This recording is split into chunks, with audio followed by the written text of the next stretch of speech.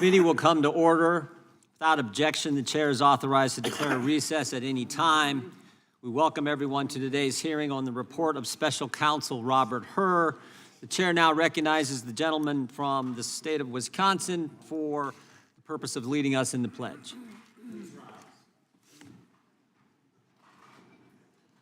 I pledge allegiance to the flag of the United States of America and to the republic for which it stands, one nation, under God, indivisible, with liberty and justice for all.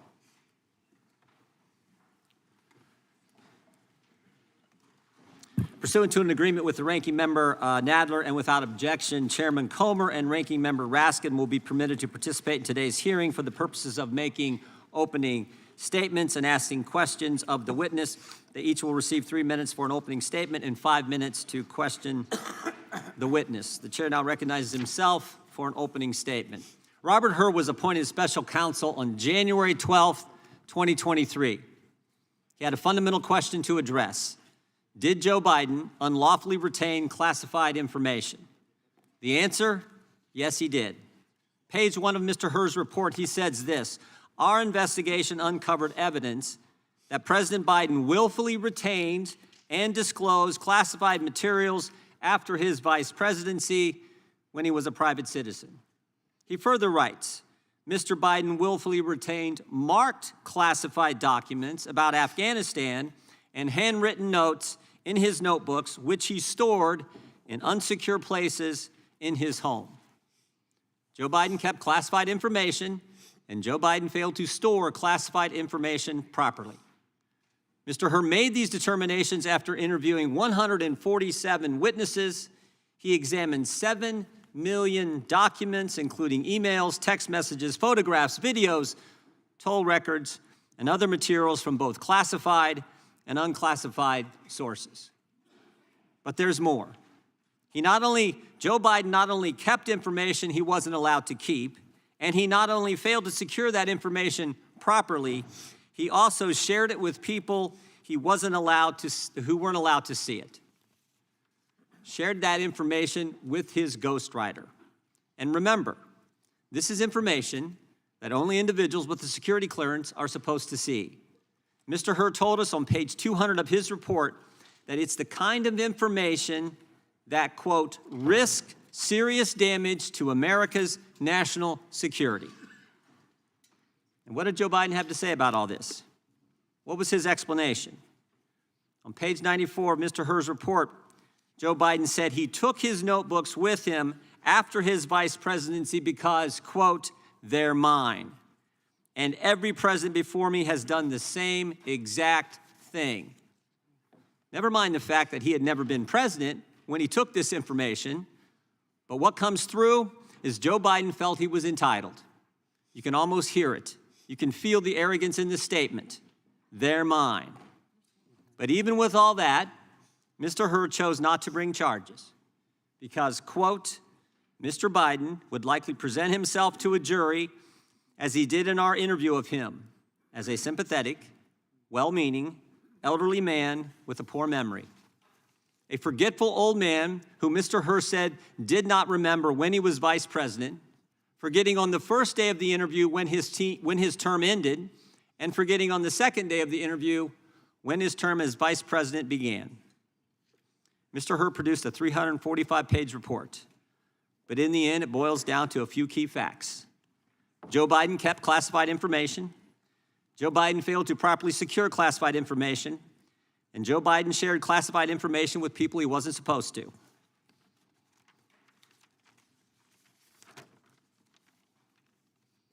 Joe Biden broke the law.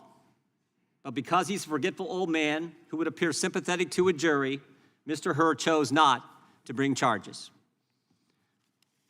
Mr. Hur, we think it's important that you be able to respond to President Biden's response to your report. So we're going to play a short video of President Biden's press conference after your report was released, because there's things in this press conference that the President of the United States says that are directly contradicted by what you found in your report. So if we could play that video. Hey, everybody. Good evening. Let me say a few things before I take your questions. As you know, the special counsel released his findings today about their look into my handling of classified documents. President Biden, something the special counsel said in his report is that one of the reasons you were not charged is because, in his description, you are a well-meaning elderly man with a poor memory. I'm well-meaning, and I'm an elderly man, and I know what the hell I'm doing. I've been president. I put this country back on its feet. I don't need his recommendation. It's How totally bad is your memory, and can you continue as president?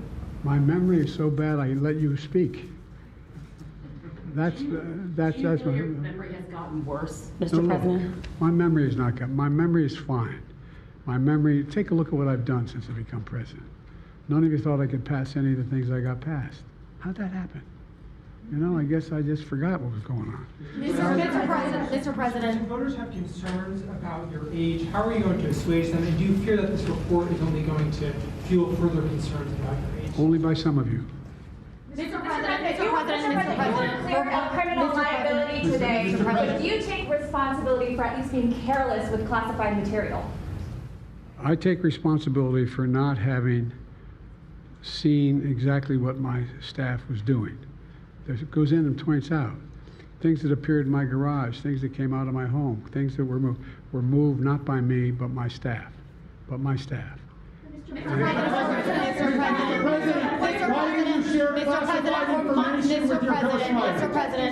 Mr. President, for months when you were asked about your age, you would respond with the words, "Watch me." Many American people have been watching, and they have expressed concerns about your age. That is your judgment. That is your judgment. That is not the judgment of the press. They express concerns about your mental acuity. They say that you are too old. Mr. President, in December, you told me that you believe there are many other Democrats who could defeat Donald Trump. So why does it have to be you now? What is your answer Because to I'm the that most question? qualified person in this country to be president of the United States and finish the job I started. Do you believe that? Why are you confusing the names of world leaders? Thank you, everyone. Thank you very much. I did not share classified information. I did not share it. With your ghostwriter. With my ghostwriter, I did not. Guarantee you did not. But the What special counsel said in the Well, no, report they that he did not say that. Okay. He did not say that. But Mr. President, one other. Let me answer your question.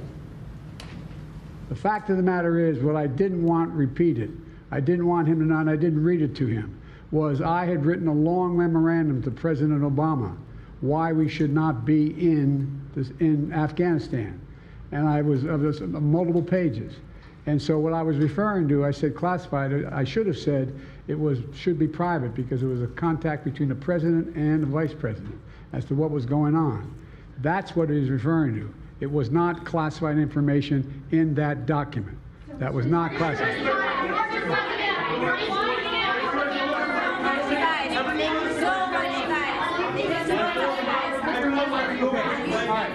He called on me. When you look back at this incident, is there anything you would do differently now? And do you think that a special prosecutor should have been appointed in the first place in both of these cases? First of all, what I would have done is oversee the transfer of the material that was in my office, in my offices. I should have done that. If I go back, I didn't have the responsibility to do that. That was my staff was supposed to do that, and they referenced that in the report. And my staff did not do it in the way that, for example, I didn't know how half the boxes got in my garage until I found out staff gathered them up, put them together, and took them to the garage in my home. And all the stuff that was in my home was in filing cabinets that were either locked or able to be locked. It was in my house.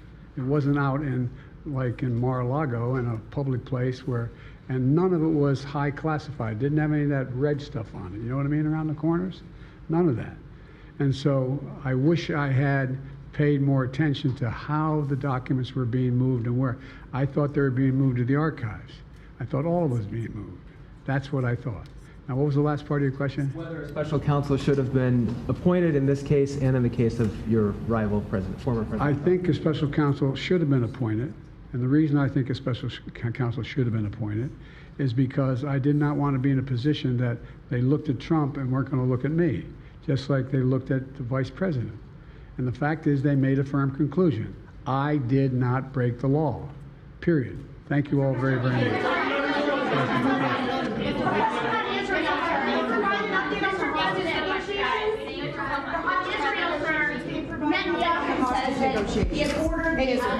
The hostage negotiation, look.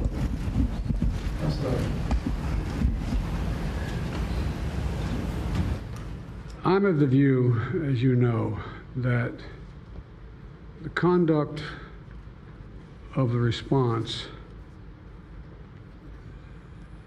in the Gaza Strip has been over the top. I think that,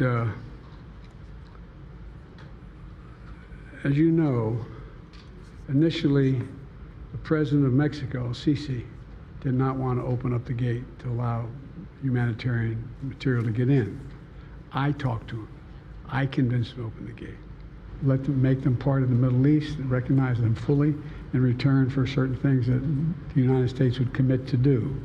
And the commitment that we were proposing to do related to two items. I'm not going to go in detail, but one of them was to deal with the protection against their arch enemy to the northwest, northeast, I should say. The second one, by providing ammunition and material for them to defend themselves. Coincidentally, that's the time frame when this broke out. I have no proof what I'm about to say, but it's not unreasonable to suspect that the Hamas understood what was about to take place and wanted to break it up before it happened. Thank you, everybody. We're going to need everybody to hold for a moment. Chair now recognizes the ranking member, Mr. Nadler, for an opening statement. Mr. Chairman, I'm glad you have such information, such admiration for the president that you allowed him to take the first 10 minutes of this hearing. Mr. Chairman, House Republicans may be desperate to convince America that white conservative men are on the losing end of a two-tiered justice system, a theory that appeals to the MAGA crowd but has no basis in reality. But your comments today make me wonder if you have read the special counsel's report at all. Her report does help us draw a distinction between President Biden and Donald Trump, just not the one you want. Two distinctions, actually. First, the report is clear that, quote, at no point did the special counsel find evidence that Mr. Biden intended or had reason to believe the information would be used to injure the United States or to benefit a foreign nation, close quote. With respect to the classified documents found in President Biden's possession, quote, the decision to decline criminal charges was straightforward, close quote. And with respect to the special counsel's investigation, quote, Mr. Biden turned in classified documents to the National Archives and the Department of Justice, consented to the search of multiple locations, including his homes, sat for a voluntary interview, and in other ways cooperated with the investigation, close quote. President Biden acted responsibly, cooperated completely, and the decision to decline criminal charges was relatively straightforward. In short, to borrow a phrase from the last administration, the Her report represents the complete and total exoneration of President Biden. And how does that record contrast with President Trump, the documents he retained, and the criminal charges pending against him in Florida? We know that Trump deliberately took large amounts of classified information from the White House. He has admitted as much, occasionally pretending that he classified this information without telling anyone on his way out the door.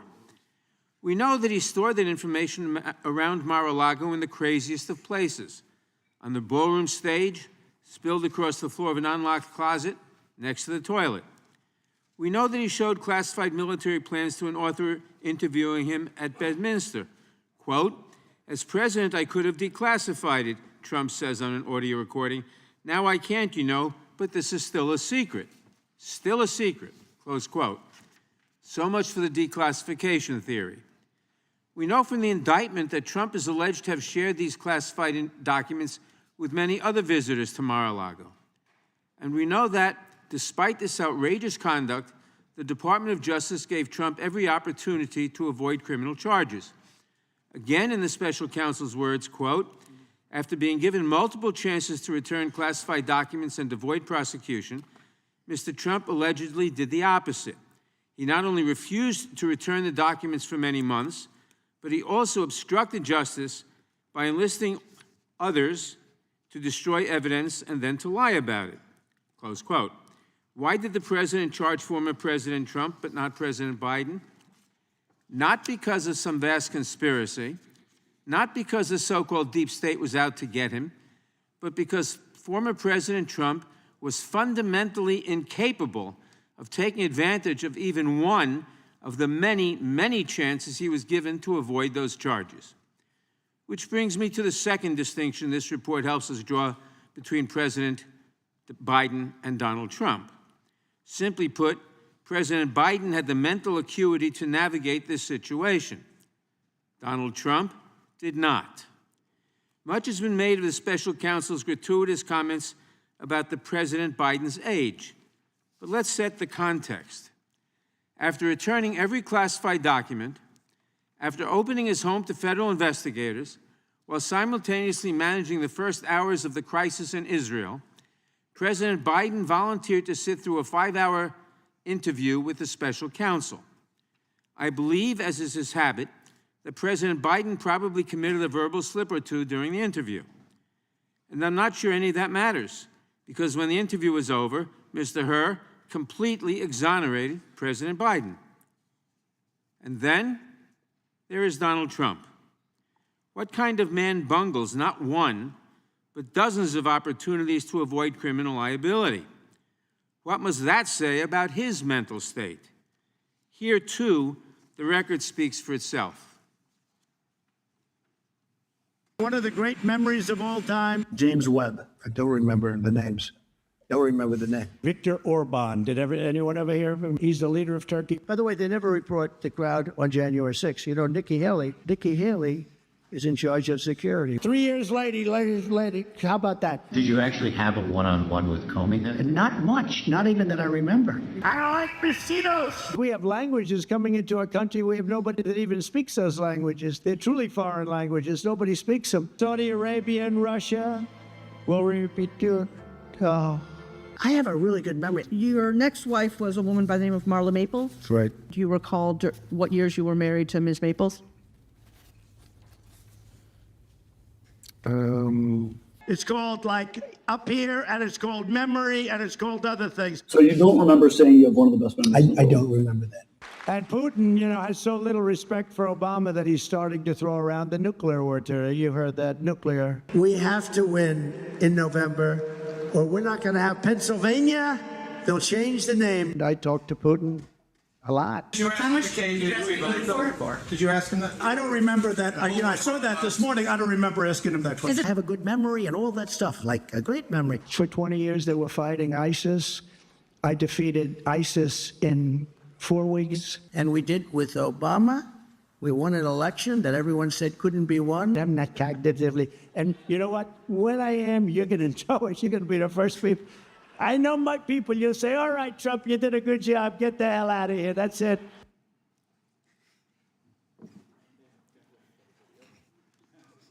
That is a man who is incapable of avoiding criminal liability, a man who is wholly unfit for office, and a man who, at the very least, ought to think twice before accusing others of cognitive decline.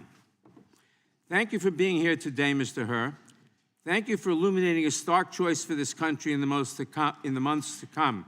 I look forward to your testimony, and I yield back. Gentleman yields back. The chair now recognizes the chairman of the Oversight Committee, Mr. Comer, for an opening statement. Thank you. In August 2022, President Biden questioned in a 60 Minutes interview how anyone can be that irresponsible when asked about classified documents in the possession of former President Trump. But when President Biden said this, he knew that he had stashed classified materials in several unsecured locations for years, dating back to his time as vice president and even as a U.S. senator.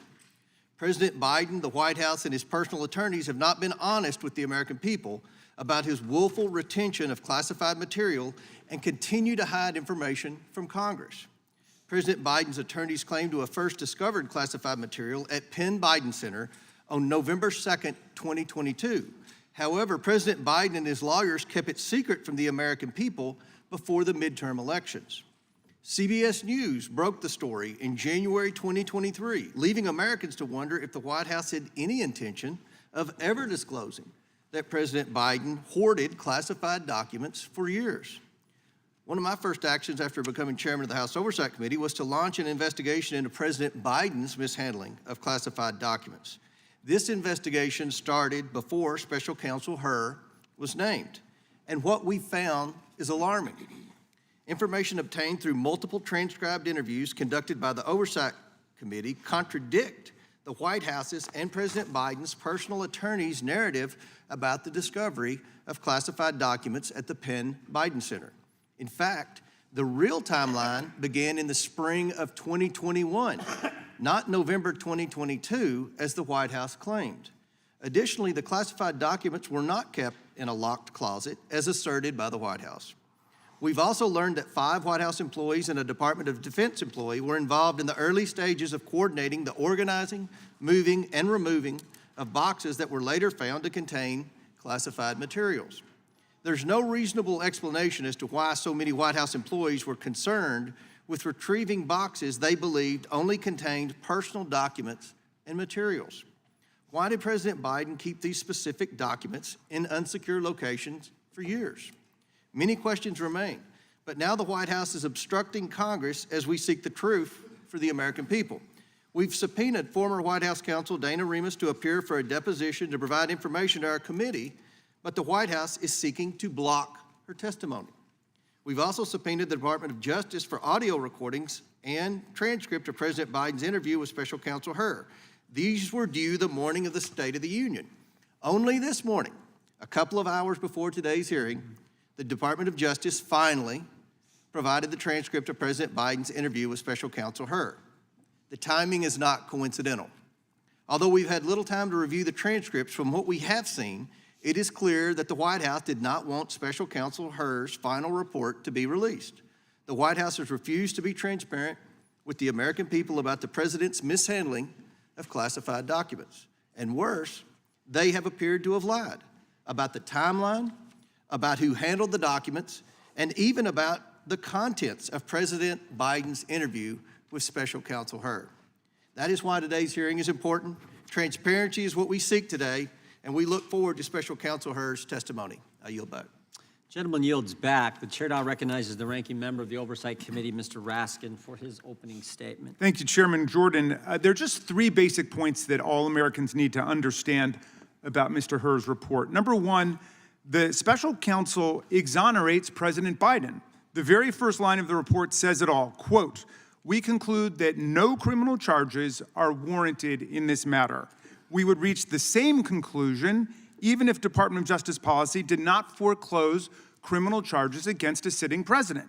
Second, the report establishes that President Biden offered complete and unhesitating cooperation with the special counsel's investigation. The Justice Department and the National Archives were proactively notified of the classified documents, and they were turned over. The president allowed the FBI to search his homes, and he sat for a voluntary interview for more than 5 hours on October 8th and October 9th, even as he was busy responding to Hamas's vicious terrorist attack in Israel. The report thus demonstrates President Biden's complete devotion to the rule of law and his respect for a fair and independent Department of Justice. President Biden did not assert executive privilege or claim absolute immunity for presidential crimes. He did not hide boxes of documents under his bed or in a bathtub. He did not fight investigators, nor did he seek to redact a single word of Mr. Hur's report.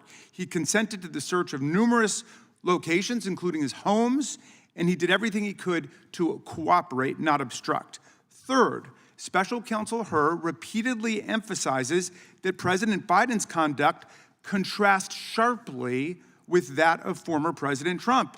Hur observes that unlike President Biden, quote, "The allegations set forth in the indictment of Mr. Trump, if proven, would clearly establish not only Mr. Trump's willfulness, but also serious aggravating factors."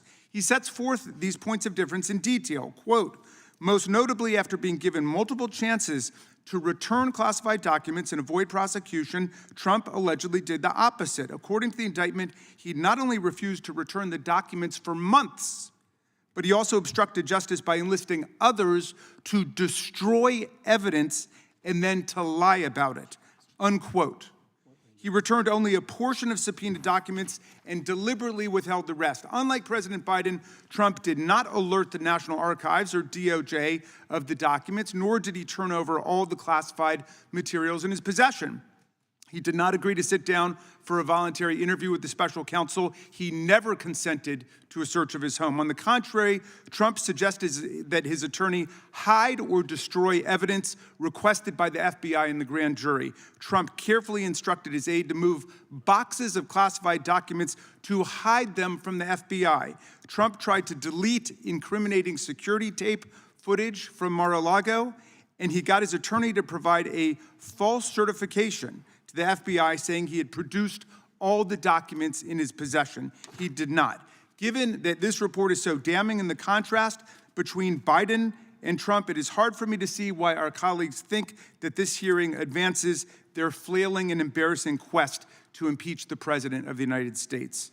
What America sees today is evidence of one president who believes in the rule of law and works to protect it, and one who has nothing but contempt for the rule of law and acts solely in pursuit of his own constantly multiplying corrupt schemes. I yield back.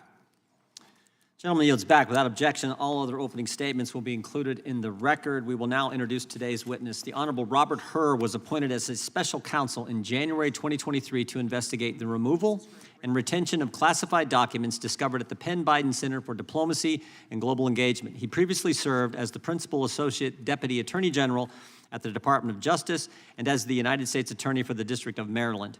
He was a law clerk for Chief Justice William Rehnquist and also clerked for Judge Alex Kaczynski on the Ninth Circuit Court of Appeals. We welcome our witness and thank him for appearing today. We will begin by swearing you in. Mr. Hur, would you please stand? Raise your right hand. Do you swear or affirm under penalty of perjury that the testimony you're about to give is true and correct to the best of your knowledge, information, and belief, so help you God? Let the record reflect that the witness has answered in the affirmative. Thank you, and you can be seated. Please know that your written testimony will be entered into the record in its entirety. Accordingly, we ask that you summarize your testimony. Mr. Hur, you may begin with your opening statement. Make sure you got that mic on, if you could, Mr. Hur. Thank you. Thank you, Chairman. Chairman Jordan, Ranking Member Nadler, Chairman Comer, Ranking Member Raskin, members of the committee, good morning. I'm privileged to have served our country for the majority of my career, a decade and a half, most of those years with the Department of Justice. I have served as a line prosecutor, a supervisor, the Principal Associate Deputy Attorney General, a United States Attorney, and a special counsel. I've served in these roles with gratitude as the son of immigrants to this country, the first member of my family to be born here. My parents grew up in Korea and were young children during the Korean War. My father remembers being hungry and grateful for the food that American GIs shared with him and his siblings. My mother fled what is now North Korea in her own mother's arms, heading south to safety. My parents eventually met, married, and came to the US, seeking a better life for themselves and for their children. Their lives and mine would have been very different were it not for this country. No matter the role, no matter the administration, I have applied the same standards and the same impartiality. My respect for the Justice Department and my commitment to this country are why I agreed to serve as special counsel when asked by the Attorney General. I resolved to do the work as I did all my work for the department, fairly, thoroughly, and professionally, with close attention to the policies and practices that govern department prosecutors. My team and I conducted a thorough, independent investigation. We identified evidence that the president willfully retained classified materials after the end of his vice presidency when he was a private citizen. This evidence included an audio-recorded conversation during which Mr. Biden told his ghostwriter that he had, quote, just found all the classified stuff downstairs, end quote. When Mr. Biden said this, he was a private citizen speaking to his ghostwriter in his private rental home in Virginia. We also identified other recorded conversations during which Mr. Biden read classified information aloud to his ghostwriter. We did not, however, identify evidence that rose to the level of proof beyond a reasonable doubt. Because the evidence fell short of that standard, I declined to recommend criminal charges against Mr. Biden. The department's regulations required me to write a confidential report explaining my decision to the Attorney General. I understood that my explanation about this case had to include rigorous, detailed, and thorough analysis. In other words, I needed to show my work, just as I would expect any prosecutor to show his or her work explaining the decision to prosecute or not. The need to show my work was especially strong here. The Attorney General had appointed me to investigate the actions of the Attorney General's boss, the sitting President of the United States. I knew that for my decision to be credible, I could not simply announce that I recommended no criminal charges and leave it at that. I needed to explain why. My report reflects my best effort to explain why I declined to recommend charging President Biden. I analyzed the evidence as prosecutors routinely do, by assessing its strengths and weaknesses, including by anticipating the ways in which the president's defense lawyers might poke holes in the government's case, if there were a trial, and seek to persuade jurors that the government could not prove his guilt beyond a reasonable doubt. There has been a lot of attention paid to language in the report about the president's memory, so let me say a few words about that. My task was to determine whether the president retained or disclosed national defense information willfully. That means knowingly and with the intent to do something the law forbids. I could not make that determination without assessing the president's state of mind. For that reason, I had to consider the president's memory and overall mental state and how a jury likely would perceive his memory and mental state in a criminal trial. These are the types of issues that prosecutors analyze every day. And because these issues were important to my ultimate decision, I had to include a discussion of them in my report to the Attorney General. The evidence and the president himself put his memory squarely at issue. We interviewed the president and asked him about his recorded statement, quote, "I just found all the classified stuff downstairs," end quote. He told us that he didn't remember saying that to his ghostwriter. He also said he didn't remember finding any classified material in his home after his vice presidency. And he didn't remember anything about how classified documents about Afghanistan made their way into his garage. My assessment in the report about the relevance of the president's memory was necessary and accurate and fair. Most importantly, what I wrote is what I believe the evidence shows and what I expect jurors would perceive and believe. I did not sanitize my explanation, nor did I disparage the president unfairly. I explained to the Attorney General my decision and the reasons for it. That's what I was required to do. I took the same approach when I compared the evidence regarding President Biden to the department's allegations against former President Trump. There, too, I called it like I saw it. As a prosecutor, I had to consider relevant precedents and to explain why different facts justify different outcomes. That is what I did in my report. I'm confident the analysis set forth in chapters 11, 12, and 13 of my report provides a thorough evaluation and explanation of the evidence, and I encourage everyone to read it to inform their opinions of the report. Prosecutors rarely write public reports or testify about their investigations. That is the Justice Department's long-standing policy, and it protects important interests. My team and I prepared the report to the Attorney General with care, and the report stands as the primary source of information. My responses today will be limited to clarifying information for the committee. I will refrain from speculating or commenting on areas outside the scope of the investigation, nor will I discuss what investigative steps we did or did not take beyond what's in the report. In conclusion, I want to express my heartfelt thanks to the attorneys, agents, analysts, and professional staff who helped us do our work fairly, thoroughly, and independently. I am grateful and privileged to have served with them. I single out for particular thanks Deputy Special Counsel Mark Crickbaum, a former United States Attorney himself, who brought great wisdom, skill, and judgment to our task. Thank you. I welcome your questions. Thank you, Mr. Hurd. The chair now recognizes the gentleman from North Dakota for 5 minutes. Thank you, Mr. Chairman. How could that possibly happen? How could anyone be that irresponsible? And I thought, what data was in there that could compromise sources, methods, and it's just totally irresponsible? As President Biden's statement about Donald Trump and the classified documents. And Mr. Hurd, classified documents were found at the Penn Biden Center? That's correct. They were found in President Biden's garage? In Wilmington, Delaware, yes. And in his basement den? Also in the same home, yes. And his main floor office? Correct. And his third floor den? Correct. At the University of Delaware? Correct. And at the Biden Institute? Correct. All right. And the elements of the crime for this, I mean, we get into all of this, but the elements of the crime are pretty simple, right?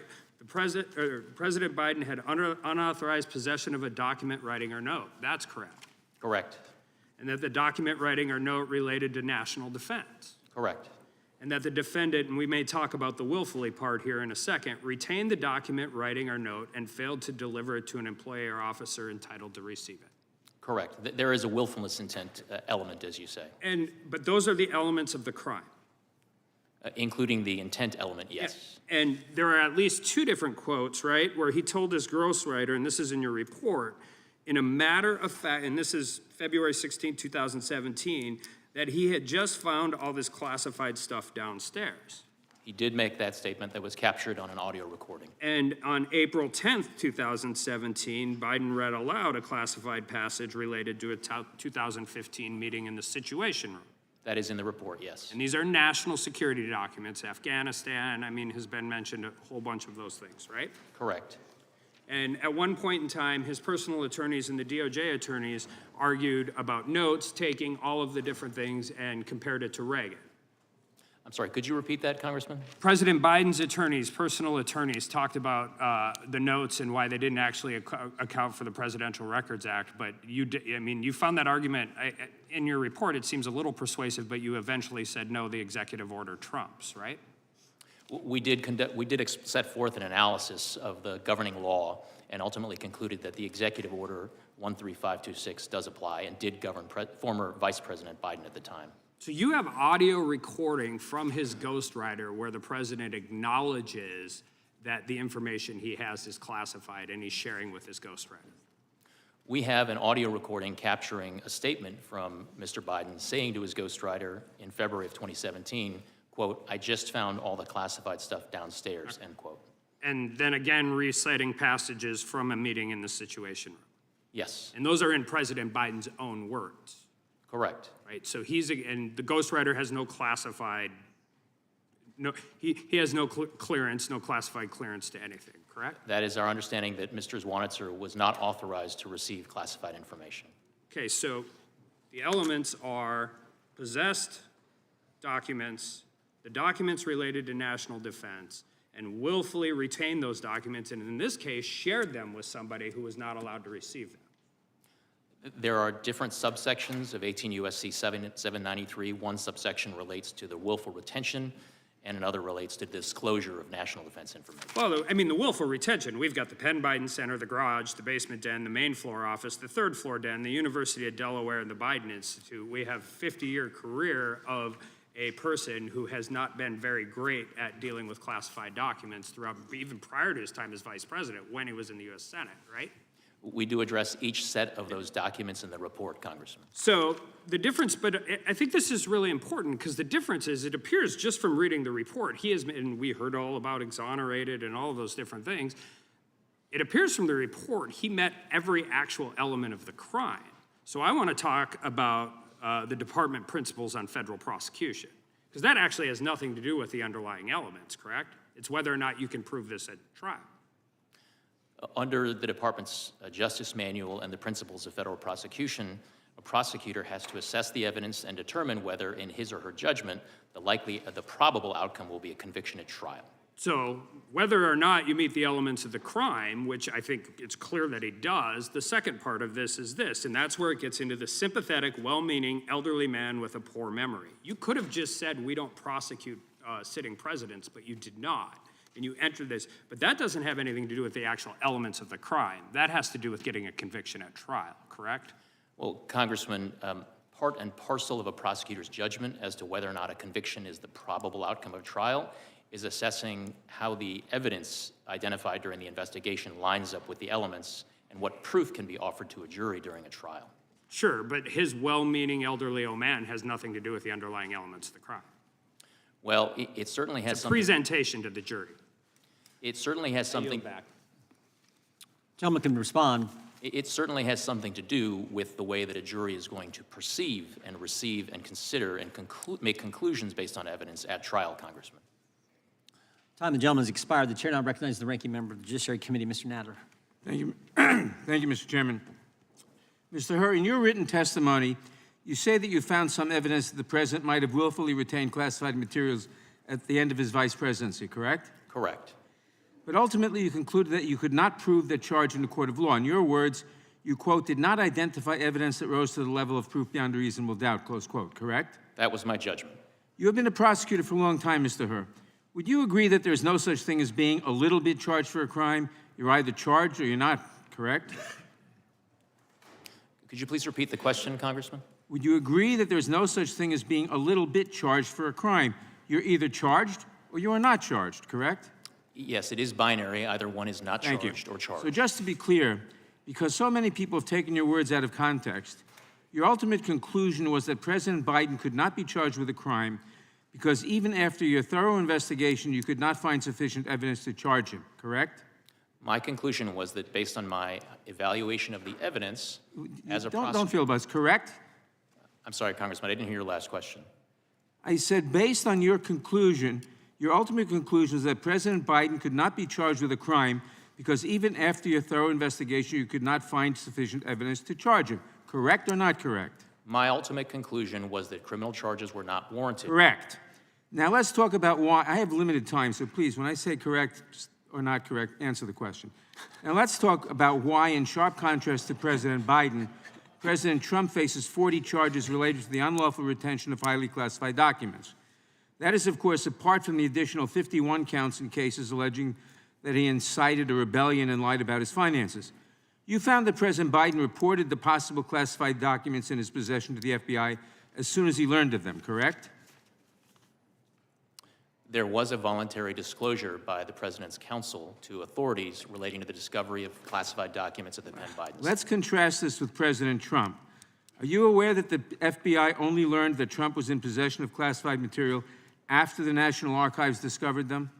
Congressman, I am not intimately familiar with the facts relating to former President Trump. I'm prepared to comment on them to the extent that I address them in the report. You write in your report that President Biden, quote, would not have handed the government classified documents from his own home on a silver platter if he had willfully retained those documents for years, close quote. In other words, part of understanding President Biden's intent was that he quickly and voluntarily returned those documents to the government, correct? That was a factor in our analysis, yes. Thank you.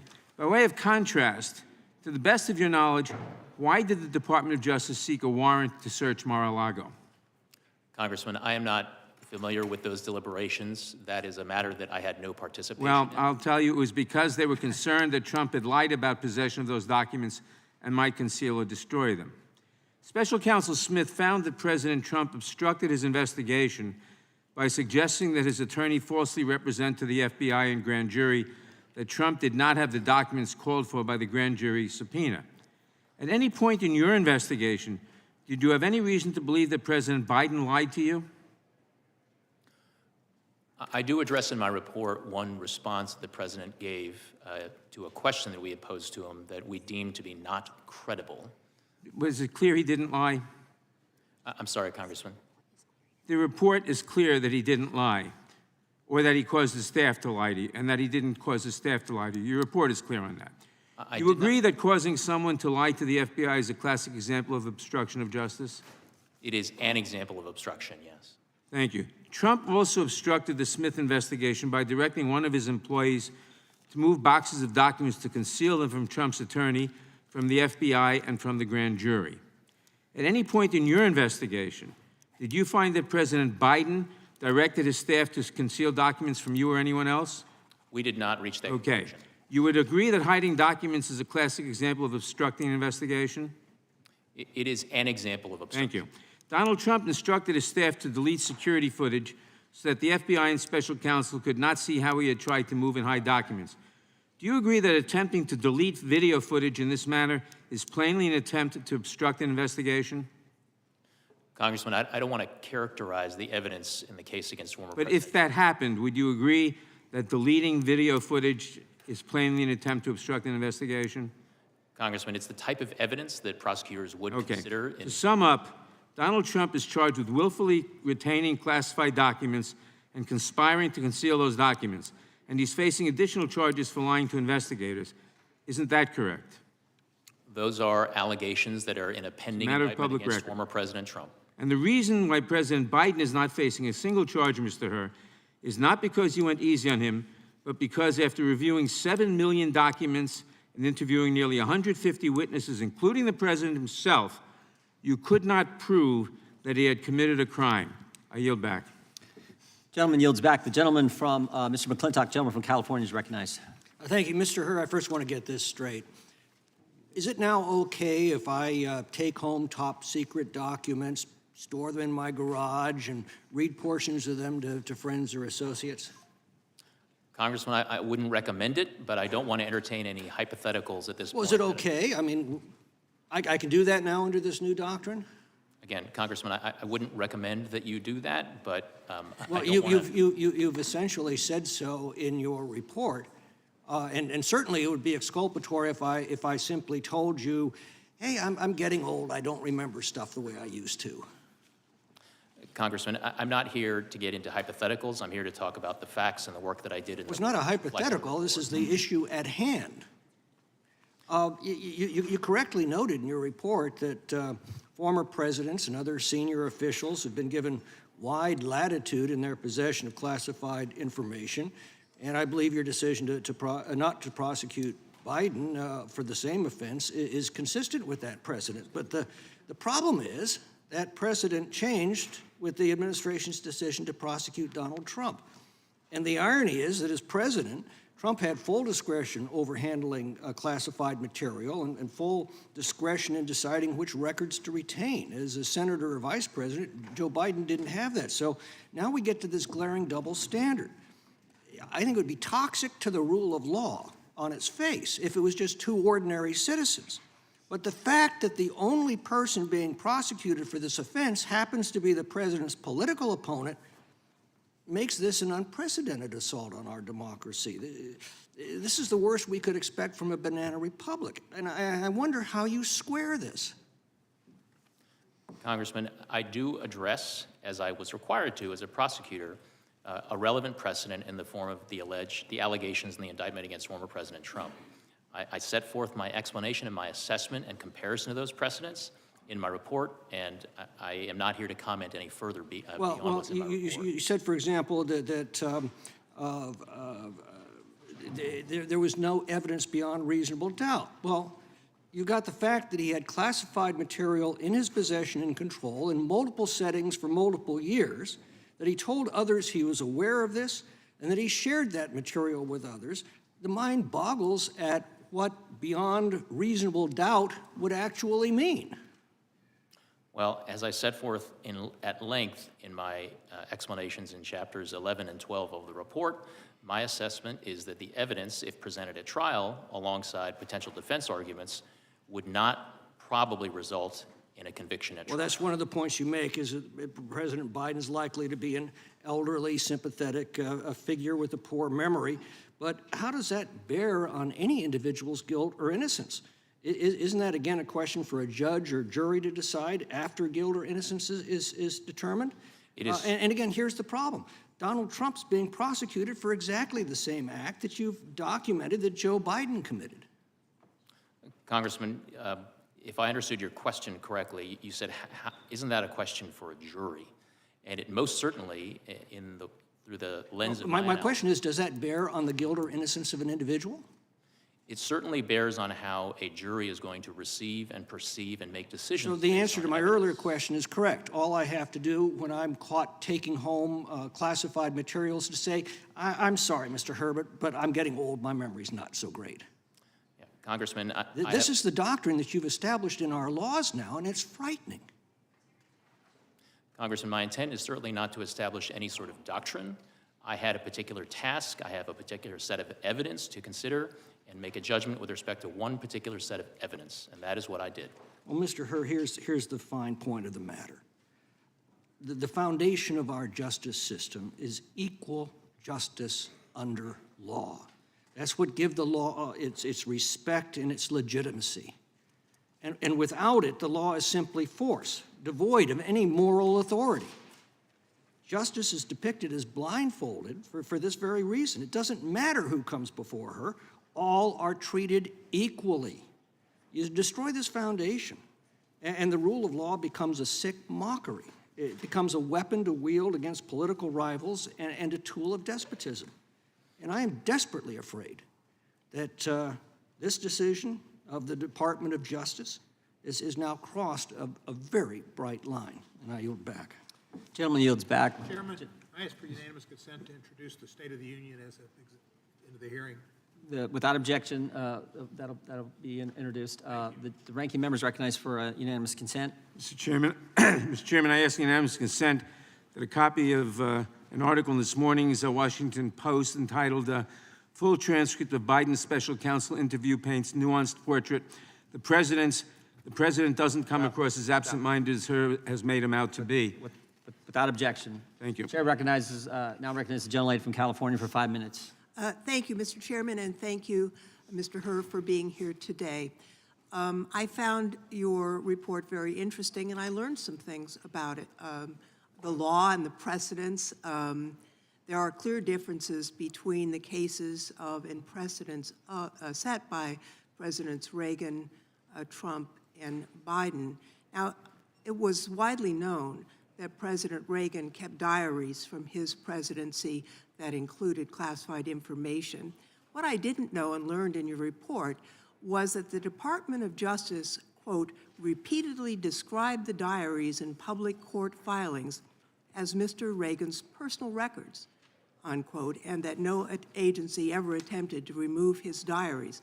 That's on page 195 of your report. Very interesting. So the investigation found that President Biden believed that his notebooks were his personal property, including work and political notes, reflections, to-do lists, and more that he was entitled to take home. You found that on page 232. So while much of his notebook was work-related, he still had some purely personal subjects like, again, I quote, gut-wrenching entities about the illness and death of his son, Beau, and that's on page 82 and 253 of your report. So it's clear, based on the Reagan precedent, that no criminal charges were warranted in this matter relative to personal notebooks. Now, I want to be clear that although the notebooks contain some very personal information and President Biden considered them his personal property, the President allowed your team to seize and review all of the notebooks you found. Is that correct? That is correct. Now, that's in stark contrast to ex-President Trump's case. He obstructed and diverted all the investigations. Now, you also interviewed President Biden about other classified documents you found outside his notebooks, didn't you? Yes, Congresswoman. So did the President tell you that he believed any documents other than his own handwritten work were his personal property? Yes or no? We did not hear that from the President during his interview. So again, it's very different from ex-President Trump. Ex-President Trump said all of the documents marked classified were his personal property. President Biden did not consider documents that were produced by other entities with classification markings as his personal records. Now, I think, since the majority has tried to assert that there is a disparity based on politics in the differences in the prosecution, it's worth quoting page 11 of the report, which says, and I quote, "Several material distinctions between Mr. Trump's case and Mr. Biden's case are clear. Most notably, after being given multiple chances to return classified documents and avoid prosecution, Mr. Trump allegedly did the opposite. According to the indictment, he not only refused to return the documents for many months, but he also obstructed justice by enlisting others to destroy evidence and then to lie about it." That's on page 11. Quote, "In contrast, Mr. Biden turned in classified documents to the National Archives and the Department of Justice, consented to the search of multiple locations, including his homes, sat for a voluntary interview, and in other ways cooperated with the investigation. It's clear that these cases are not the same. And frankly, I was surprised to learn that some of the classified documents were actually personal diaries, that many executive officials have taken home with them because it was in their own handwriting, it was what they produced.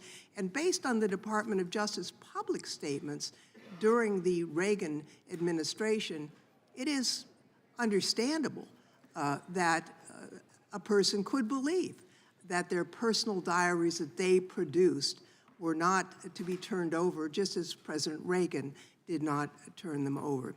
So I appreciate your report. I appreciate your being here, Mr. Herr, and I would also like to ask, Mr. Chairman, a unanimous request to include in the record a September 11th letter from the Special Counsel to the President to Special Counsel Herr, and also a letter to Merrick Garland. Without objection. And with that, Mr. Chairman, I see my time has expired, and I yield back. Gentlelady yields back. The chair is recognized. Mr. Herr, why did he do it? Why did Joe Biden, in your words, willfully retain and disclose classified materials? I mean, he knew the law. Been in office like 50 years. 5 decades in the United States Senate, chairman of the Senate Foreign Relations Committee, 8 years as vice president. He got briefed every day as vice president. He's been in the Situation Room. In fact, you know he knew the rules because you said so on page 226. President Biden was deeply familiar with the measures taken to safeguard classified documents. And Joe Biden told us he knew the rules. Mr. Armstrong said this earlier. Joe Biden was deeply familiar with it. You're exactly right, because he told us when Jack Smith goes after President Trump, Joe Biden says, how could this happen? What data was in those documents that could compromise sources and methods? It's irresponsible. So Joe Biden knew the rules. You know he knew the rules. And Joe Biden told us he knew the rules. So, Mr. Herr, why did he break them? Congressman, the conclusion as to exactly why the president did what he did is not one that we explicitly address in the report. The report explains my decision to the Attorney General that no criminal charges were warranted in this manner. I think you did tell us. I think you told us, Mr. Herr. Page 231, you said this: President Biden had strong motivations. That's a key word. We're getting to motive now. President Biden had strong motivations to ignore the proper procedures for safeguarding the classified information in his notebooks. Why did he have strong motivations? Because, next word, because he decided months before leaving office to write a book. To write a book, that was his motive. He knew the rules, he broke them because he was writing a book. And you further say, and he began meeting with the ghostwriter while he was still vice president. There's the motive. Mr. Herr, how much did President Biden get paid for his book? Off the top of my head, I'm not sure if that information appears in the report. Sure does. There's a dollar amount in there. You remember? I don't, it may be $8 million if that's $8 million. Joe Biden had 8 million reasons to break the rules. Took classified information and shared it with the guy who was writing the book. That's why he did. He knew the rules, but he broke them for $8 million in a book advance. But you know what? It wasn't just the money. Joe Biden, here's this page 231, very next page. Joe Biden, in your report, Joe Biden viewed his notebooks as an irreplaceable, contemporaneous record of the most important moments of his vice presidency. He'd written this all down for the book, for the $8 million. And the next thing you say in your report is, quote, such a record would buttress his legacy as a world leader. You know what this is? It wasn't just the money. It wasn't just $8 million. It was also his ego. Pride and money is why he knowingly violated the rules. The oldest motives in the book, pride and money. You agree with that, Mr. Herr? You wrote it in your report. That language, and it does appear in the report, and we did identify evidence supporting those assessments. You also had another interesting statement in your report. You said Joe Biden I want to make sure I get this right, viewed himself as a man of presidential timber. Remember that statement, Mr. Hur? I believe that does appear in the report, at least in the executive summary. I think this is interesting, because here's the scary part. Page 200. I said this earlier in my opening statement. Page 200, Joe Biden, this is a quote, Joe Biden risked serious damage to America's national security when he shared information with his ghostwriter. Shared it with his ghostwriter, the guy who was helping Joe Biden get $8 million. And oh, by the way, Mr. Hur, what did that ghostwriter do with the information Joe Biden shared with him on his laptop? What did he do after you were named special counsel? Chairman, if you're referring to the audio recordings that Mr. Zwanitzer created of his conversations with Exactly Mr. Biden, what I'm referring to. He slid, if I remember correctly, he slid those files into his recycle bin on his computer. Tried to destroy the evidence, didn't he? Correct. The very guy who was helping Joe Biden get the $8 million, Joe Biden had used, the motive for Joe Biden to disclose classified information, to retain classified information, which he definitely knew was against the law. When you get named special counsel, what's that guy do? He destroys the evidence. That's the key takeaway in my mind. That's the key takeaway. I yield back. Is it Mr. Raskin? Gentleman from Maryland for 5 minutes. Thank you, Mr. Chairman. Mr. Hur, your report starts with the line, "We conclude that no criminal charges are warranted in this matter." Have you had any reason to change your opinion about that? No, no, Ranking Member. You highlight the independence and support you got from the Attorney General and DOJ. Have you changed your mind about that? I have not. The report describes President Biden's cooperation in your requests. He allowed his homes to be searched. He answered questions for hours in the midst of a global crisis. Have you had any reason to change your mind about that? No, Ranking Member. All right. You also repeatedly contrast Biden's cooperation with the conduct of Donald Trump. You say, quote, "Most notably, after being given multiple chances to return classified documents and avoid prosecution, Mr. Trump allegedly did the opposite. According to the indictment, he not only refused to return the documents for many months, but he also obstructed justice by enlisting others to destroy evidence and then to lie about it." Have you any reason to change your judgment about the differences between President Biden's cooperation and the former president's non-cooperation? No, I continue to stand by those words in my report. With such a striking contrast, our colleagues have switched over from being impeachment investigators for constitutional high crimes and misdemeanors, which is how this whole thing started, to being amateur memory specialists, giving us their drive-by diagnoses of the President of the United States, whose soaring oratory, powerful historical analysis, and devastating extemporaneous repartee with even the most skilled ninja hecklers of the Freedom Caucus were on full display at the State of the Union address last week for the whole country to see.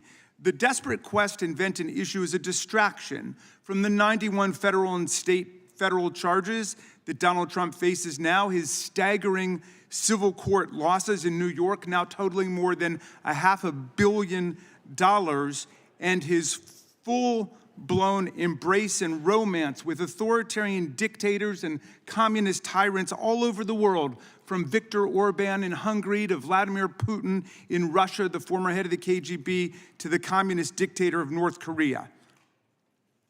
It's not, this, my friends, this is a memory test. But it's not a memory test for President Biden. It's a memory test for all of America. Do we remember fascism? Do we remember Nazism? Do we remember communism and totalitarianism? Have we completely forgotten the sacrifices of our parents and grandparents and prior generations? While we play pin the tail on the donkey in this wild goose chase, all of these silly games, Donald Trump entertains authoritarian hustler Viktor Orban at Mar-a-Lago for the weekend, and Orban comes out to declare that if we indeed sleepwalk into another Trump presidency, Trump will, quote, not give a single penny to Ukraine. That's what all of this is about. It's about trying to pull the wool over the eyes of America, because the tyrants and dictators of the world are on the march today. So who wins with this ludicrous, embarrassing spectacle? Orban wins, Putin wins, Xi wins, the tyrants of the world win. They have one more reason to celebrate Donald Trump and his cult followers who've completely lost their way. They're looking for high crimes and misdemeanors. Now they appoint themselves amateur memory specialists, and that's what they pounce on the President of the United States about. America faces a choice between democracy and tyranny. And the President laid it out at Valley Forge, and he laid it out in the State of the Union. Will America stand on the side of people struggling against fascist aggression? Will we stand with the people of Ukraine against Vladimir Putin, whose filthy war has meant the kidnapping of thousands of Ukrainian children, the murder, the slaughter of thousands of Ukrainian civilians, and the attack on an independent sovereign democracy? But we're not working on that today. We're not standing up for democracy and human rights and international law around the world. No, we're trying to play memory detectives to parse the language of a president who the whole world got to see at the State of the Union address directly address the real questions of our time. And it is democracy versus dictatorship. And all of the autocrats and the theocrats, all of the kleptocrats of the world are together in league against American democracy, and we have to stand up for American democracy against these stupid games. I yield back, Mr. Chairman. Gentleman yields back. The chairman of the Oversight Committee, Mr. Comer, is recognized for 5 minutes. Thank you, Mr. Chairman. During the Oversight Committee interviews, we've identified a number of White House employees who were involved in the mishandling of classified documents under the leadership of President Biden. Special Counsel Hurd, can you please tell us approximately how many current and former White House employees you interviewed related to your investigation? Chairman Comer, I don't have that figure immediately at hand. Of course, it was a subset of the 173 interviews that we conducted during our investigation. Your report indicates that one of those former White House employees who you interviewed was Dana Remus. Is that correct? We did interview Ms. Remus. Ms. Remus was President Biden's former White House counsel, correct? She was President Obama's former White House counsel. I'm sorry, President Obama's White House counsel. Yes. Related to Ms. Remus, in your report on page 257, you wrote, in May 2022, White House counsel Dana Remus undertook an effort to retrieve Mr. Biden's files from the Penn Biden Center. Remus described the original purpose of that effort as gathering materials to prepare for potential congressional inquiries about the Biden family's activities during the period from 2017 to 2019. Now, it seems odd to me that Dana Remus and Joe Biden's personal lawyers were obtaining documents related to potential congressional inquiries about the Biden family activities when Joe Biden has publicly claimed he had no involvement with his family's business dealings. Can you provide more information about why Dana Remus, a government employee, was retrieving Joe Biden's documents from the Penn Biden Center? Chairman, I am able to tell you and clarify information that appears in the report about relevant, significant sources of information, but I am not in a position to be able to go beyond that. When you interviewed President Biden, did you ask him what documents he possessed at Penn Biden Center that could be related to a potential congressional inquiry about his family's activities? We asked President Biden a wealth of questions about all of the different sets of classified materials that were recovered during the course of our investigation. Did anything pertain specifically to our congressional inquiry of President Biden that you recall? If there are more specific aspects of it that you have in mind, Chairman, that would be helpful to me. Interest pertaining to his family's influence peddling activities? If it's helpful, Chairman, Appendix A does list in table chart form a brief description of all of the marked classified documents that were recovered in our investigation. We intend to interview Ms. Remus, and the recording or transcript of your interview would be highly relevant to our future questioning of her. Can you confirm that you did, in fact, record her in your interview? It was our practice to record the interviews that we conducted, Chairman Comer. Additionally, in the course of the investigation, the Oversight Committee learned from a Penn Biden Center employee that Annie Tomasini, a White House employee, visited the Penn Biden Center in 2021. Did you interview Annie Tomasini in the course of your investigation?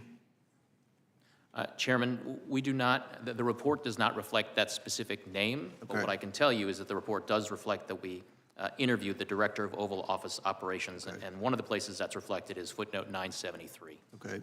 The Oversight Committee interviewed Kathy Chung, a Department of Defense employee and former assistant to Vice President Biden, and learned that Ms. Chung visited the Biden Penn Center in June 2022 after being contacted by White House counsel in May 2022. This was months before classified documents were allegedly found in November 2022. Did you interview Kathy Chung in the course of your investigation?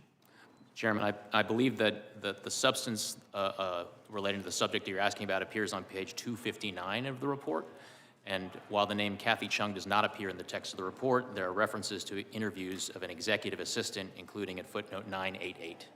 Good. The Oversight Committee also learned from its interviews with Penn Biden Center employees and Kathy Chung that Dana Remus, Anthony Bernal, and Ashley Williams, all at the time White House employees, then visited the Penn Biden Center on different occasions before the alleged discovery of classified materials in November 2022. Did you interview these individuals during your investigation? We interviewed many individuals, and I can assure you, Chairman, that it was a priority of ours to interview all the relevant sources of information about these documents, how they got there, who knew about them, and who accessed them. So again, they were all recorded, is that correct? So there would be recordings? It was our practice to interview recordings, yes, sir. How many White House employees visited the Penn Biden Center before classified materials were reportedly discovered there in November 2022? I don't have according to the White House. Sir, I don't have an exact count of. How many visits to the Penn Biden Center were made by either White House employees or President Biden's personal attorneys before the official discovery of documents in November 2022? I don't have that figure at hand, but that should be detailed in Chapter 14 of the report, sir. Yield back. Gentleman yields back. Gentlelady from Texas is recognized for 5 minutes. Before, Mr. Hur, anytime you need a break, just if you need a break, let us know, because we're going to go a while, as you well know. Thank you, sir. Ms. Jackson Lee is recognized.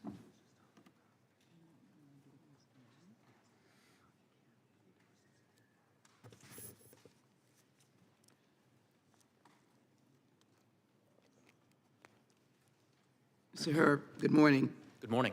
The Republicans here asked for a lot of transcripts, but Chair Jordan has yet to release 90-plus transcripts from our interviews with those, if they are to be released to the American people, is the question. My question to you is, you decided, based on the facts, not to prosecute or indict or bring forward charges against the President of the United States, the sitting President, Joseph Biden. Is that correct? That was my judgment. This investigation was independent and thorough. Is that correct? Yes. We have heard from our Republican colleagues who are grasping at straws allegations that President Biden was treated lightly in this investigation. But just a plain reading of this report completely refutes that argument. There was no two-tiered system of justice. There was only a lack of evidence against President Biden. Mr. Hur, your office and the FBI undertook an extensive investigation into Mr. Biden's handling of classified information and of the classified documents the FBI seized, correct? Correct. In your investigation, you conducted 173 interviews of 147 witnesses, correct? That is correct. And President Biden himself was one of those witnesses, correct? Correct. For at least 5 hours or more. Correct. And President Biden engaged in this interview voluntarily. Correct. And the interview with President Biden lasted more than 5 hours. I've said that. That's correct? Correct. And the interview, and it occurred the day, which all should know, after the horrific attack, October 7th, 2023, Hamas attack in Israel, according to a letter from the White House Counsel. Is that correct? The interview spans 2 days, October 8th and October 9th. With the president having to be in and out to deal with an international crisis, and after the interview, he provided handwritten answers to additional questions, correct? Congresswoman, I don't recall the president being in and out during our interview to handle the internet. Let me go on. And President Biden allowed investigators to search his private houses. Is that correct? He did consent to the search of his residence. And your investigation collected 7 million documents for review in your investigation. Is that correct? Correct. And this included emails, text messages, photographs, videos, toll records, and other materials from both classified and unclassified sources. Correct?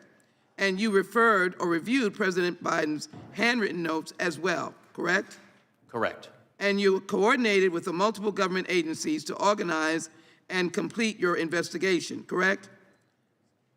We consulted with numerous agencies to conduct And that classification included- reviews of evidence that was seized during the investigation. Right. And that included working with national security experts in the intelligence community to carefully analyze each classified document that was obtained. With respect to marked classified documents, that's correct. We submitted excerpts from the former Vice President's notebooks for classification review. And if agencies reviewed classified material and gave it different levels of classification, you classified it as a higher level for the purposes of your investigation, to be thorough, correct? That is reflected in appendices A Thank and you. B. The FBI requested classification review from each identified agency accordingly for documents where multiple agencies had equities. The special counsel's office used the highest level of classification identified by an agency as the current classification of the document. Let me go on. Attorney General Garland appointed you as special counsel over the matter on January 12, 2023, correct? Correct. He authorized you to investigate Mr. Biden's possession of the classified documents, including possible unauthorized removal and retention of classified documents or other records. Correct. At the Penn Biden Center, President Biden's home, Delaware, as well as any matters that arose from the initial investigation or may arise directly from the special counsel investigation. Is that correct? I believe that accurately reflects the language of the appointment order. So you operated an independent investigation for about a year, which you just stated that you had adequate resources to complete, in which you conducted 173 interviews, included with President Biden himself. You reviewed 7 million documents, including President Biden's personal records, and searched his home thoroughly. And in this thorough, lengthy investigation, you did not uncover enough evidence to recommend prosecution against the president. Is that correct? That's my judgment. And if you had found enough evidence to warrant prosecution, did you feel free, unrestrained by the Attorney General appointed by President Biden to make such a recommendation to the Attorney General? I was aware of the Office of Legal Counsel policy right now, prohibiting sitting presidents from being charged with federal crimes. But apart from that, what I can tell you, Congresswoman, is that the investigative steps that we took were my own, the judgment was my own, and the words in the report are my own.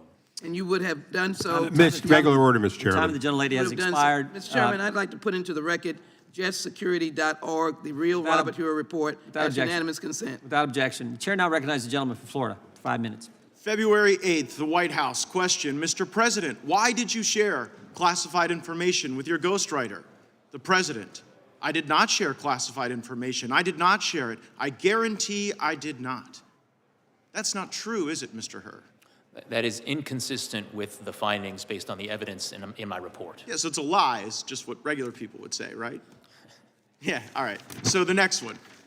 And all the stuff that was in my home was in filing cabinets that were either locked or able to be locked. That wasn't true either, was it? That was inconsistent with the findings of our investigation. Another lie, people might say, right? Because what you put in your report was among the places Mr. Biden's lawyers found classified documents in the garage was a damaged open box. So here's what I'm understanding, right? As Mr. Armstrong laid out, you find in your report that the elements of a federal criminal violation are met, but then you apply this senile cooperator theory, that because Joe Biden cooperated and the elevator doesn't go to the top floor, you don't think you get a conviction. And I actually think you get to the right answer in that. I don't think Biden should have been charged, don't think Trump should have been charged.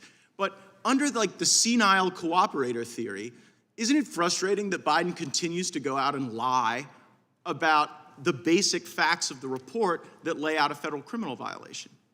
Congressman, I need to disagree with at least one thing that you said, which is that I found that all of the elements were met. One of the elements of the relevant mishandling statute is the intent element, and what my report reflects is my judgment that based on the evidence, I would not be able to prove beyond a reasonable doubt to a jury that that intent element had been met. Right, but the reason you have that doubt is the senile cooperator theory. The fact that Joe Biden is so inept in responding that you can't prove the intent, which again, I don't quibble with that conclusion, but it's frustrating to be like, oh, well, this guy's not getting treated the same way as Trump because the elevator's not going to the top floor, so we can't prove intent. While at the same time, Biden goes out there at the White House and says, well, you know, he just blatantly lies. And what I'm trying to figure out is whether or not Biden's lying because he's still so senile, he hasn't read your report, or whether it's a little craftier and a little more devious and perhaps a little more intentional than we might otherwise think. So I also want to go to this Biden Penn Center. Like, did it give concern to you that the Biden Penn Center, where all this classified stuff was being mishandled, was being floated by foreign governments? Congressman, we were concerned with getting to the bottom of all of the classified documents that were recovered during the course of our... Yeah, but what bothers me is that the money that was paying for the place where the documents were being inappropriately held, it was the Chinese and it was other foreign countries. Did that play into your analysis? Did you look into the $1 billion in foreign funding sources at the Biden Center at UPenn, for example?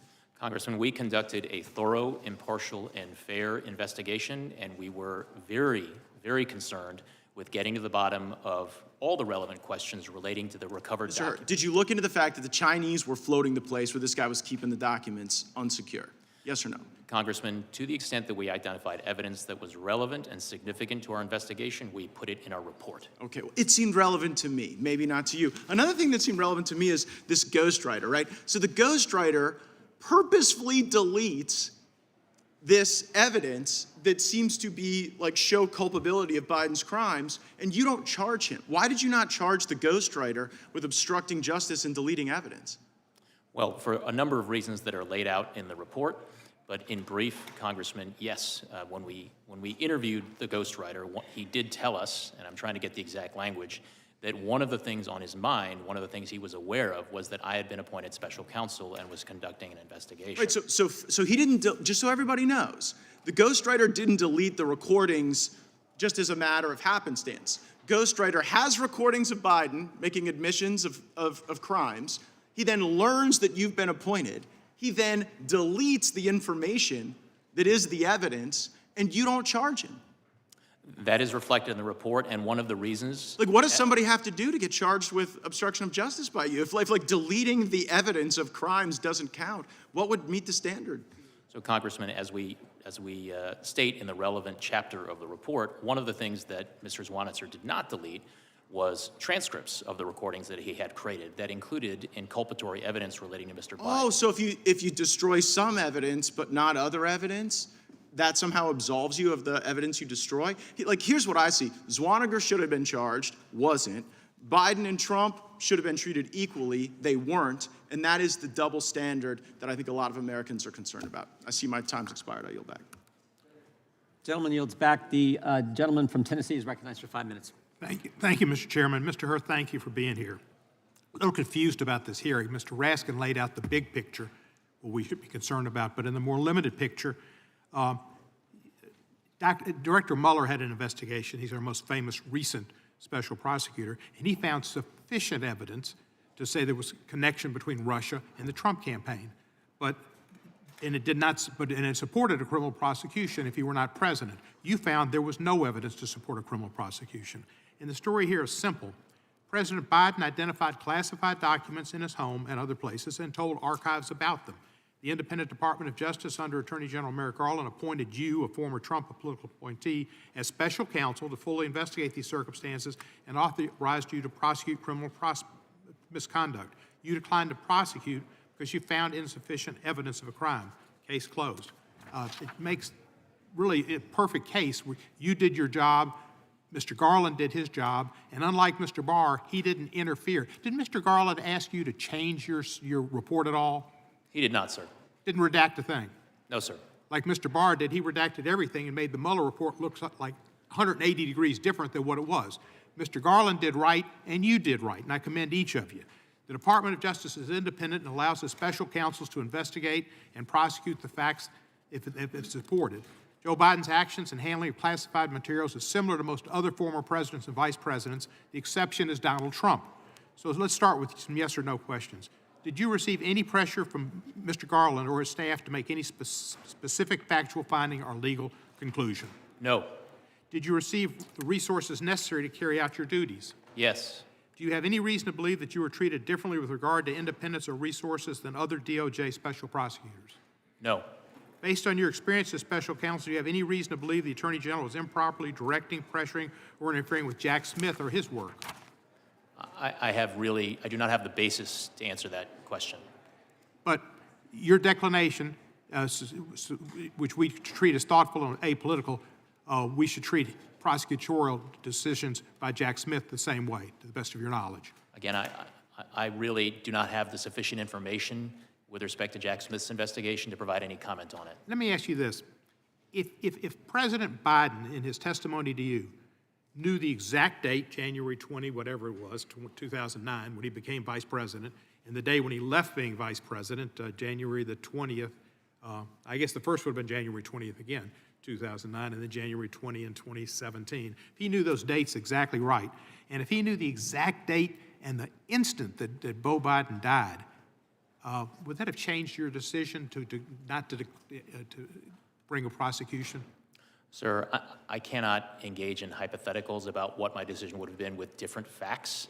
What I did was to make a decision based on the facts and the circumstances that I was presented with, and we did identify during our investigation. But it appears to me, and I think it would appear to the American public, that these minor discrepancies, as far as dates and after a long period of time, was not the basis. It was not the basis for your decision to decline to prosecute. It was the fact that you didn't have the facts, that he acted differently than Trump, that he voluntarily provided the documents, that he complied with the Justice Department, that he didn't try to obstruct justice. Those were the reasons you didn't prosecute him, not because he missed a few dates. Congressman, my reasons for my declination decision are set out in my report, and I stand by the words in the report, sir. Well, thank you. And I think I'm encompassing them in my what I'm saying to you is that it was not anything to do with his memory why he wasn't chosen to be, you chose not to indict him. It was the difference in the facts in the case and how he dealt with it. The fact is, Mr. Biden sat through 5 hours, and he did an admirable job. And he did an outstanding job in the State of the Union, laying out the case for the future of America, for the middle class, for democracy around the world, for standing up to the Russians, not bending down to them. That's what's important. Not if you can be like on the $64,000 question, assuming it was legit, and answering every single question correctly. That's not what you need to be president. To be president, you need to have values. You need to have an understanding of what values America has and needs to maintain to keep the world safe and peaceful. That's dealing with Ukraine. That's dealing with difficult people like Netanyahu in Israel to try to get something done that's correct. That's what Joe Biden does. And understanding Social Security and Medicaid are important institutions that help seniors, not senile people. I mean, I really object to that comment. People, nobody suggests he's senile, and that's disrespectful of senior people with any kind of memory disability. Lots of seniors have memory disability, but they're not senile, and to do such was shameful. Joe Biden is a competent, good president who knows American values. Gentleman's time has expired. Gentleman yields back. Gentleman from California is recognized for 5 minutes. Thank you, Mr. Chairman. Mr. Hur, I'd like to start off by thanking you for a year of hard work and a comprehensive report. I'm going to try not to provide testimony, as some people on both sides are, or provide conclusions, but I do have some questions that lead me to ask you for conclusions.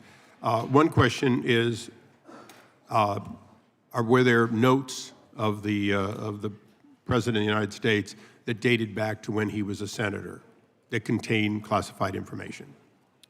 Among the documents that were recovered during our investigation were marked classified documents that dated back to when Mr. Biden was a senator. When he was in his 30s, 40s, 50s? I believe that's correct. And were there documents from the time that he was vice president?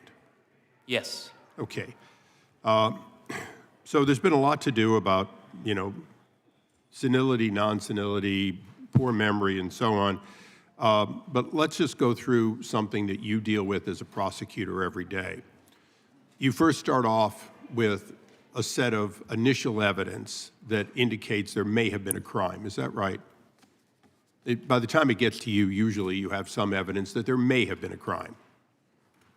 I think that is fair, yes. Okay, and in this case, at some point during this investigation where the elements of the crime, including willfulness, were put before you and you reached a personal conclusion that either there was likely guilt or not. Is that correct?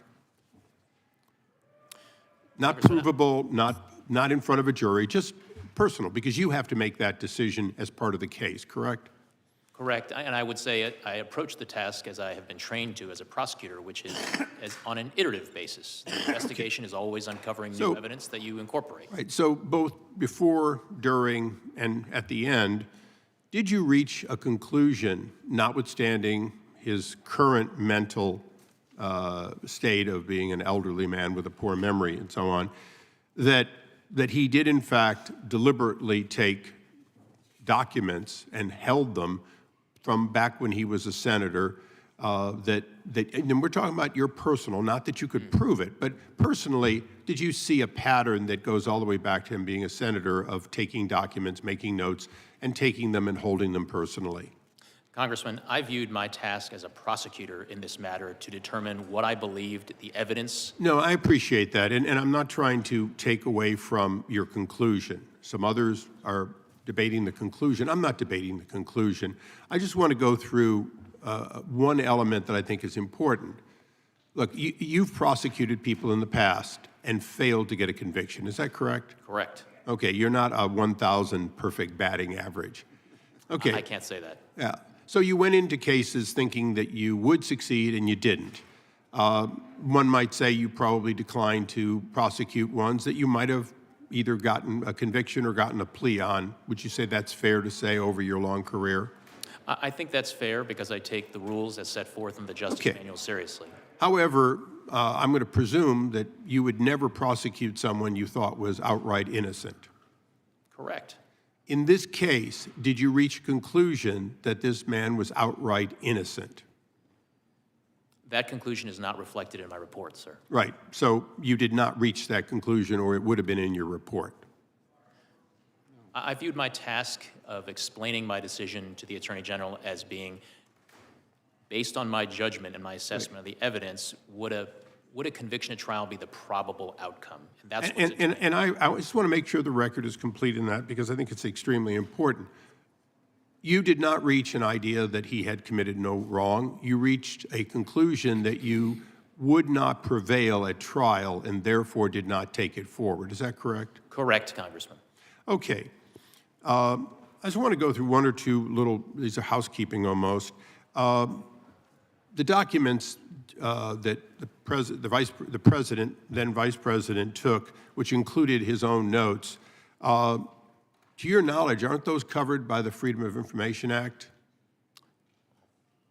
Potentially. I honestly do not know, Congressman. Aren't they covered by the Presidential Records Act, as every note and every text of the president, the vice president, and members of the cabinet are covered? I think different folks would have different views on whether they're covered by the PRA, Congressman. But isn't it true that he left office leaving no copies of that behind, and that alone was inconsistent with an open and transparent individual, correct? I'm not aware of copies of those materials being left behind, Congressman. Okay, I want to thank you, and Mr. Chairman, I want to thank you for the extra few seconds. I yield back. Gentleman yields back. The gentleman from Georgia is recognized. Thank you, Mr. Chairman. Mr. Hur, you've led a distinguished career, earning your law degree from Stanford University, and you served as a student as executive editor of the Stanford Law Review, correct? Correct. Then you went on to clerk for Judge Kaczynski of the Ninth Circuit, correct? Yes, sir. After that, you ascended to a clerkship with then Chief Justice William Rehnquist on the United States Supreme Court, correct? Correct. And then you later joined the Daddy Bush Department of Justice as a special assistant to known Federalist Society member and now FBI Director Christopher Wray. Isn't that correct? I did spend some time working for former Assistant Attorney General Christopher Wray. And you later joined the Trump Justice Department as the Principal Associate Deputy Attorney General working as the right-hand man for another known Federalist Society member, Rod Rosenstein. Isn't that correct? I served as Mr. Rosenstein's principal deputy. And then Donald Trump appointed you to serve as U.S. Attorney for the District of Maryland. Is that correct? President Trump nominated me to serve in that position, and I was unanimously confirmed by the United States Senate. That's correct. And thereafter, Attorney General Merrick Garland appointed you to serve as special counsel for the United States Department of Justice to conduct a full and thorough investigation of certain matters to determine whether or not Joseph Biden should be charged with unlawfully removing and retaining classified documents. Isn't that correct? Correct. And nowhere in that order does Attorney General Garland authorize you to conduct an investigation and issue a report on whether President Biden is mentally fit to serve as president. Isn't that correct? That does not appear in the appointment order. And pursuant to your appointment to conclude your investigation, you issued a report that was published by Attorney General Garland, correct?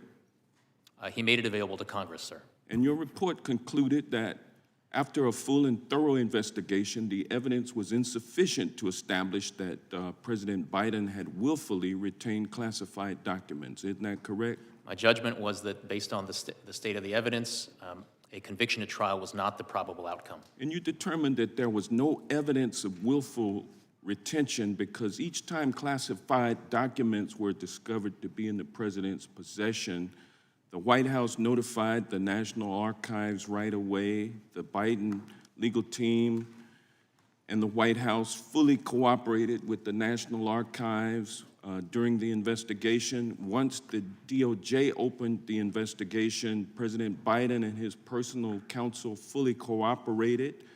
Isn't that correct? We did identify some evidence of willful retention and disclosure, but we also the point noted is, though, that the president cooperated fully with you. And didn't they never tried to hide any documents from you, did they? The report does note steps of cooperation taken by the president. Thank you, sir. And last but not least, unlike in the Trump classified documents case, President Biden's counsel never falsely certified that there was no classified documents in the president's possession, correct? The report does include some comparisons and contrasts between the facts alleged in the Trump case and the Biden case. Despite clearing President Biden from being prosecuted, you used your report to trash and smear President Biden because he said in response to questions over a 5-hour interview that he didn't recall how he got the documents. And you knew that that would play into the Republicans' narrative that the president is unfit for office because he's senile. And the American people saw during the State of the Union address that that was not true. But yet that's what you tried to offer to them, and that's why they are having you here today, so that they can expand upon that narrative. And you knew that that's what was going to happen, didn't you? Congressman, I reject the suggestions that you have just made. That is not what happened. Let me move on. Partisan then. politics Sir, played no part whatsoever in my work. You are a member of the Federalist Society, are you not? And fair. Are you a member of the Federalist Society? I am not a member of the Federalist Society. But you are a Republican, though, aren't you? I am a registered Republican. Yes, sir. And you're doing everything you can do to get President Trump reelected so that you can get appointed as a federal judge or perhaps to another position in the Department of Justice. Isn't that correct? Congressman, I have no such aspirations, I can assure you, and I can tell you that partisan politics had no place whatsoever in my work. It had no place in the investigative steps that I took. It had no place in the decision that I made, and it had no place in a single word of my report. Thank you, sir. Gentleman's time has expired. The gentleman from New Jersey is recognized for 5 minutes. Thank you, Mr. Chairman. Mr. Hur, thank you for being here.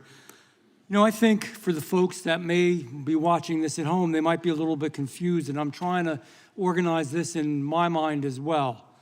The way the president is portrayed in your report and just how we feel about him. Was he a well-meaning, forgetful man, as you said?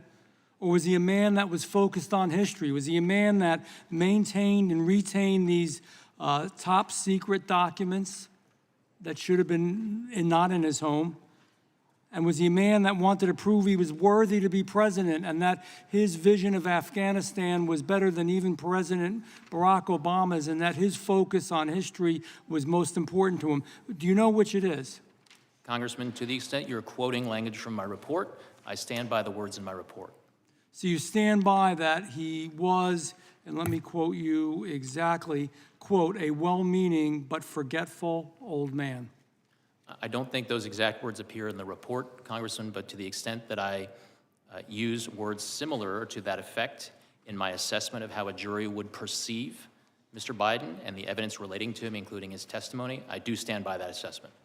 So is it accurate to say that in your interview, President Biden retained and disclosed classified materials as a means to bolster his image as a presidential figure? And I'm asking you for yes or no's here because our time is so limited. I believe words to that effect are in my report, Congressman. So the answer is yes.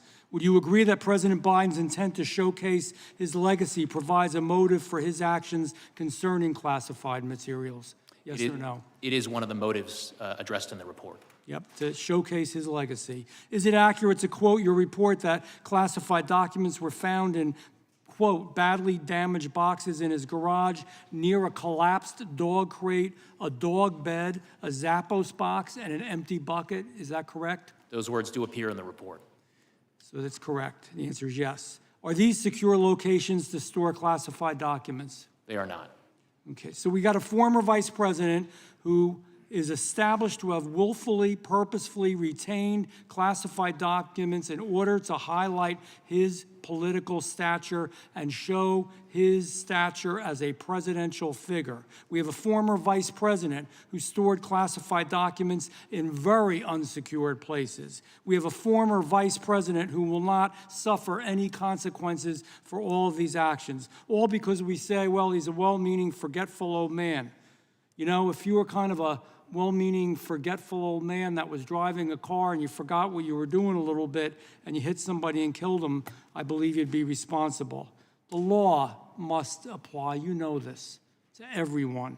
The standard behind the decision not to prosecute Joe Biden, especially in light of Special Counsel Jack Smith's decision to prosecute President Trump for similar conduct, gives the real appearance of two standards. Just again, it's so much part of this Department of Justice. Justice for thee, but not for me.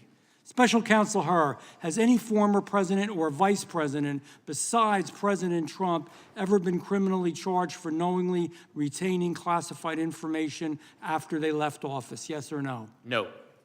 Would you concur that Special Counsel Smith's decision to charge a former president for retaining and disclosing classified information was an extraordinary, unusual, and unprecedented decision? I will not comment on that matter. Well, I'm going to comment. The answer is yes. Special Counsel Hur, these two reports are the culmination, in my mind, of the Department of Justice's two standards, and an example, again, of the Justice Department being weaponized against conservatives. You know, there's another piece to this, too. Well, I have just a few seconds. We know that when his ghostwriter was speaking to him, he also did recordings, and when he did those recordings, it was clear, in fact, I'll try to quote this here, it was a month, in 2017, a month after Biden left as VP, he was aware of top secret classified materials that were, quote, downstairs. Is that true? That is reflected in an audio recording, yes. It's reflected in an audio record, you know. So sometimes he may be sleepy, sometimes he may be forgetful, sometimes he may be cognitively impaired. There's no doubt about that. But man, when it came to his personal legacy, the way he wanted to be remembered, to be sure that he was a big deal, in plain English, in the future, he was willingly and knowingly breaking the law. And it's unfortunate that we have a Department of Justice that will treat one person one way and somebody else a different way. It's a sad day for America. Thank you, Mr. Hur. I yield back. Gentleman yields back. The gentleman from California is recognized. Mr. Hur, I want to ask you about some of the differences between the facts involving President Biden and President Trump. But before I do, I want to refer back to your opening statement in which you said that you did not disparage the president in your report. But of course, you did disparage the president. You disparaged him in terms you had to know would have a maximal political impact. You understood your report would be public, right?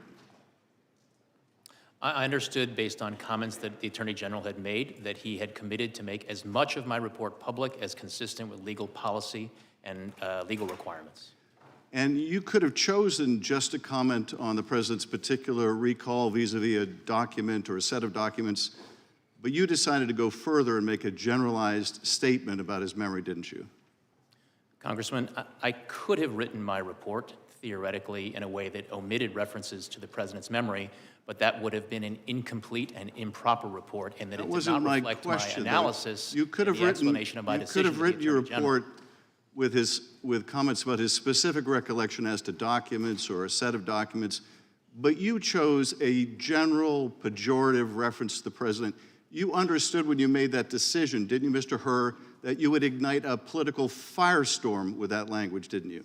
Congressman, politics played no part whatsoever in my investigative steps. But you my understood decision, nevertheless, or the words didn't you, that I put in my report. Mr. Hur, you cannot tell me you're so naive as to think your words would not have created a political firestorm. You understood that, didn't you, when you wrote those words, when you decided to include those words, when you decided to go beyond specific references to documents? You understood how they would be manipulated by my colleagues here on the GOP side of the aisle and by President Trump. You understood that, did you not? Congressman, what I understood is the regulations that govern my conduct as special counsel. And those regulations required me to write a confidential report for the Attorney General, which you knew would not be explaining my confidential. decision, and that is what I did, Congressman. I Mr. Hur, followed the rules. You knew it would I not knew be the rules, and I confidential. followed them. You knew it would not be confidential, didn't you? Sir, the regulations required me to write a confidential report explaining my decision to the Attorney General. Which you knew would be released. It was up to the Attorney General to Which you- determine but you understood it what would be portions of the released, report did you would not? be released consistent with DOJ policy. You and understood it legal would be requirements. released. You understood it would be released, I didn't you? understood from the Attorney General's public comments that he would make as much of my report public as he could, consistent with legal requirements and DOJ And you also understand DOJ policy that you are to take care not to prejudice the interests of the subject of an investigation, right? That is generally one of the interests that DOJ policy requires that prosecutors respect. And it was your obligation to follow that policy in this report, was it not? It was also my obligation to write a confidential report for the Attorney General explaining completely But my what decision. you did write was deeply prejudicial to the interests of the president. You say it wasn't political, and yet you must have understood. You must have understood the impact of your words. You must have understood the impact of your decision to go beyond the specifics of a particular document, to go to the very general, to your own personal, prejudicial, subjective opinion of the president, one you knew would be amplified by his political opponent, one you knew that would influence a political campaign. You had to understand that. And you did it anyway. And you did it anyway. And let me just go to some of the differences here between the president's conduct and Mr. Trump's. In the superseding indictment, on page 3, it says that Mr. Trump suggested that his attorney falsely represent to the FBI and grand jury that he did not have documents called for by the grand jury subpoena. You didn't find anything like that with respect to Mr. Biden, did you? Congressman, I do not have the Trump indictment in front of me, but I need to address something that you said in your prior question. What you are suggesting is that I needed to provide a different version of my report that would be fit for public release. That is nowhere in the rules. I was to prepare a confidential report that was comprehensive and thorough of an explanation. What is in the of my decision rules, to the Attorney Mr. General. Hur, what is in the rules is you don't gratuitously do things to prejudice the subject of an investigation when you're declining to prosecute. You don't gratuitously add language that you know will be useful in a political campaign. You were not born yesterday. You understood exactly what you were doing. It was a choice. You certainly didn't have to include that language. You could have said, vis-a-vis the documents that were found at the university, the president did not recall. There is nothing more common. You know this, I know this. There is nothing more common with a witness of any age when asked about events that are years old to say, I do not recall. Indeed, they're instructed by their attorney to do that if they have any question about it. You understood that. You made a choice. That was a political choice. It was the wrong choice. Mr. Chairman, I yield back. Gentleman yields back. The gentleman from Arizona. Did special counsel wish to respond to that final question? Yes, Congressman, what you are suggesting is that I shape, sanitize, omit portions of my reasoning and explanation to the Attorney General for political reasons. No, I suggest that you not shape your report for political reasons, which is what you time is did. the That did witness not in happen, response. Congressman. That did not happen. Gentleman yields back. The gentleman from Arizona is recognized for 5 minutes. Thank you, Mr. Chairman. Thank you, Mr. Hur, for being here. Thank you for your report. I've read it. And I think where you and I might have disagreements, there may be matters of opinion and not necessarily the facts as you've reported them. So I want to go over the elements of the offense that seem to have at least struck my craw is the where you put in here twice that the jury would not likely to find intentionality on the part of disclosure in particular. So I want to talk about that for a second. So if it's not willful, we might say an accident, something negligent, careless, that would not necessarily rise to willful or intentional or purposeful, right? Those are different standards of intent under the law. Yes, sir. Yeah. So when President Biden misplaced 30 briefing documents in 2010 that had classified material, and they're not sure even if they ever got them all back, or when he was in the Hamptons at a party and he lost what they were calling code words, which is high security information, that wasn't necessarily willful. There was no indication that he purposefully did that. Accidental, negligent. You indicated, don't know if we even got all that information back. We're assuming maybe we did. That would not be willful, right? As reflected in the report, there were certain categories of documents where when we looked into them and investigated how they got to where they ended up or how they ended up being misplaced, we did not identify evidence of willfulness. Yeah, and so if something's willful, you wouldn't say it's ignorant, it's not incompetent, it's not accidental. We'd say something like it's willful, it's intentional, it's purposeful. It indicates really a choice, that you have made a deliberate, conscious decision to act in a certain way. Is that fair? That is fair, Congressman. And as I explained in the report, the standard, the willfulness standard basically can be boiled down to the following things: that you know that what you are doing is against the law when you do it. Correct. So let's take a look at it. And this has been brought up before in February of 2017. He's having the discussion with the ghostwriter. He says, he's at the Virginia house at this point. He says, I just found all the classified stuff downstairs, right? So he knows he's got classified stuff, right? 2 months later, in April, he's at a different location, is my understanding. I think he's now up in Delaware. And as you look at let's look at 105, 106 here. He says, Biden reads from a different notebook entry. He reads aloud from notes summarizing a range of issues. We're talking about U.S. military views expressed there by the intelligence community, the DNI, CIA director. And while he's reading those notes, he says, I can't read my own writing. Do you have any idea what the heck I'm saying here? He asked the ghostwriter. The ghostwriter says, well, something, blah, blah, blah. And Biden says this, some of this may be classified, so be careful. Some of this may be classified, so be careful. Now, my immediate response was, okay, so he knows he's got classified docs. He's looking at this, he can't read it. He's giving this to somebody he knows has no security clearance. So he says, hey, read this, but be careful, it might be classified. The next thing, and the guy says, okay. Next thing he says, well, I don't know if it's classified or not. I'm suggesting to you, and this is where you and I have a difference of opinion. When you say something like, hey, look, this may be classified, be careful. That warning to be careful because it may be classified, that indicates guilty knowledge. That indicates he might know something more than he otherwise would have. And it indicates, then they go on and they read it. And as you point out here, he reads classified information. And it's still classified today. That's on page 106. So when you look at this, it's hard for me to say, well, he was ignorant, he was incompetent, he was accidental. No. He had guilty knowledge. He knew and told the guy that he's going to expose that classified material to, hey, be careful. Be careful. it may be classified. That indicates something a little bit more than mere knowledge, indicates that he has some intent there. Because the next thing he should have said is, hey, I don't know if it's classified, but we're going to skip over this until that's resolved. He didn't do that. What he said is, read it anyway. Yield back. Gentleman yields back. The gentleman from California is recognized for 5 minutes. Mr. Hur, I was moved by your parents' immigrant story and how that has shaped you. And their story is a story that so many of us know through our constituents. It's the story of America.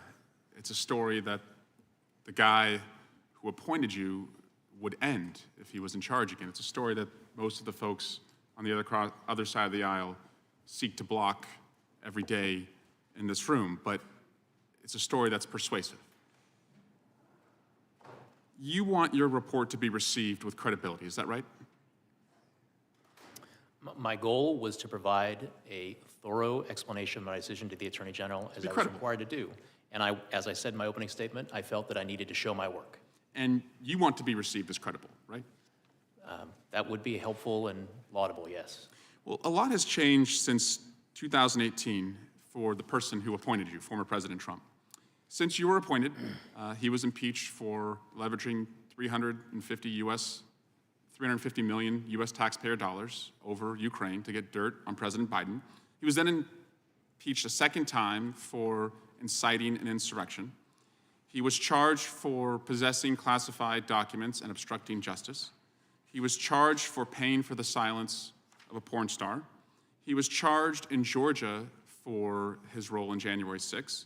He was charged in the District of Columbia for his role in January 6th. He owes $400 million to the state of New York for defrauding the state through his taxes, and he has been judged a rapist. You want to be perceived, understandably, as credible, and so I want to first see if you will pledge to not accept an appointment from Donald Trump if he is elected again as president. Congressman, I'm not here to testify Seems like an today easy about answer, what will happen in the future. considering what I just laid out. I'm here to talk about the report and the work that went into it. And But you don't want to be associated with that guy again, do you? Congressman, I'm not here to offer any opinions about what may or may not happen in the future. I'm here to talk about the work that went into the report, which I stand by. There were no limits on you as to what you could charge President Biden by the Attorney General, is that right? The decisions that I made that are reflected in the report are my own. And you did not bring any charges, is that correct? Correct. There were no limits on John Durham and his investigation of the prior administration when he was special counsel, is that right? I don't believe I have the information required to answer the question about the Durham investigation. Well, he sat in the same chair that you're sitting in. He told us that he also investigated President Biden and President Obama and did not bring any charges. President Biden sat for an interview with you over 2 days for approximately 10 hours, is that right? A little over 5 hours, Congressman. Over 2 days? Correct. You know, that's in sharp contrast to a guy who did not sit for an interview when the Mueller investigation took place, that was Donald Trump, did not sit for an interview when he was impeached in this committee room by the Judiciary Committee, did not sit for an interview when the second impeachment occurred and he was invited to sit for an interview for his role in January 6th, and did not sit for an interview in the January 6th case or the classified documents case. Chairman also has not sat for an interview in his own subpoena, but Joe Biden has. I now want to turn you to the transcript and day 1, page 47. You said to President Biden, you appear to have a photographic understanding and recall of the House. Did you say that to President Biden?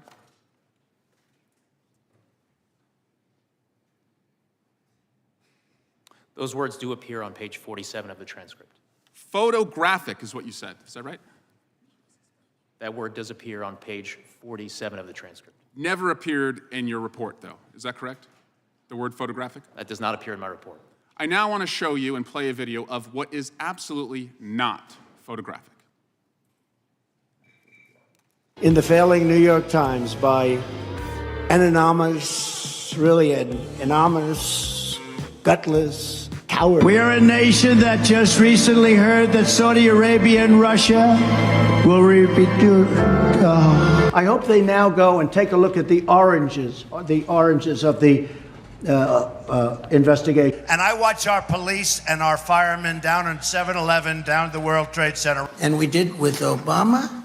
We won an election that everyone said couldn't be won. This is the very definition of totalitarianism. And let me begin by wishing you a beautiful, look, you remember this? Do you remember? God bless the United States. The windmills are driving them crazy. They're driving I'm the gentleman. the whales, I think, a little batty. Time And I the went to gentleman Puerto has Rico, expired. and I met with the president of the... The gentleman yields back. The chair now recognizes the gentleman from North Carolina. Thank you, Mr. Chairman. Mr. Herr, I'm way down here at the end of the dais. I think today the Justice Department released the transcripts of the interviews with President Biden. Are you aware of that? I understand that to be true, yes. Did you have any involvement in the decision or the timing of the release of the transcripts? No, Congressman. Did you make any recommendation about the release of the transcripts or being done or not? I did not. That was above my pay grade. Yeah, I don't know why they've been released so close to this hearing, but it sort of, it impacts our ability to evaluate your report and ask you questions about it. So, but there's one point, just as an illustration, on 221 of your report, you're describing, I think, as the Afghan pack or something like that about in 2009, I think is the information came from. And you say, as one reason not to prosecute, Mr. Biden says, in addition, Mr. Biden told us in his interview that he does not recognize the marking confidential as a classification marking. To him, the marking means the document should be held in confidence, but not necessarily that it is classified. And footnote 866 is a reference, and it refers to the Biden 10-9-23 transcript at 24 and 25. Now, we have that now, but we haven't until this morning. But I just want to read from that exchange. This is on page 24 at line 15. Mr. Crickbaum. So this is a typewritten document. It's got a confidential, what appears to be a stamp at the top. And the top of the document indicates it's from the American AM Embassy, Kabul. It's dated, what appears to me to be November 09. The only question I have for you about this, Mr. President, is the confidential marking. Do you recognize that to be a classification marking? President Biden, no. I mean, confidential doesn't want to get around. It's not in a category, I don't think, of code word, top secret, that kind of thing, but I don't even know where it came from. Mr. Crickbaum, are you familiar with confidential as a level of classified information? President Biden, well, if I got a document that said confidential, it would mean that no one else could see it but me, and you give it or the people working on this issue. Mr. Crickbaum, and are you aware that among certain categories of classified information, there is top secret, secret, and there's also a category of classified information called confidential? Is that something that you are aware of or not? President Biden, yes, I was aware of it.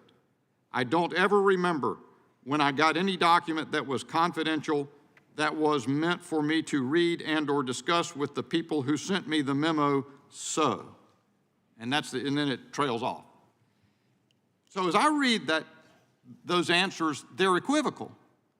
He at first says he doesn't know. Do you recognize that to be a classification marking? He said no, and then goes on to explain. But then Mr. Crickbaum came back and he said, are you aware that among certain categories of classified information, there's also a category of classified information called confidential? And he says, yes, I was aware of it. So Mr. Hurd, just in that one instance, there seems to be a discrepancy between the conclusion in the report or the summary of the evidence in the report and what the transcript says. Can you offer any guidance to this committee why you would put that summary in your report as opposed to saying that he gave inconsistent answers, or in fact, why didn't you nail down in the transcript which was the right answer? He's given answers that says no, and then he says yes. Why didn't you pursue it until you knew? Congressman, the report reflects our best efforts to summarize and characterize the evidence in the investigation, including the investigation we received from the president himself during our interview of him.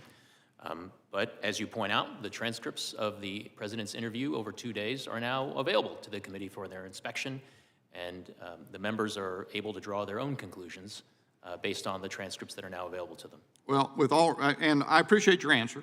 And I certainly think things, you can come up with some details that someone can disagree on, and it has the quality, I know, of some cherry picking because I've just found something, but we've only had a little bit of time to look.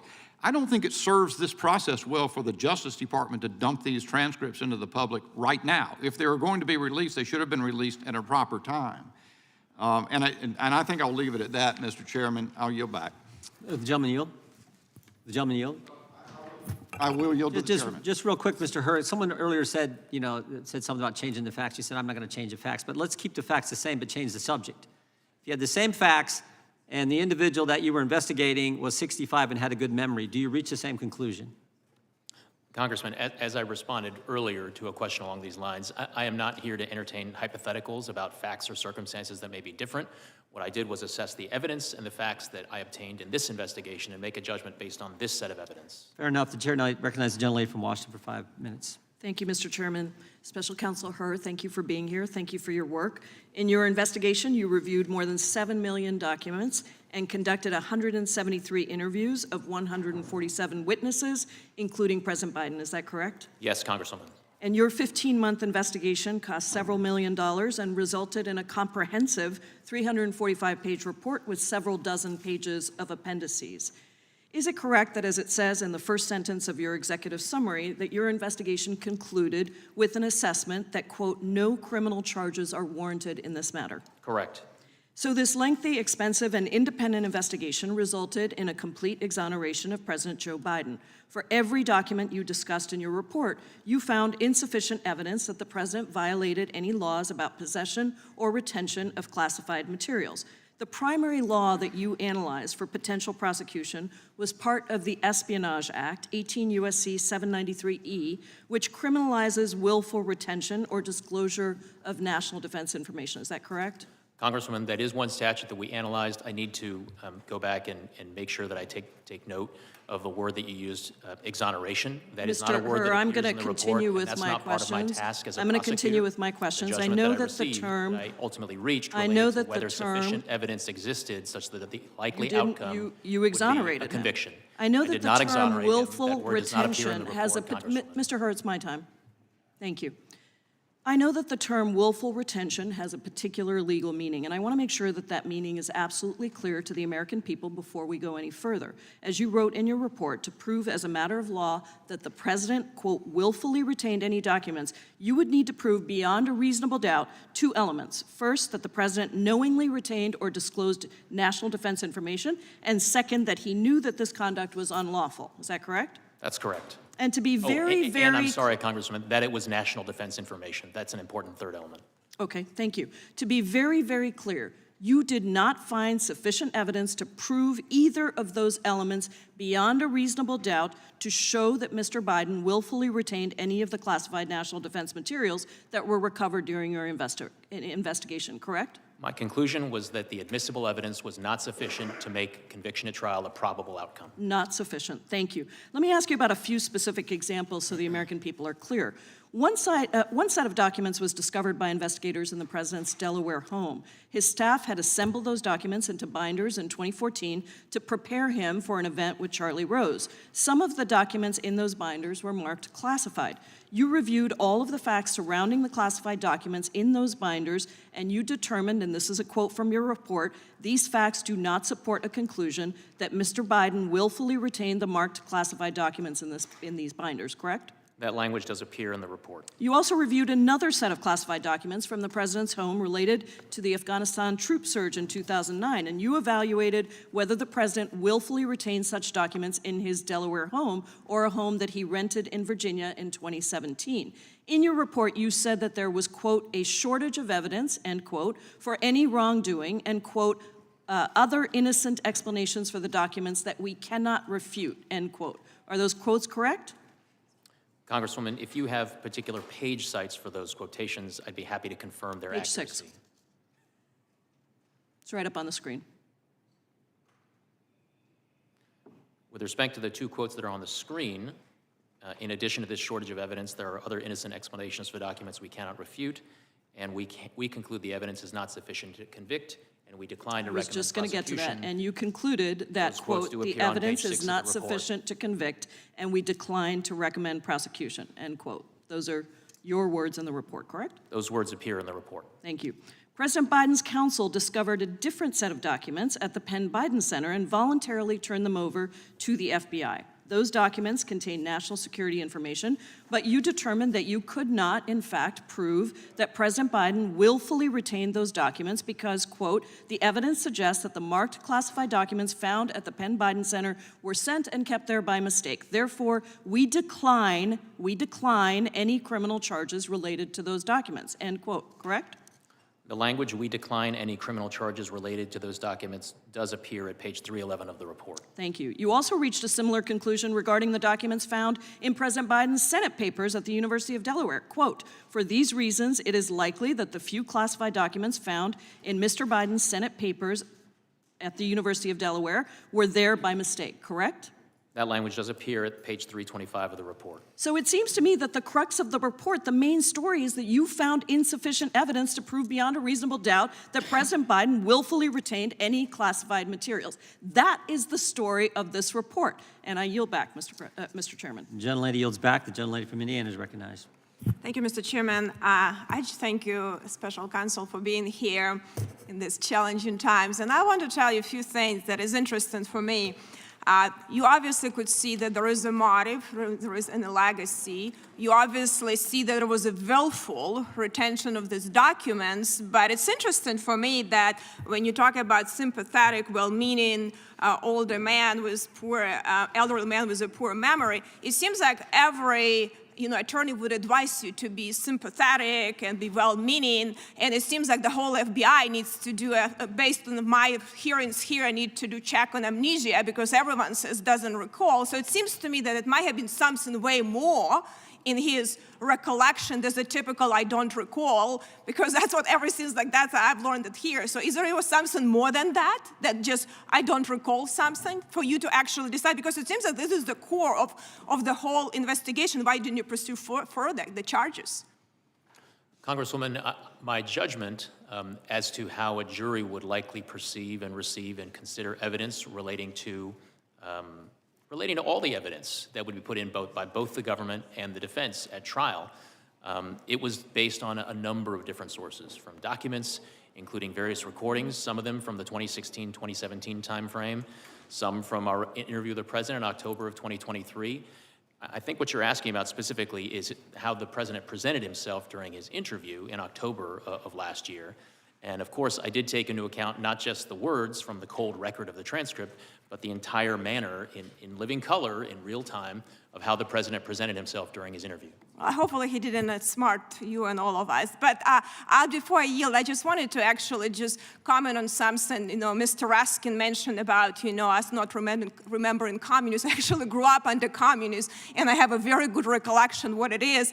And unfortunately, Terrence on the rise, on the march, which he said, unfortunately, they've been emboldened by, President Obama, now by President Biden too. And unfortunately, our government and Department of Justice is really now resembles, a tyrannical government. It's sad for me to see that, but I'm going, and with a really double standard what we have there, but I'm going to yield to Chairman Jordan the rest of my time. Thank the gentlelady for yielding. Mr. Hur, during your one-year investigation, did you have communications with the White House and the White House counsel in particular? Yes.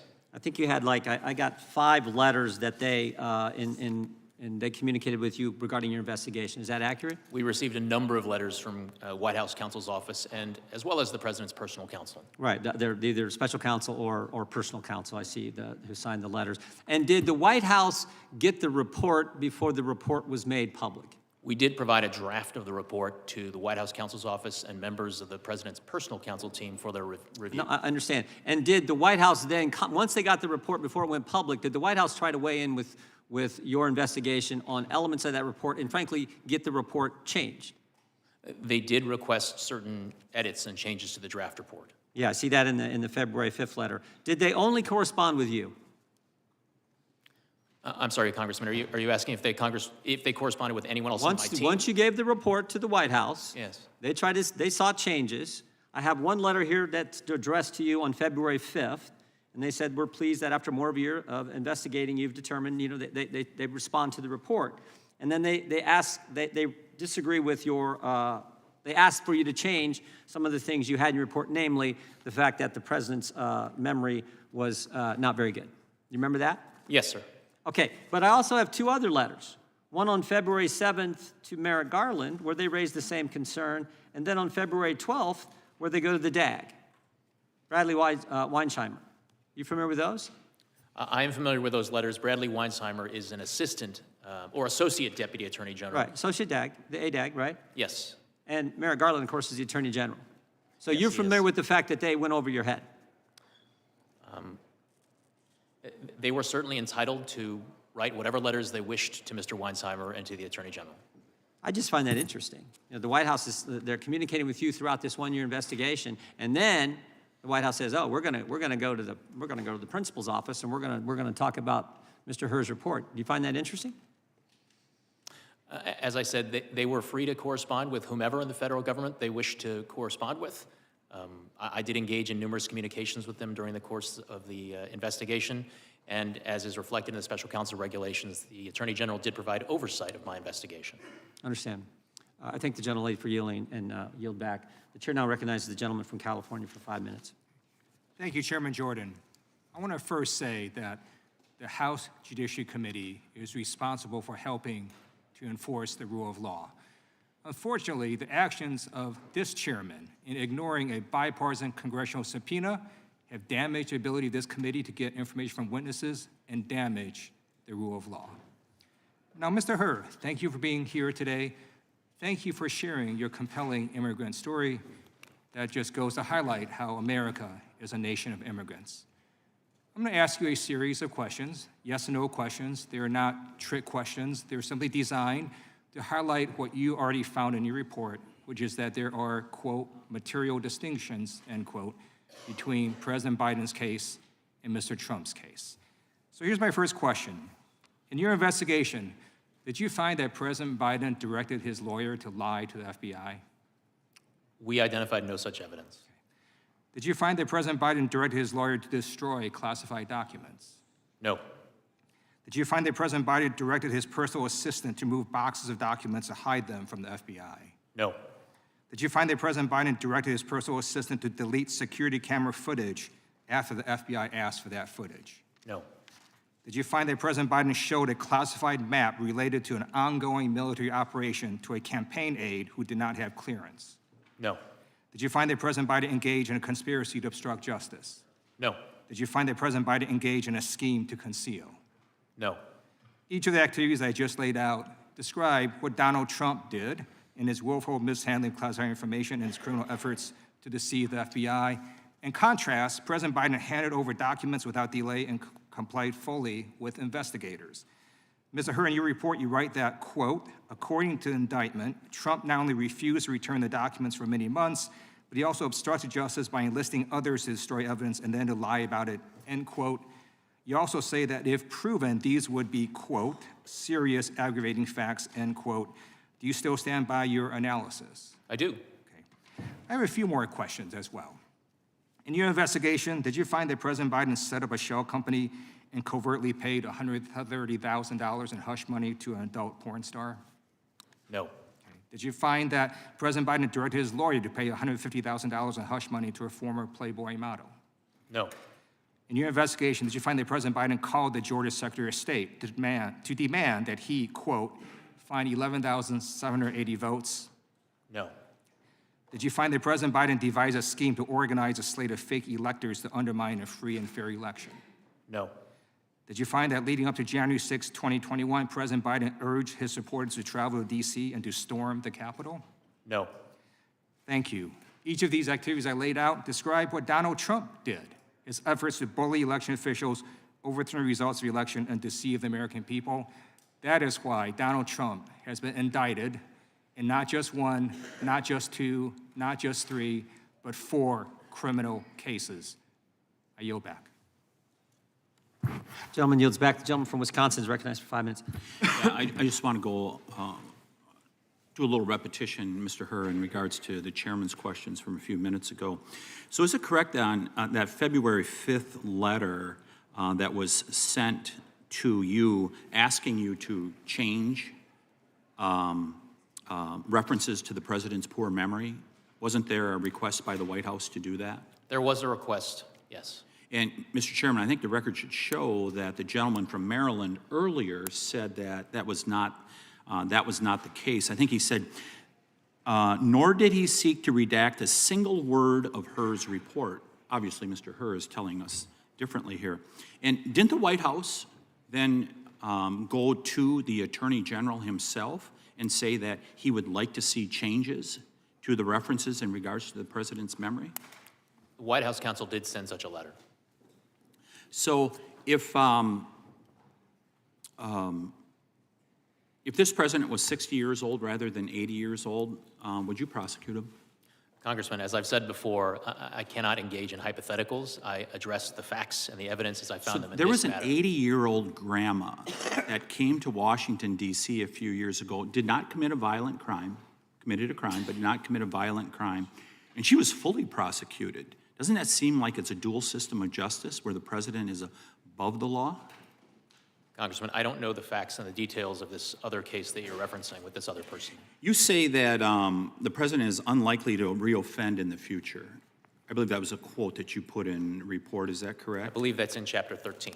How so? How is he unlikely to reoffend in the future? How do you come to that judgment?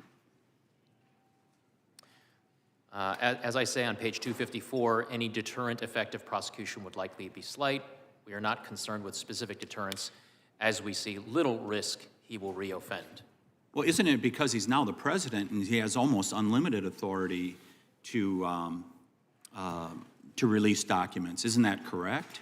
I mean, as a vice president, he didn't have that authority. Now that he's president, isn't it easy to say that he's unlikely to reoffend because he's got almost unlimited authority to release these documents? Well, that statement was based on that assessment of the likeliness of reoffending from this particular person, President Biden, is based on a number of factors, including the authority that he has now with respect to classified materials, as well as the experience that he's had going through a special counsel investigation. Yeah, but look back at 2011. There were multiple instances where he was informed by his staff and they ratcheted it up to where there was a formal process. You're saying he's learned from that when he's proven that he hasn't? I mean, that goes all the way back to 2011. Congressman, what I'm saying in the report at page 254 is that he's a repeat offender, Mr. Herr, isn't he? What I say... I'll move on to something else here. You said he had strong motivations to ignore the proper procedures for safeguarding classified information, and he provided raw material to his ghostwriter that would be of interest to prospective readers and buyers of his book. And I think you said something about he viewed himself as a historic figure, correct? I believe those words do all appear in the report. Yeah, and he was also doing this for business purposes, that there may be people that would want to buy his book.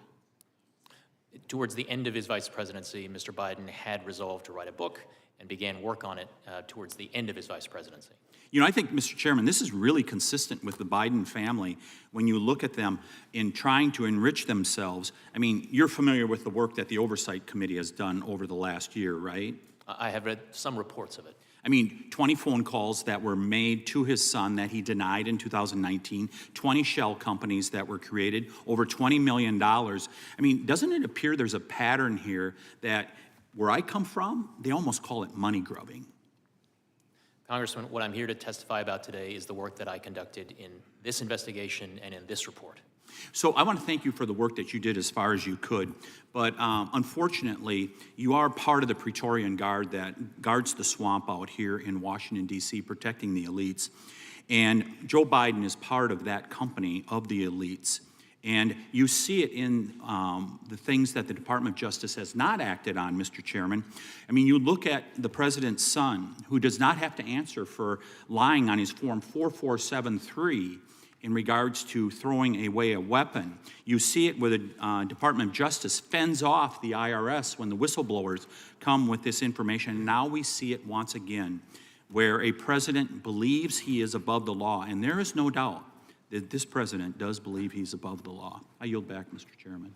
Gentleman yields back. The gentleman from California is recognized. Thank you, Mr. Chairman. Mr. Herr, welcome. I also concur, and let me echo what's already been said by my colleagues, that your personal story of being an immigrant, your family immigrants to this country, the way you've contributed to the greatness of this country shows why America is great, the great immigrant story. Thank you for being here, sir. First question to you is, you're a Republican? I am, sir. Does that stop you from a thorough and fair investigation? I certainly hope not, and I know not. This story is really proof of the old saying that the cover-up is worse than the crime. President Trump and President Biden handled their classified materials differently, wouldn't you say? My report includes an assessment of the alleged facts in the pending indictment of former President Trump and a comparison to the facts that we found in this case. But clearly the handling of these documents was night and day, correct? Congressman, do you have a specific aspect of the handling of the documents that you have in mind? Well, you know, President Trump intentionally took classified materials and obstructed justice to ensure that those materials wouldn't be taken from him, and he refused to work with law enforcement. Is that correct? My report reflects no findings of obstructive conduct on the part of Let me ask you another question. President Trump has been indicted in the U.S. District Court of Southern Florida on 40 counts related to his possession of classified documents. Is that correct? I don't know the exact number of counts, but I know that an indictment is pending in that district. Mr. Herr, you even wrote that after being given a number of chances to return classified documents and avoid prosecution, President Trump allegedly did oppose. And according to the indictment, he not only refused to return those documents over for many months, but he also obstructed justice by enlisting others to destroy evidence and lie about them. Compare and contrasting to President Trump turned classified documents over to the National Archives and the Department of Justice, and he consented to searching his home and other locations. Wouldn't you say that's night and day when it comes to cooperation with law enforcement? Congressman, the report does include an analysis and a comparison of the facts that are alleged with respect to former President Trump, and does detail steps of cooperation that the president and his team took with respect to my investigation. I would say, President Biden, you had his full cooperation in this investigation. The report includes cooperative steps that the president took. Would this be a factor in your decision to prosecute? It was a factor, and I explained it as such in the report, Congressman. And you stated that the recommendation not to prosecute had nothing to do with the Department of Justice policy not to indict a sitting president. Is that correct? What the report says that even if it were not current Department of Justice policy that a sitting president may not be indicted on federal crimes, I would reach the same conclusion that criminal charges are not warranted. Mr. Herr, have you set new precedent here today? To the extent that the Department of Justice makes enforcement decisions or non-enforcement decisions in particular cases, those are precedents, those are events that future prosecutors do look to in an endeavor to make sure that federal law is applied consistently over time. Mr. Herr, I'd say based on your education and your career experience, you're a very, very competent prosecutor, a very, very well-prepared attorney. I'm going to ask you one more time. Does the fact that you're a Republican, does that stop you from a thorough and fair investigation? No, partisan politics had nothing to do with the work that I did or the report that I wrote or the decision that I reached. Thank you very much for being here. And Mr. Chairman, I yield. Gentleman yields back. Gentleman from Wisconsin is recognized. Attorney Herr, Webster's dictionary defines senile as exhibiting a decline of cognitive ability, such as memory associated with old age. Mr. Herr, based on your report, did you find that the president was senile? I did not. That conclusion does not appear in my report, Congressman. You felt, though, that the president's memory or lack thereof was a critical reason to decline prosecution. The reason I'm asking this is whether you believe the president would be fit to stand trial, or do you think his lawyers would argue his incompetence to stand trial due to his state of mind, also, Was he in a place to actually be questioned? Congressman, my report, to the extent that it addresses the president's memory gaps that we identified in the evidence that we obtained during our investigation, they are addressed in the context of determining how the jury would perceive, receive, and consider evidence relating to whether or not the president had willful intent when it came to retaining or disclosing national defense information. Very good. I'd like to focus my questioning on Chapter 14 of your report. The classified documents found at the Penn Biden Center. You state in your report that the documents found at the Penn Biden Center were the most highly classified, sensitive, and compartmentalized materials recovered during your investigation. Is that correct? That is correct. Many of the documents came from Mr. Biden's West Wing office. That's also correct, isn't it?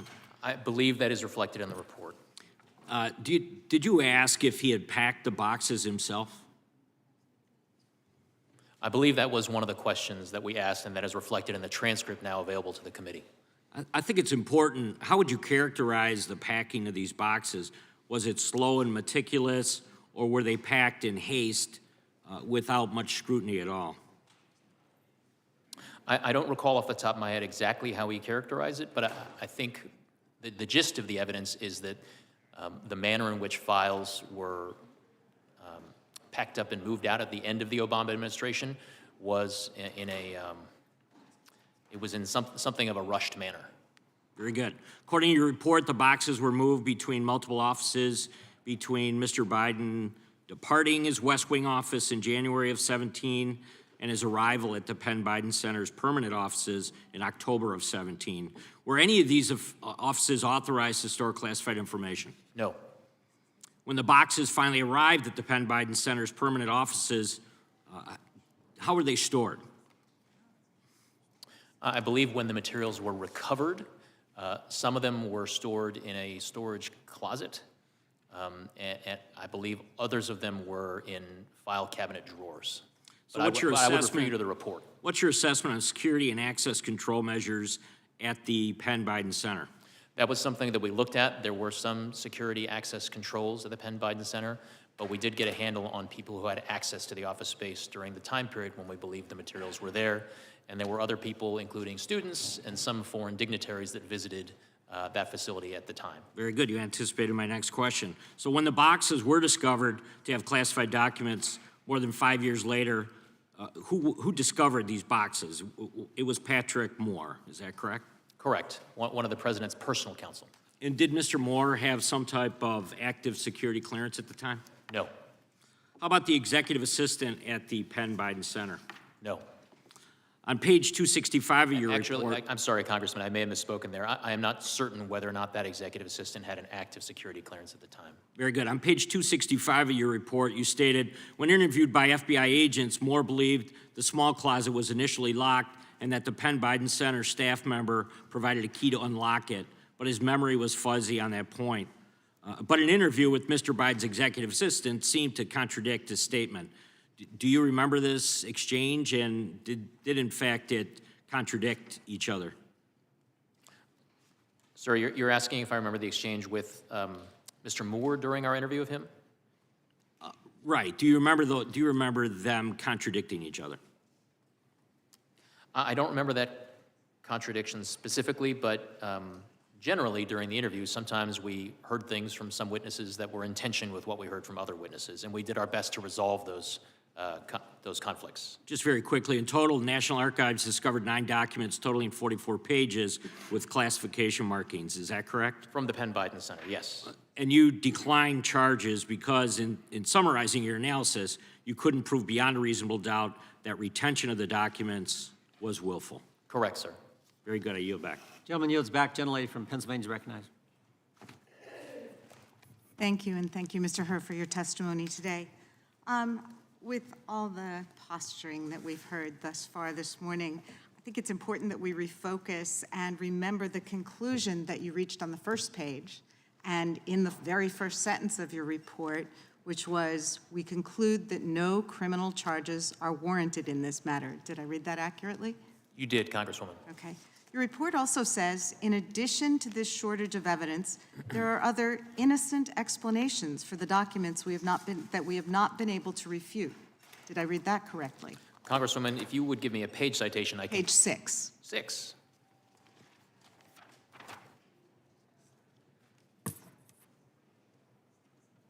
Yes, I see that language on page 6. Okay, thank you.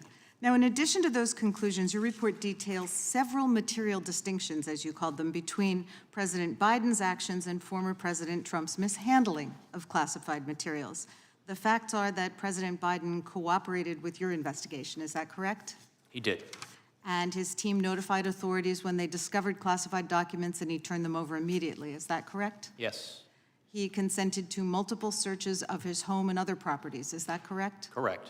And he voluntarily sat for an interview with you. Is that correct? Correct. But when it comes to Mr. Trump's treatment of classified materials, your report states that, according to the criminal indictment against him, he refused to return classified documents in his possession for many months, despite having multiple chances to do so, and he obstructed justice by enlisting others to destroy evidence and lie about it. Is that correct? Correct. Now, you noted in your testimony that the specific comments you made about President Biden's memory have gotten a lot of attention. And as we've seen today, our Republican colleagues are again and again trying to weaponize those comments in a cheap attempt to score political points. But as someone who's participated in trials, you know that witnesses, regardless of age, often have difficulty recalling specific statements or facts when asked about them many years after those facts. So let's take a quick look at a differing witness experiencing a lapse in memory during a deposition. Your next wife was a woman by the name of Marla Maples. Right. And sitting here today, do you recall what years you were married to Ms. Maples?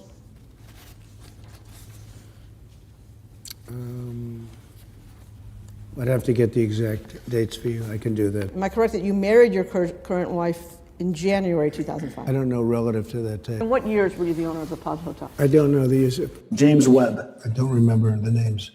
Don't remember the name. So you don't remember saying you have one of the best memories? I don't remember that. Okay. I remember you telling me, but I don't know that I said. So I would also add that Mr. Trump told lawyers, I don't remember, 35 times in his deposition for a lawsuit over Trump University. And in response to questions from special counsel Robert Mueller, he answered, did not remember or could not recall 27 times. Now, Mr. Hur, you've said today that DOJ process and regulations required you to assess whether a jury would find Mr. Biden to be a credible witness, correct?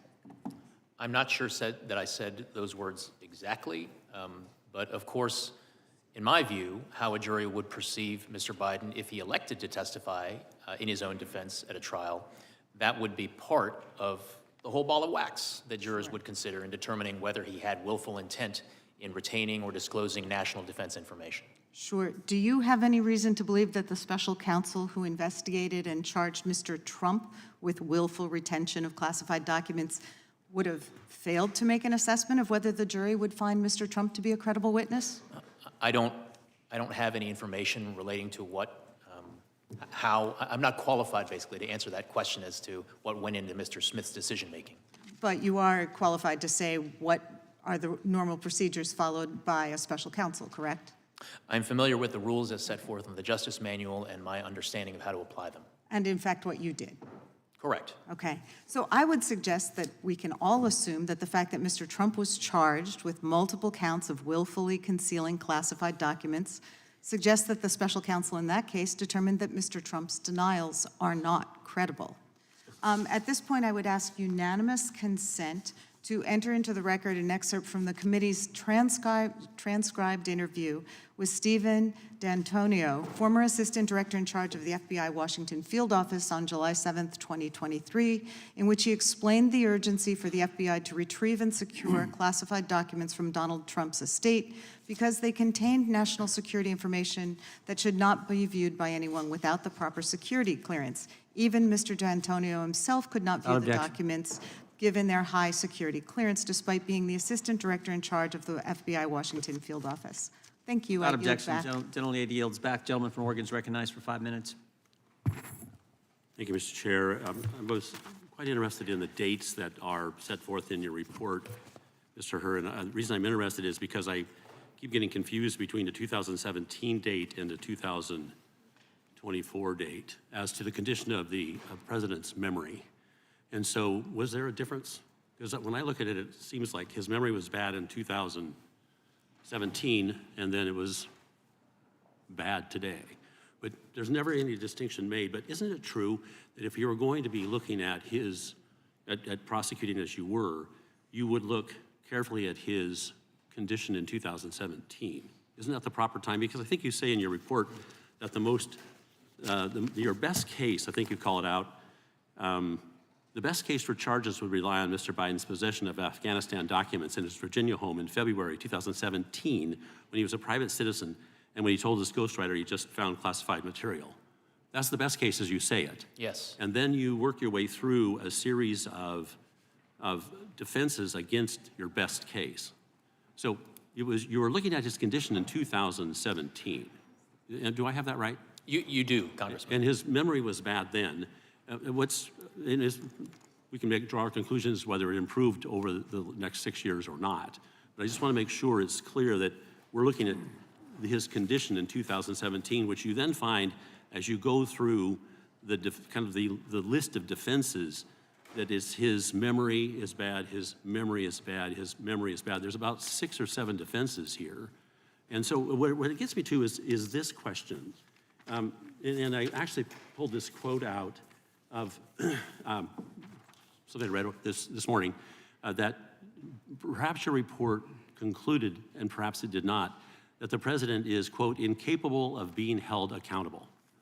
But that's not quite what happened, is it? You didn't find that he was incapable of being held accountable, did you? I did not. Those words do not appear in my report. They do not. But you reached a conclusion that you didn't have the evidence, but then your report continually recites these defenses. And I'm having a hard time putting the two together. If you didn't have the evidence, why do you persist in reciting these defenses? Congressman, I wrote my report as an explanation of my decision to decline charges as to President Biden. And the way that I came up with that explanation and wrote it in my report for the Attorney General is the following. The approach that I took was a prosecutor envisioning what would be the probable outcome of trial if we charged this case, if we presented the evidence to a jury, and not only the government presenting the evidence to a jury, but what would happen if the defense lawyers also got a chance to try to poke holes in the government's case at trial. And with respect to one of the several potential defenses that I lay out in the report, one of them does focus on the president's memory-related issues. That is a defense that the president's defense lawyers may well present at trial. And a jury is going to be confronted with at least 3 separate sets of evidence relating to the president's memory. One is from the recordings in 2016 and 2017 from the ghostwriter. But if I may, forgive me for interrupting, but I'm limited on time as everybody else was. But you say, I think, that the evidence suggests he is incapable of forming, or you're incapable of proving, intent. There's kind of a bit of a difference there, right? He may well have had the intent, but you could not of holding these documents, and I hate to say hiding the documents, but you couldn't prove it. So what you did instead is fell back to the various defenses that might also be asserted against you. Kind of a heap of rationale for not pursuing the president. Is that, do I have it right now? Congressman, I think we're on the same page. I think what I'm trying to convey is that the way that prosecutors assess the strengths and weaknesses of their case is to think through, hey, in the government's case in chief, here's the evidence we're gonna present, and the jury might be with us. But that's not the end of the trial. The trial also has to include presentation from the defense lawyers. You're correct, and I'm a lawyer. I've tried cases, so I get it. That your report is not an exoneration so much as a determination that the evidence as you saw it would not overcome the defenses that you had identified, plus whatever lack of evidence you perceived. So it's not an exoneration, is it? The word exoneration does not appear anywhere in my report, and that is not my conclusion. The other thing that's of interest, and I think you were misquoted, you said something about, or someone, I think it was Mr. Raskin, suggested that you, well, I'm going to run out of time, but I appreciate the work you do as a prosecutor, and I yield back. Gentleman yields back. Mr. Herb, we've been at this close to 3 hours. We will, if you can hang with us, we'd like to keep going. There's a chance. We could complete votes by the time we have to go to votes on the House floor, which would be about 1:40. I can keep going, Chairman. Okay, then we'll try to do that. And there's a chance we may not too, but I just wanted you to know the lay of the land. Now I yield to the gentleman from Colorado.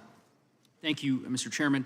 Thank you, Mr. Herr, for your testimony and for your service as a prosecutor at the Department of Justice. I want to focus a bit more on the progress of the investigation and kind of some process questions. So you were appointed by Attorney General Garland as special counsel to investigate the president's handling of classified documents in January of 2023, correct? Correct. And Attorney General Garland, of course, as you know, was nominated by President Biden to serve in his role. Correct. During your 15-month investigation, did the Attorney General attempt to interfere with your investigation? No. Did he impede your investigation in any way? No. Did any other member of the Department of Justice or within the administration refuse to cooperate with your investigation? No. Were you ever denied access to materials, witnesses, resources from Attorney General Garland that you might have needed during the investigation? No.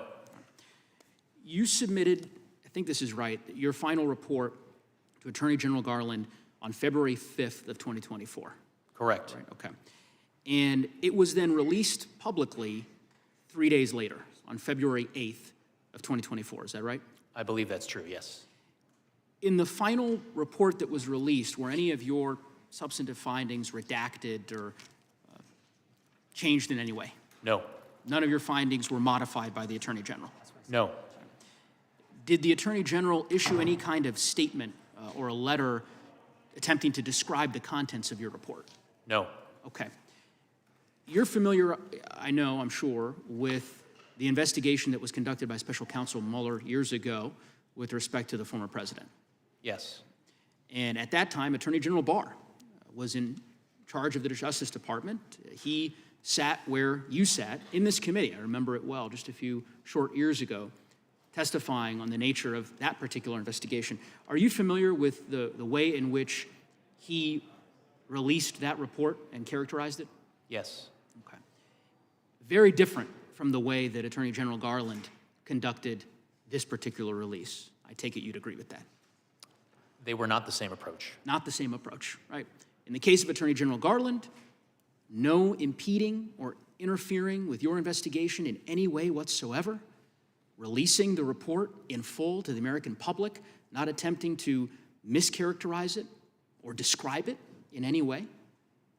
Dissimilar from Attorney General Barr, who 5 years ago, as you recall, after Special Counsel Mueller submitted his report to the Department of Justice, took nearly a month to release the report to the American public, heavily redacted, and not before he had issued a letter of his own to the leaders of the Senate and House Judiciary Committees, mischaracterizing the contents of that report.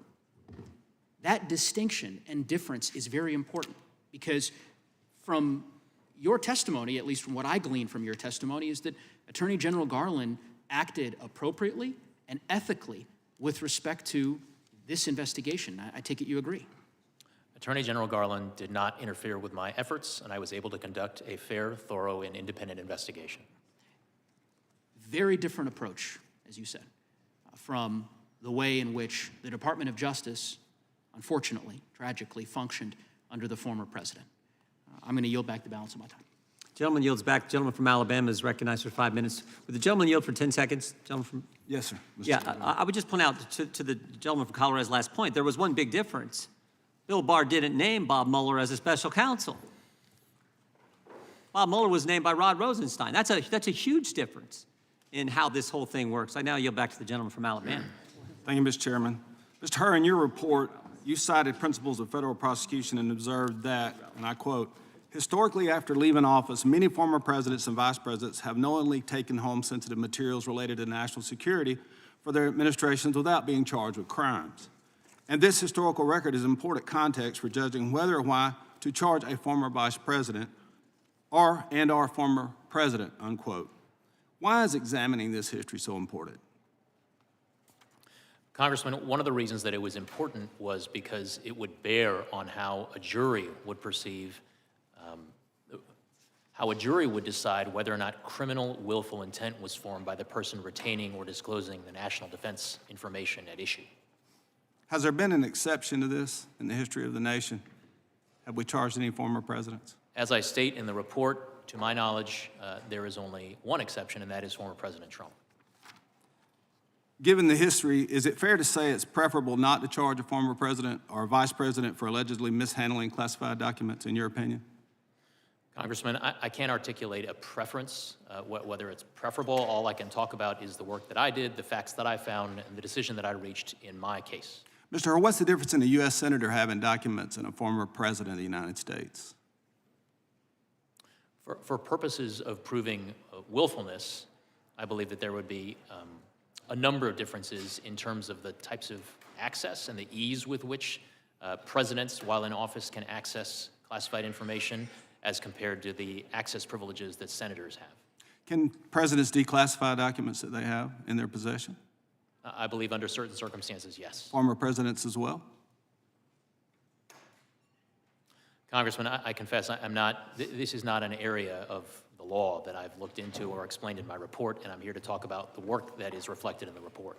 Well, let me say this, sir. You have a reputation beyond reproach, and I just want you to know that. I think that President Biden ought to be thankful that the Attorney General appointed you to investigate his case. But you have a special counsel colleague by the name of Jack Smith who cannot lay claim to such a reputation. Isn't that right?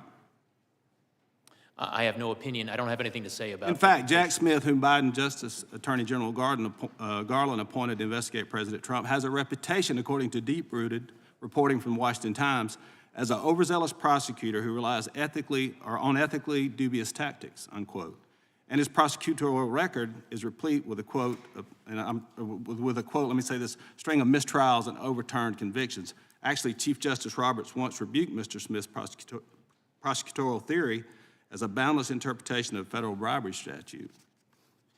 That did not comport with the text of the statute or the precedent of this court, according to the Supreme Court Justice. And so, my question is, do you think in the case of Jack Smith, do you think justice is blind when he's looking at President Trump? Since we've never done this in the history of the country, is justice truly blind? Sir, I'm not here to express any opinions with respect to a pending case against another defendant. I'm here to talk about the work that I did with respect to the investigation relating to President Biden. Mr. Chairman, I'll yield the balance of my time back to you.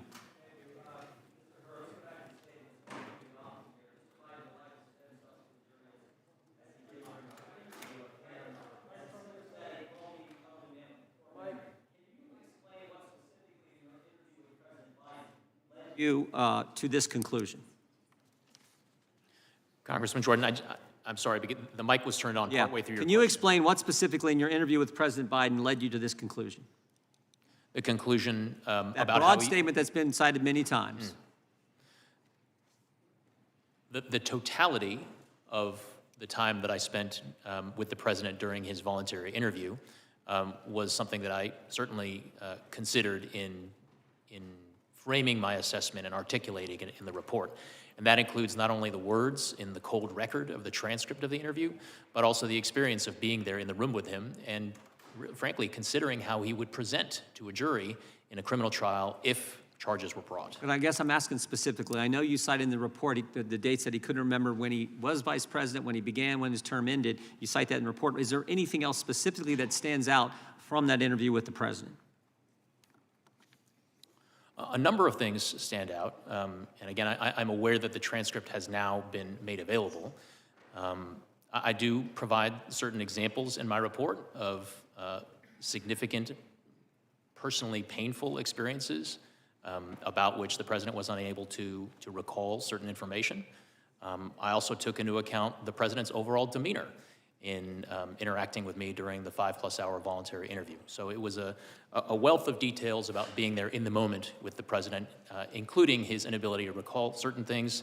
And I'll also say, as reflected in the transcript, the fact that he was prompted on numerous occasions by the members of the White House counsel's office. The brief look I had at the transcript this morning, because we just got it this morning, I saw some of that. Chair, now recognize the gentlelady from Texas, or excuse me, Pennsylvania. I'm used to you being down there. The gentlelady from Pennsylvania. I got an upgrade. Okay. Thank you, Mr. Hur. Thank you, Chairman. Thank you, Mr. Hur, for your service to our country, for your team's service in this investigation. You determined, after what you described as rigorous, detailed, and thorough analysis, that President Biden should not be prosecuted for mishandling classified documents. In fact, Everybody can take a look at your report. The very first sentence says as much. It says, quote, "We conclude that no criminal charges are warranted in this matter." Am I correct? Yes, That's the bottom line of this report. Am I correct? that is the first sentence. It's the first sentence and the bottom line. There's an awful lot of misinformation that has been put forward by the press in some cases and also by the other side of this dais. You didn't reach this decision because President Biden was sympathetic. Is that correct? I reached the decision based on the totality of the reasons that I set forth at length in my report. Based on the evidence. And while Mr. Trump, who is being prosecuted, is not sympathetic, you didn't calibrate any of that in there. Sympathetic, not sympathetic. Doesn't matter. It's the evidence, right? Congresswoman, I did not reach any assessments of the evidence in the Trump matter. To the extent that I considered the allegations against former President Trump, it was for purposes of comparing relevant trust precedents. that with your credibility, you were not out to get Mr. Trump, nor here to help Mr. Biden. I think it's about the evidence, and I think you say that over and over again in your report. Why did you decide President Biden should not be prosecuted? Your report tells us, quote, "We conclude the evidence is not sufficient to convict." Those are your words, is that correct? I believe if those exact words do not appear in the report, that is consistent with the gist of my conclusion. Very good. They are your exact words. That was not the case with Donald Trump. You have a copy of your report today, don't you, in front of you? I do. Could you read a portion of it for me? Your words, it is page 11, starting on line 3, beginning with the words, "Unlike the evidence involving Mr. Biden." Would you read the next few sentences? Unlike the evidence involving Mr. Biden, the allegations set forth in the indictment of Mr. Trump, if proven, would present serious aggravating facts. Keep going. Congresswoman, I'm happy to have you read the words in my report. Well, it's your report, so I think it actually is more fitting that you read those. Most notably, after being given multiple chances to return classified documents and avoid prosecution, Mr. Trump allegedly did the opposite. Keep going. According to the indictment, he not only refused to return the documents for many months, but he also obstructed justice by enlisting others to destroy evidence and then to lie about it. You may stop there. Thank you. You mentioned the indictment against Mr. Trump for mishandling sensitive classified national security information. That indictment says at the end of his presidency, Mr. Trump, I'm looking for my indictment here. I have it here. Hang on. Mr. Trump himself ordered that boxes containing classified materials go to Mar-a-Lago, where he hosted tens of thousands of guests. Then he kept these sensitive materials carelessly about the property, as you can see here. Classified documents ended up in a bathroom, a ballroom, on a floor, spewing about. And when a grand jury subpoenaed the documents, what did Donald Trump do? The indictment again shows against him what he responded by, suggesting that his attorney falsely represent that the FBI and grand jury that he did not have documents called for by the subpoena. He directed his employee, Waltine Nauta, to move boxes of the documents to conceal them from Mr. Trump's attorney, and then lied to his attorney and the FBI and the grand jury, suggesting his attorney might hide or destroy documents called for by the grand jury investigation. Mr. Hur, are those the type of aggravating facts to which you refer to in your report? Congresswoman, the aggravating facts that I refer to in the report are set forth and described in my report at page 11. Very good. Mr. Hur, to the best of your knowledge and investigation, did President Biden ever direct an employee to lie about, hide, or destroy classified information? Yes or no? We did not identify such evidence. Did he do so himself?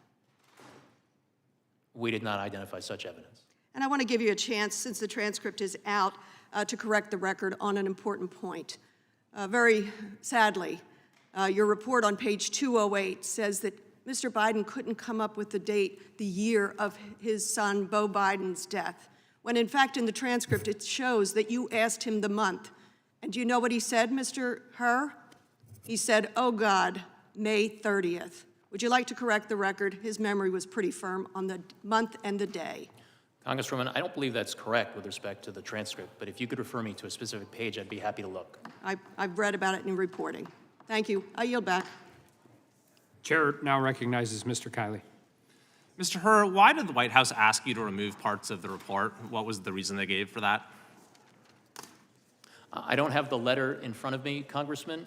I believed that among their reasons was that they contested or that they asserted that certain language in the report was inconsistent with DOJ policy. The day that your report came out, the president gave a live news conference on national television. Did you watch that news conference? I watched the press conference, yes. What was your reaction to seeing the president personally attack you and your team? Congressman, I'm here to talk about the work that went into the report and my declination decision and my explanation of it for the attorney. And it wasn't just the president. Anthony Coley, former spokesman for Merrick Garland, has said that Democrats should focus their ire on her. The president's personal attorney, Bob Bauer, said that your report is a shabby piece of work and a shoddy work product. Do you agree with that characterization of your report? I disagree vehemently with that characterization of my report. I also disagree. I think it's very well written, well considered, and comprehensive. Do you think it's appropriate for the administration to be attacking the work of a special counsel that it appointed itself? Congressman, I'm not going to comment on the propriety of the administration's reaction to my report. What I can tell you is that I stand by the report and the work that went into it. Today, the ranking member started his opening statement by saying, Mr. Hur completely exonerated President Biden and called your report a total and complete exoneration. Mr. Hur, did you completely exonerate President Biden? That is not what my report does. Was your report a total and complete exoneration? That is not what the report says. So the statement by the ranking member was incorrect, yes? As I said, the report is not an exoneration. That word does not appear in my report. Based on the facts and anticipation of defenses presented in your report, could a reasonable juror have voted to convict? As I said in the report, some reasonable jurors may have reached the inferences that the government would present in its case in chief at trial. So a reasonable juror could have voted to convict based on the facts that you presented? Correct. If you were on the jury, would you have voted to convict? I have not engaged in that thought exercise, Congressman, and so what I'd like to stick to is what's in the report, which is my assessment as a prosecutor. Sure. And what you did find in the report is that the president, you said this is page 200, risks serious damage to America's national security through his handling and mishandling of classified materials. And you identify, quote, a strong motive for the way he handled those materials. Two of the motives you cited was his desire to run for president and his desire to sell books. So a reasonable inference for your report is that the president risked serious damage to America's national security in order to make money and advance his personal political ambitions. Is that correct?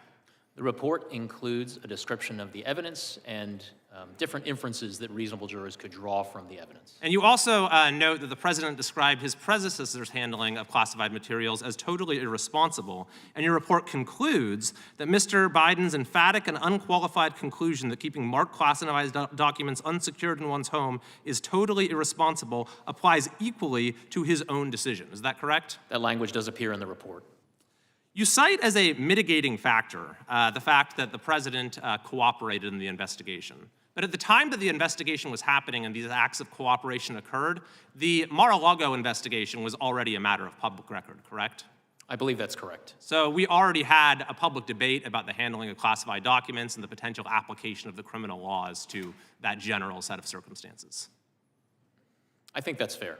And so the president, when he decided to cooperate or not cooperate, had to know that that decision to cooperate or not cooperate would become known to the public and he would be judged accordingly. Is that correct?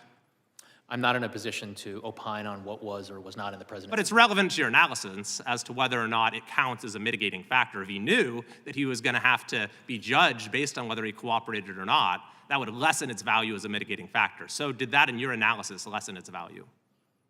We undertook a comprehensive assessment. So that specific factor, did it lessen its value as a mitigating factor? That and all facts relating to the president's cooperation with our investigation. Another factor you discussed is deterrence. And you say that deterrence the factor actually counsels against bringing charges here because you said, as for general deterrence, future presidents and vice presidents are already likely to be deterred by the multiple recent criminal investigations and one prosecution of current and former president and vice presidents for mishandling classified documents. So that one prosecution, of course, is the indictment brought by Jack Smith. So by the very terms of your analysis, Jack Smith's indictment actually counseled against and was counted against bringing charges in this case. Is that correct?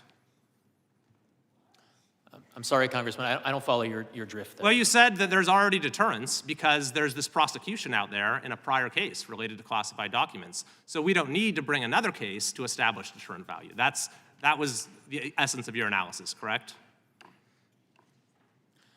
Congressman, what I'll say is that I will stand by the way and the specific words in which I characterize my assessment of deterrence value of a case under the principles of federal prosecution that's on page 254 and 255 of my report. Thank you. My time is out, but I'll just add the perverse implication here is that the administration, by the very terms of your analysis, actually made it less likely that the president would face charges by Jack Smith bringing an indictment. Thank you, and I yield back. Mr. Chairman, I have a unanimous consent request. Okay. Thank you. I ask unanimous consent to enter into the record 2 documents.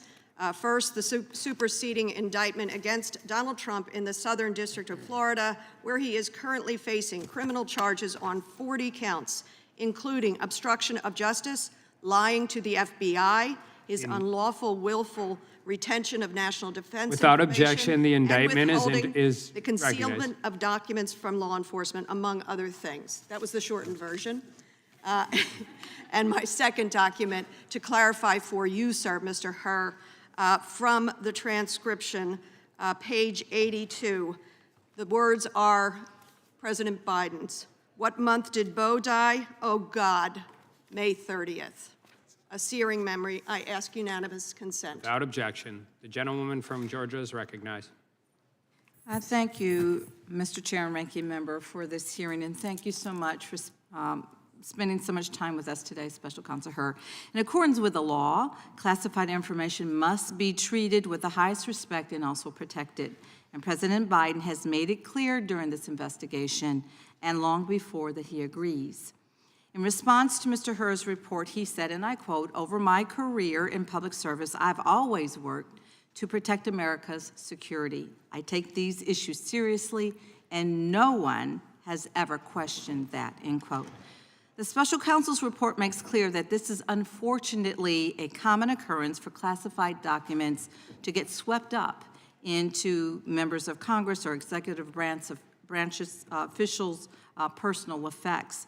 And as soon as President Biden discovered that he had mistakenly kept classified material, he took swift and immediate action to ensure that those materials were returned, and he fully cooperated with every step of your investigation.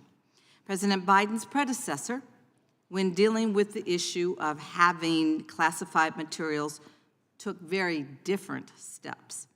In 2016, Donald Trump declared, and I quote, "I'm going to enforce all the laws concerning the protection of classified information.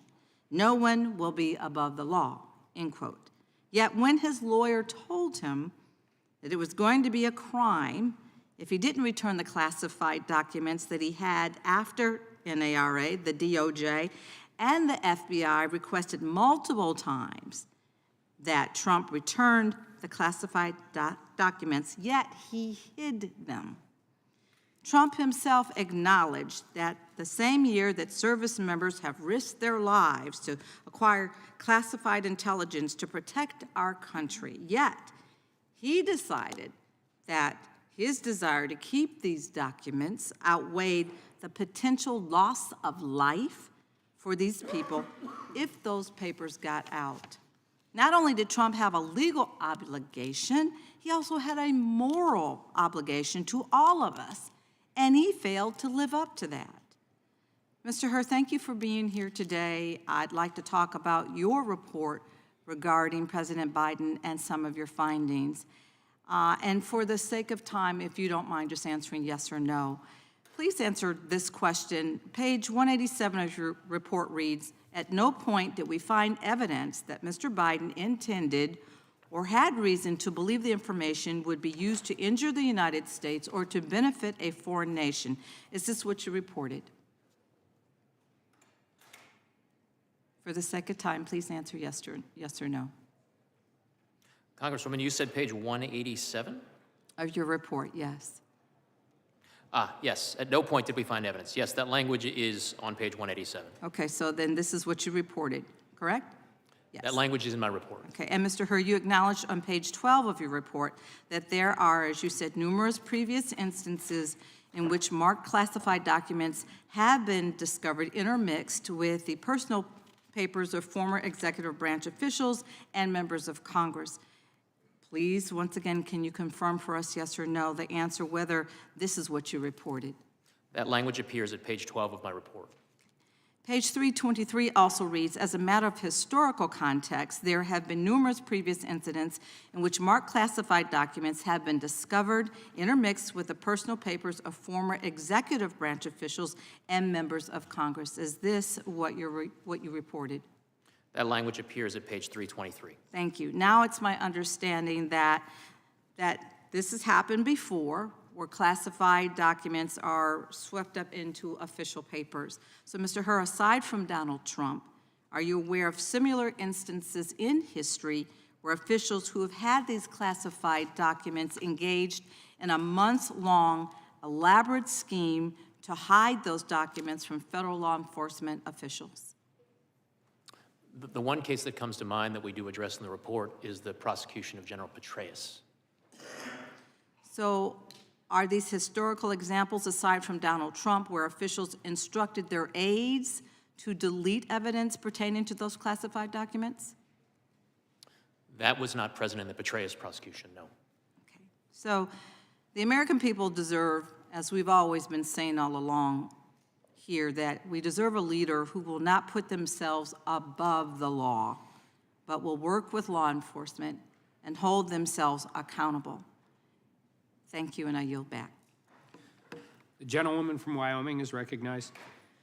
Special Counsel Hur, when you determined that no criminal charges should be brought against President Biden in this matter, you focused on the specific facts surrounding the classified documents, where President Biden stored them, and on his memory and age. You wrote that President Biden's, quote, memory was significantly limited during his recorded interviews with the ghostwriter in 2017 and during his interview with the Special Counsel's Office in 2023. You also expressed concern that prospective jurors would be persuaded by President Biden's presentation as a sympathetic, well-meaning elderly man with a poor memory. Your assessment, however, was focused on how President Biden would currently present to a jury if he stood trial. Is that correct? That was an element of my explanation to the Attorney General for my decision. It was not the only element. Okay, that wasn't my question, but it was one of the things that we were considering was his current state of mind, his current memory.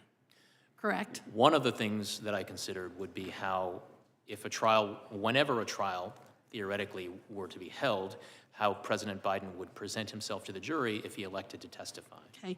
You did not compare President Biden's current memory or condition with his memory or condition when he was in the Senate or when he left the vice presidency and took the classified documents subject to your investigation. Is that right? Actually, I believe that's not correct, Congresswoman. One of the things that's in the report is an assessment of the president's memory based on recordings from the 2016-2017 timeframe, recordings of conversations between Mr. Biden and his ghostwriter, and comparing that with the president's memory that he exhibited during our interview of him in October of 2023. So there was a comparison there. Okay, so, but unless there was some issue undisclosed to the American people during his 50 years in office, you found that Mr. Biden fully understood his legal responsibility related to the handling of classified materials, which is why you concluded in your report that Mr. Biden, quote, willfully retained and disclosed classified materials after his vice presidency when he was a private citizen. You state that on page 1, correct? I believe that what I stated on page 1 was that we identified evidence that Mr. Biden willfully retained classified information after the end of his vice presidency, but ultimately we concluded that the evidence was insufficient to warrant. I understand that. Please listen to my question. What I'm getting at is that Mr. Biden fully understood that he could not keep classified information at his home as both a former senator and vice president. Isn't that right? He understood that, correct? My understanding is that based on the evidence, my assessment was that a jury... That isn't what my question was. Please listen to my question. My question was that Mr. Biden understood when he was a senator and vice president that he could not keep classified materials at his home, at his garage, and in other offices. Is that fair? I don't think that's accurate, Congresswoman, because when Mr. Biden was vice president, he was authorized to have classified material in his home. But after he left, he knew that he was not entitled to keep classified information at his home, correct? After he left, there is evidence to suggest that he knew that he could not legally have classified information in his home. However, there is evidence with respect to his notebooks that he believed he was authorized to keep the notebooks at home based on precedent. Based on precedent. You know, I guess the way that I would put it is this. President Biden knew better. He knew that he wasn't entitled to keep these documents from when he was a senator, and he knew he wasn't entitled to keep these documents after he had left the vice presidency. But because he's now suffering from an impaired memory, as you so delicately put it, he got away with it. Is that fair? Congresswoman, what I stated in my report is that there's certainly evidence that some jurors could infer to suggest that Mr. Biden willfully retained and disclosed national defense information. But in my judgment, the likely outcome of a trial, the probable outcome of a trial, is not a conviction. I have represented a variety of clients over the years in actions against the federal government over, in fact, several decades of time. It's been my experience that the federal government, the DOJ specifically, has essentially unlimited resources to go after and prosecute citizens and will spare absolutely no expense in doing so. It has also been my experience that the DOJ is not only overly aggressive in these cases, but makes it clear that part of the reason for such aggression is to make an example of the poor soul who is the subject of such action. In other words, so that other people will not engage in the same kind of conduct. Mr. Hur, having been a long-term DOJ prosecutor, can you please explain why those people without the last name of Clinton or Biden are typically treated quite differently and seem to be the only ones who are never held accountable for violating the law? Congresswoman, one of the things that I explain in my report is the fact that there are historical precedents with respect to former occupants of the White House and their retention of classified materials after they leave. So I'm asking specifically about Mrs. Clinton and Mrs. Hillary Clinton and Joe Biden. Congresswoman, I don't have any opinion to articulate with respect to the investigation relating to Mrs. Clinton. I yield back. The gentlewoman from Texas is recognized. Mr. Hur, Special Counsel Jack Smith has charged Donald Trump with 40 counts related to his unlawful possession of classified documents. The most serious charge carries a penalty of 20 years in prison. According to the Trump indictment, Trump stored those documents at Mar-a-Lago, which, quote, hosted events for tens of thousands of members and guests, end quote. The indictment continues, quote, Trump stored his boxes containing classified documents in various locations at the Mar-a-Lago Club, including in a ballroom, a bathroom, and a shower, an office space, his bedroom, and a storage room. Mar-a-Lago is more than a mansion or a compound. It is a club with membership with a membership program that sells access to the public. It has hundreds of people moving through it at any given time. Staffing it alone required 150 staff members. And while those classified national security documents sat in places like his ballroom, Trump hosted more than 150 social events like weddings and movie premieres, which thousands of people attended. In brief, Special Counsel Smith has alleged that Trump willfully and knowingly took highly classified documents to a location accessible by tens of thousands of people. Mr. Hur, was President Biden's residence accessible to tens of thousands of people? No. Did President Biden ever bring tens of thousands of people into spaces where he stored classified material? Not to my knowledge. Did Joe Biden advertise and sell memberships to his home that would allow members of the public to have access? Not that I'm aware of. Did your investigation find that Joe Biden ever hosted movie premieres at his home while classified documents were stored there? No. Moving on, among the 150 staff members working at Mar-a-Lago was a Trump aide named Walt Nauta. According to Special Counsel Smith, Trump ordered Nauta to move boxes of documents so that they could not be found by people looking for them. Mr. Hur, did President Biden ever direct his staff to move documents so that you or the FBI could not find them? We did not identify evidence of that. In fact, according to your report, as soon as Bob Bauer discovered material in President Biden's residence, he contacted John Lausch, and the president immediately consented to an FBI search of his home. Is that correct? My report does state that. And you found no evidence that any documents were moved prior to that search. Is that correct? Correct. That's in stark contrast to Donald Trump. President Biden did not obstruct your investigation. He was fully compliant, and with access to the millions of documents he gave you and dozens of hours of witness interviews he facilitated, you were able to fully and totally exonerate him of any criminal wrongdoing. I thank you, Mr. Hur. And before I yield back, Mr. Chairman, I ask unanimous consent to enter into the record an excerpt from the committee's transcribed interview with Stephen D'Antuono, former Assistant Director in charge of the FBI Washington Field Office, on June 7th, 2023, in which Mr. D'Antuono explained that the FBI executed a search warrant for classified material at Mar-a-Lago because there was probable cause to believe that Donald Trump did not fully comply with a subpoena to turn over classified documents. Without objection. Thank you, Mr. Chairman. I yield back. Gentleman yields back. The gentlelady from Florida is recognized. Oh, excuse me. Gentleman from the ranking member is recognized. Mr. Chairman, I have 3 unanimous consent requests. All right. First, I ask unanimous consent to enter into the record the publisher's webpage for President Biden's 2017 book, Promise Me, Dad, which shows that the book is a deeply moving memoir about the year that President Biden's son, Beau, died. Without objection. I also ask unanimous consent to enter page 97 of Mr. Hur's report, which says that President Biden's book is not known to contain classified information. Without objection. Finally, I ask unanimous consent to enter into the record a February 5th, 2024 letter from President Biden's counsel to Special Counsel Hur that clarifies that President Biden's 2017 book, quote, does not contain classified information, and there has never been any suggestion to the contrary, close quote. Without objection. Chair now recognizes the gentlelady from Florida, Ms. Lee. Thank you, Mr. Chairman, and thank you, Special Counsel Hur, for joining us here today to discuss your investigation regarding President Biden's mishandling of classified documents. This has become an issue of great interest to all Americans and, of course, to all of us here today.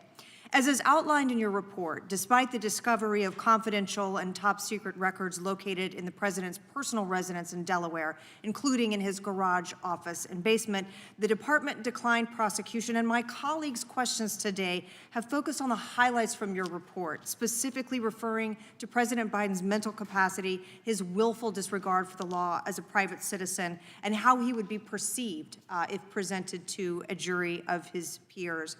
Dependent upon, and I'll use your words from the report, how this sympathetic, well-meaning elderly man with a poor memory handled and managed the storage of these confidential documents, the national security of the United States might have been put at great risk because of the president's behavior. And so one of the things we must consider today is how we can ensure that our national security will not be continually put at risk when under the leadership of the same well-meaning elderly man with a poor memory.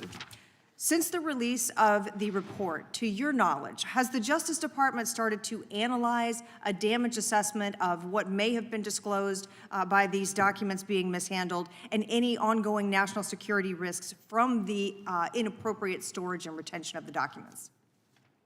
Congresswoman, my understanding is that such a damage assessment is underway in coordination and cooperation with the members of the intelligence community. And do you today, for us, have any information about the status of that investigation or how long it might take to conclude? I do not, Congresswoman. I'd like to turn your attention to a discussion of the distinction between proving the underlying elements of an offense and the concept of an obstruction of justice charge. Is it correct, Special Counsel Hur, that in some circumstances as a federal prosecutor, you may investigate the underlying offense, an underlying offense, choose not to charge that offense, but still have developed sufficient evidence to charge a defendant with obstruction of justice? I think as a matter of law, theoretically, that could occur. I can't bring to mind specific examples of that happening, but I suppose that if that were to happen, it would be a more difficult case to try from a prosecutor's Well, the elements are distinct, though, are they not? They are a distinct element. And isn't it similar to a case where a federal prosecutor undergoes an investigation and ultimately doesn't pursue the original charge they were investigating, but during the course of the investigation concludes that a false statement was made to a federal law enforcement officer and brings a charge under 1001? That could happen. Yes. And again, there too, the elements would be different. Correct. And in reaching your final decision related to the declination or the recommendation to decline prosecution, you considered both the underlying elements of the offenses at issue and also the principles of federal prosecution. Is that right? Correct. Okay. Now, the principles of federal prosecution, those are things that may vary case to case. Is that right? The determinations under the principles of federal prosecution are very fact and circumstance dependent. But the elements of the criminal offense are not. Isn't that also correct? Elements are defined by law, and they do not vary from case to case. And thus, those elements of the underlying criminal offense would be exactly the same from one defendant to the next to the next. Isn't that right? Yes. So you would expect, would you not, that a prosecutor who was considering the underlying offenses that you were considering here would be looking at exactly the same elements and requirements of proof that you did on the underlying charges? Prosecutors assessing their cases under the same statutes must consider the same elements with respect to those statutes. All right. Thank you, Special Counsel Herr. And then if we could turn back to the concept of those principles of federal prosecution. Those are the additional factors, aggravating or mitigating, that you might consider in ultimately reaching a charge and decision here. Is that right? They do include such things that are referred to as aggravating and mitigating circumstances. There's one thing I want to go back to, though, to be clear. It's been said today that your report is tantamount to a total exoneration of President Biden. That's not correct, is it? That is not correct. All right. Thank you, sir. I yield the balance of my time to the chair. Gentlelady is back. The chair now recognizes the gentlelady from North Carolina. Thank you very much, Mr. Chairman, and thank you, Mr. Herr, also for your patience. You're almost to, what, 3.5 hours? So almost as much as Biden. Throughout your report, you repeatedly cite and credit a number of innocent explanations for the presence of classified materials at the president's home and other locations. Innocent explanations that you admit that you cannot refute. And I'd like to just focus on a few of them, and I'll give you citations.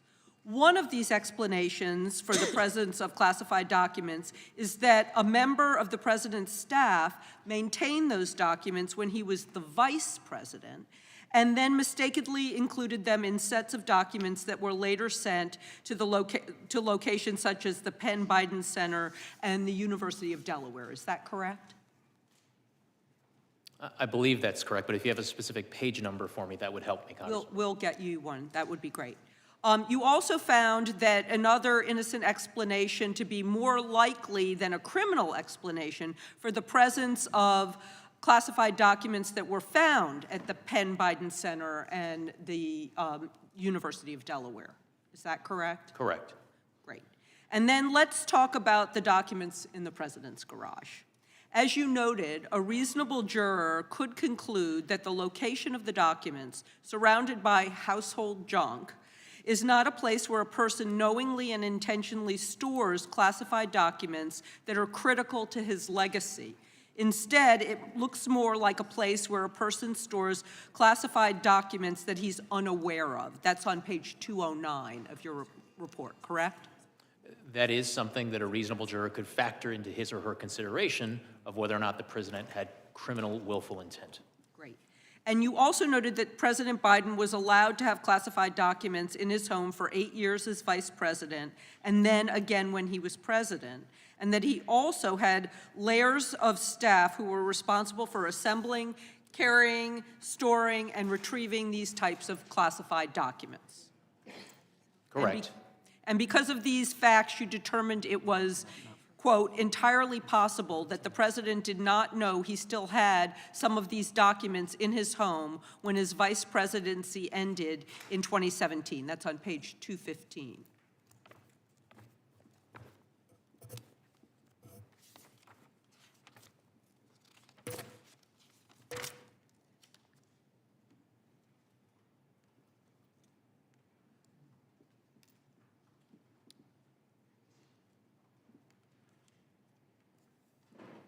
Entirely possible. Entirely possible. Yeah.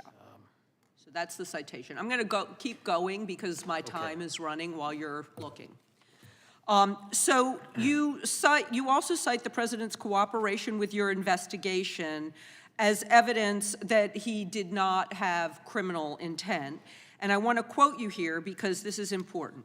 You wrote, most significantly, Mr. Biden self-reported to the government that the Afghanistan documents were in his Delaware garage and consented to the search of his house to retrieve them and other classified materials. He also consented to searches of other locations, and later in the investigation, he participated in an interview with our office that lasted more than 5 hours and provided written answers to most of our written questions. Many will conclude that a president who knew he was illegally storing classified documents in his home would not have allowed such a search of his home to discover those documents and then answered the government's questions afterwards, page 210. And then you said that you expect this argument about the president's innocence to carry real force for many reasonable jurors, because in your words, reasonable jurors will conclude that Mr. Biden, a powerful, sophisticated person with access to the best advice in the world, would not have handed the government classified documents from his own home on a silver platter if he had willfully retained those documents for years. Just as a person who destroys evidence and lies often proves his guilt, a person who produces evidence and cooperates will seem by many to be innocent. Again, page 210. As you said in your report, it would be reasonable for a juror to reach that conclusion, and that a president advised by counsel would not have informed investigators of the presence of classified documents in his home or invited agents in the search of every nook and cranny of his home or other residence, or sat for an hours-long interview or answered pages of written questions, all going to his full cooperation and his lack of criminal intent. Thank you, Mr. Chairman, and I yield back. Gentlelady yields back. Mr. Hur, we got 3 more we're going to do, and then we're going to take votes, and then we'll just have a couple more after that. So I'm going to start with the gentleman from Kentucky is recognized. Yield to the chairman. I thank the gentleman for yielding. Mr. Hur, are you opposed to the U.S. Congress having access to the audio tapes of the people you interviewed during your investigation? Chairman, I am not in a position to articulate an opinion one way or the other. That is not really up to me. I'm a former employee of the Department of Justice. I would refer you to the White House and DOJ leadership. You're an accomplished lawyer. Is there any reason why we shouldn't, why the United States Congress shouldn't have access to the same information you had access to and that was the basis of your decision? Chairman, it is not for me to opine on what materials. Well, the Justice Department released the transcripts the day of the hearing. It'd been nice if we'd had them at a better time for the committee to prepare for our questioning for you. They released them today. The White House and the Justice Department released them today. It'd be nice if we actually had the audio tapes too. Again, is there any reason why you can see why the American people and their representatives in the United States Congress should not have access to those tapes? Chairman, what I can tell you is that my assessment that went into my conclusions that I described in my report was based not solely on the transcript. It was based on all of the evidence, including the audio recordings. Great point, and that's where I was going. So this was valuable evidence for you as the special counsel named to investigate this issue, valuable evidence for you to reach your conclusion, and the statements you put in your report. And all I'm asking is, shouldn't the United States Congress have access to that same information? Chairman, again, it is not for me to weigh into what information Congress should or should not have, but what I will tell you is that the audio recordings were part of the evidence, of course, that I considered in coming to my conclusions. I will yield back to the gentleman from Kentucky and hopefully can yield to the gentleman from North Dakota. Yield to the gentleman from North Dakota. Thank you, Mr. Hur. In Chapter 8 of your book, or your report, you detail that Mr. Biden retained in his Delaware basement classified documents relating back to his time as a U.S. Senator in the 70s, correct? Correct. And even more Senate papers dating back to the 70s through 1991 were found in the University of Delaware, Morris Libraries, and in the Biden Senate Papers collection, correct? Correct. And even more Senate papers dating back to the 1970s and 1980s were found in Biden's Delaware garage. I believe yes, that's correct. And quote, Mr. Biden had nearly 50 years' experience dealing with classified information, including as a member of the Senate Select Committee on Intelligence, a member and chairman of the Senate Committee on Judiciary, a member and chairman of the Senate Committee on Foreign Relations, and vice president of the United States. and that he was deeply familiar with the measures taken to safeguard classified information and the reasons for them, correct? That language certainly sounds familiar, Congressman, but if you have a page citation for me, I can confirm. And as Vice President, is it correct that in 2011, Mr. Biden received advice from his staff about the need to secure classified information in the form of notes? Correct. Including his first counsel, Cynthia Hogan? Correct. And he was advised in writing in 2011 by Hogan that classified notes must be obtained in secure safes and stored in secure facility. Correct. His second counsel, John McGail, also advised Biden that all of Mr. Biden's records, including his notes, would be sent to the National Archives, and Biden understood and accepted that, correct? That's correct, with the exception that Mr. McGrail was Vice President Biden's final counsel, not his second one. All right. And on his way out, Mr. Biden was also appraised of his obligations by the National Archives staff twice more that his classified notes should be secured in a SCIF. That particular fact is not immediately coming to mind, Congressman, but if you have a page citation, I can confirm it for you. Well, did Mr. Biden have 30 years' experience handling this information? He received advice from at least 2 separate counsels, the National Archives staff. He has demonstrated enough knowledge of the law to attack President Trump in public over the same exact issue in detail. This is where I get into this. I just have a problem with this. In your report and this testimony, a reasonable person would conclude that Mr. Biden knowingly retained national defense information and failed to deliver it to an appropriate government official, and that he knew his conduct was unlawful. And I think that's where we end up here, and that's what the point is. Over the last 3 election cycles, there's only been 3 people who have ran for president: Hillary Clinton, Joe Biden, Donald Trump. All 3 of them have been accused of mishandling classified documents. Only one of them has been prosecuted. And that's what the American people see. That's what we see. We had Hillary Clinton, who ran a program called Bleach It on her server.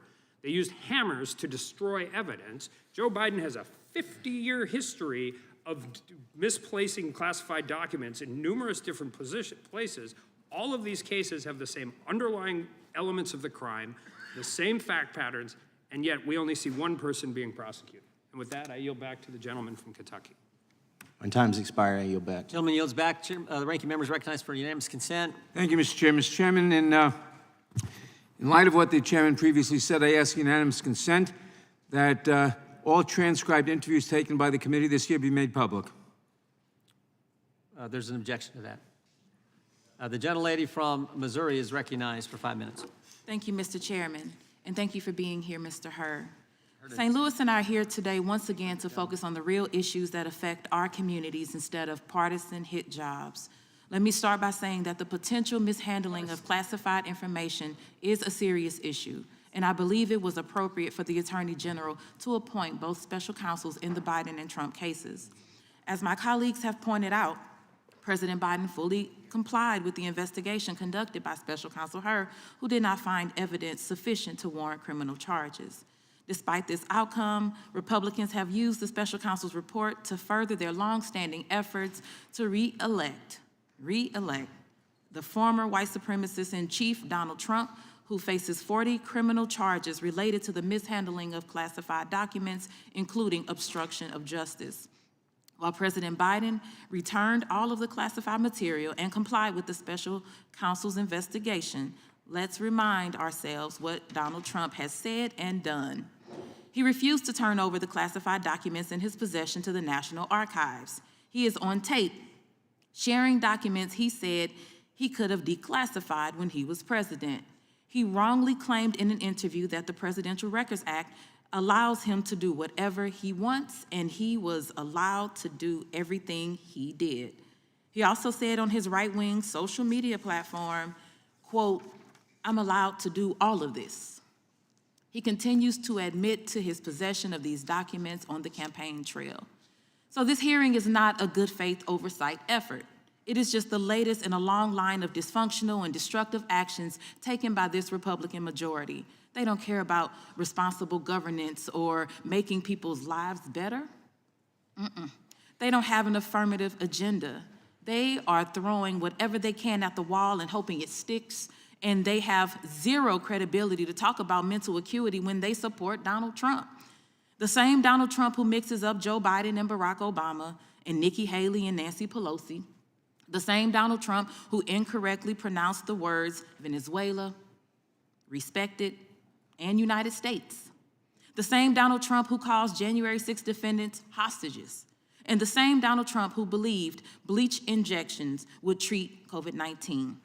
It is deeply hypocritical for anyone who champions this man for the presidency to talk about the mental acuity of anyone else. But this is nothing new. This has been a consistent pattern of the Republican majority in this Congress. From the sham impeachment investigation that has completely collapsed to the absurd impeachment of Secretary Mayorkas, Republicans have solely focused on destroying the incumbent president, destroying the Democratic Party, destroying progressive movements for social justice, all so that they can re-elect one of the worst presidents of all time. Now, it is well known that I have disagreements with President Biden on certain issues. My concerns are rooted in the desire to resolve policy matters and help him take better positions that save more lives. That's not what Republicans are doing. That's not what these investigations and attacks are about. They are trying everything they can to turn back the clock on our rights and our freedoms, and we cannot take the bait. Let's focus on policy. Let's focus on substance. Let's focus on saving and improving the lives of our constituents, not misusing the precious time and resources of this committee, not being dishonest just because it serves our political interests. We are better than that, and our country deserves better than all of this. I will continue to reject these absurd distractions from the investments we need in the communities that we represent. Let's focus on that instead of this irresponsible and easily repudiated Republican clown show. Thank you, and I yield back. The gentlelady yields back. I recognize myself for 5 minutes. Special Counsel Herr, thank you for a number of things. First, thank you for agreeing to testify today. Second, thank you also for sharing your family's story at the beginning of your testimony. It is an extraordinary story of them coming to America.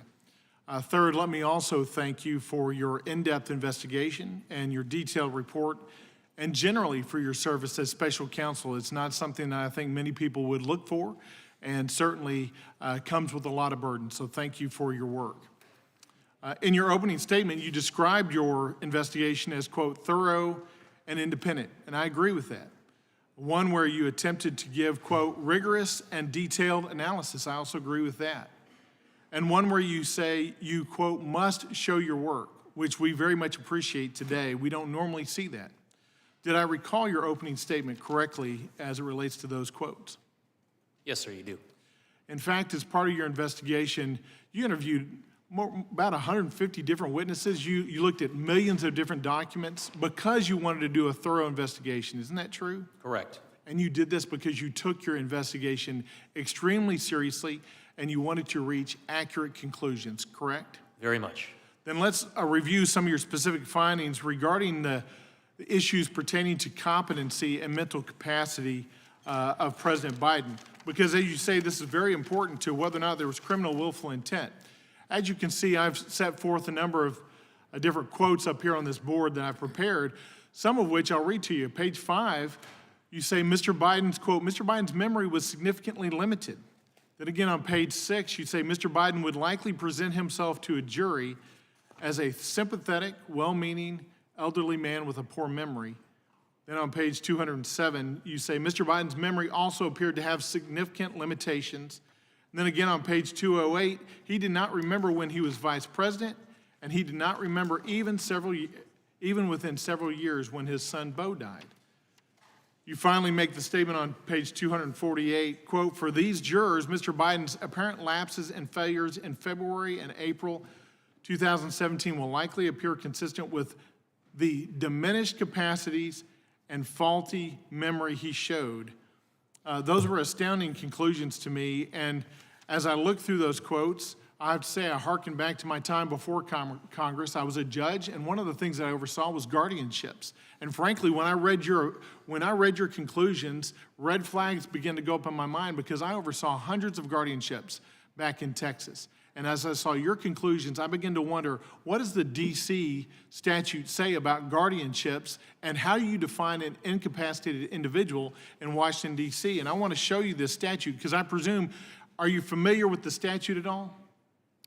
I am not, Congressman. So I didn't think that you'd probably reviewed that. So let me just read to you some of these, some of the definitions here. An adult whose ability to receive and evaluate information effectively or to communicate decisions is impaired to such an extent that he or she lacks the capacity to manage all or some of his financial resources. That's the first part of the definition of incapacity, an incapacitated individual under the guardianship statute in the District of Columbia. And quite frankly, I see tons of overlap from what you set forth in your testimony, in your written report, and the definition here. The phrases are almost identical. I would posit that if he cannot manage national top secret resources, I'm not sure how he can manage his personal financial resources. And given your report's findings that his memory was, quote, significantly limited, and that he is a person with, quote, diminished faculties, and with, quote, faulty memory, it makes me wonder how close he is coming to meeting this definition of an incapacitated individual, such that he should have a guardian appointed by the DC courts for his personhood. There is at least, I believe, a prima facie argument to say that there is substantial evidence to indicate such. And you mentioned it's not just what you've written in the report, but it was the demeanor of President Biden as you interviewed him. I'll say in conclusion, whether he does or does not meet this definition, I believe your findings raise significant concerns about his current fitness for the office of the president, and certainly his fitness going forward in the future. And I appreciate the fact that you were brazen enough to raise this issue in this report because you knew this would be significant in your findings, but you did so based on a very significant, very detailed, very thorough, independent report, and I praise you for that, doing your duty in such a way. Thank you, Special Counsel. I yield back. Gentleman yields back. Mr. Herr, we have votes on the floor. We have a few more members who will do their 5 minutes of questioning. So we're going to recess, and then we will convene 10 minutes after the conclusion of the last vote. I believe we only have a couple votes. Is that right? 2 votes. So, but you know, Congress, that'll take a while. But we'll get back here as soon as we can. And there's food in the back room for. I think we still have some left that you're welcome to. With that, we stand in recess until 10 minutes after the last vote.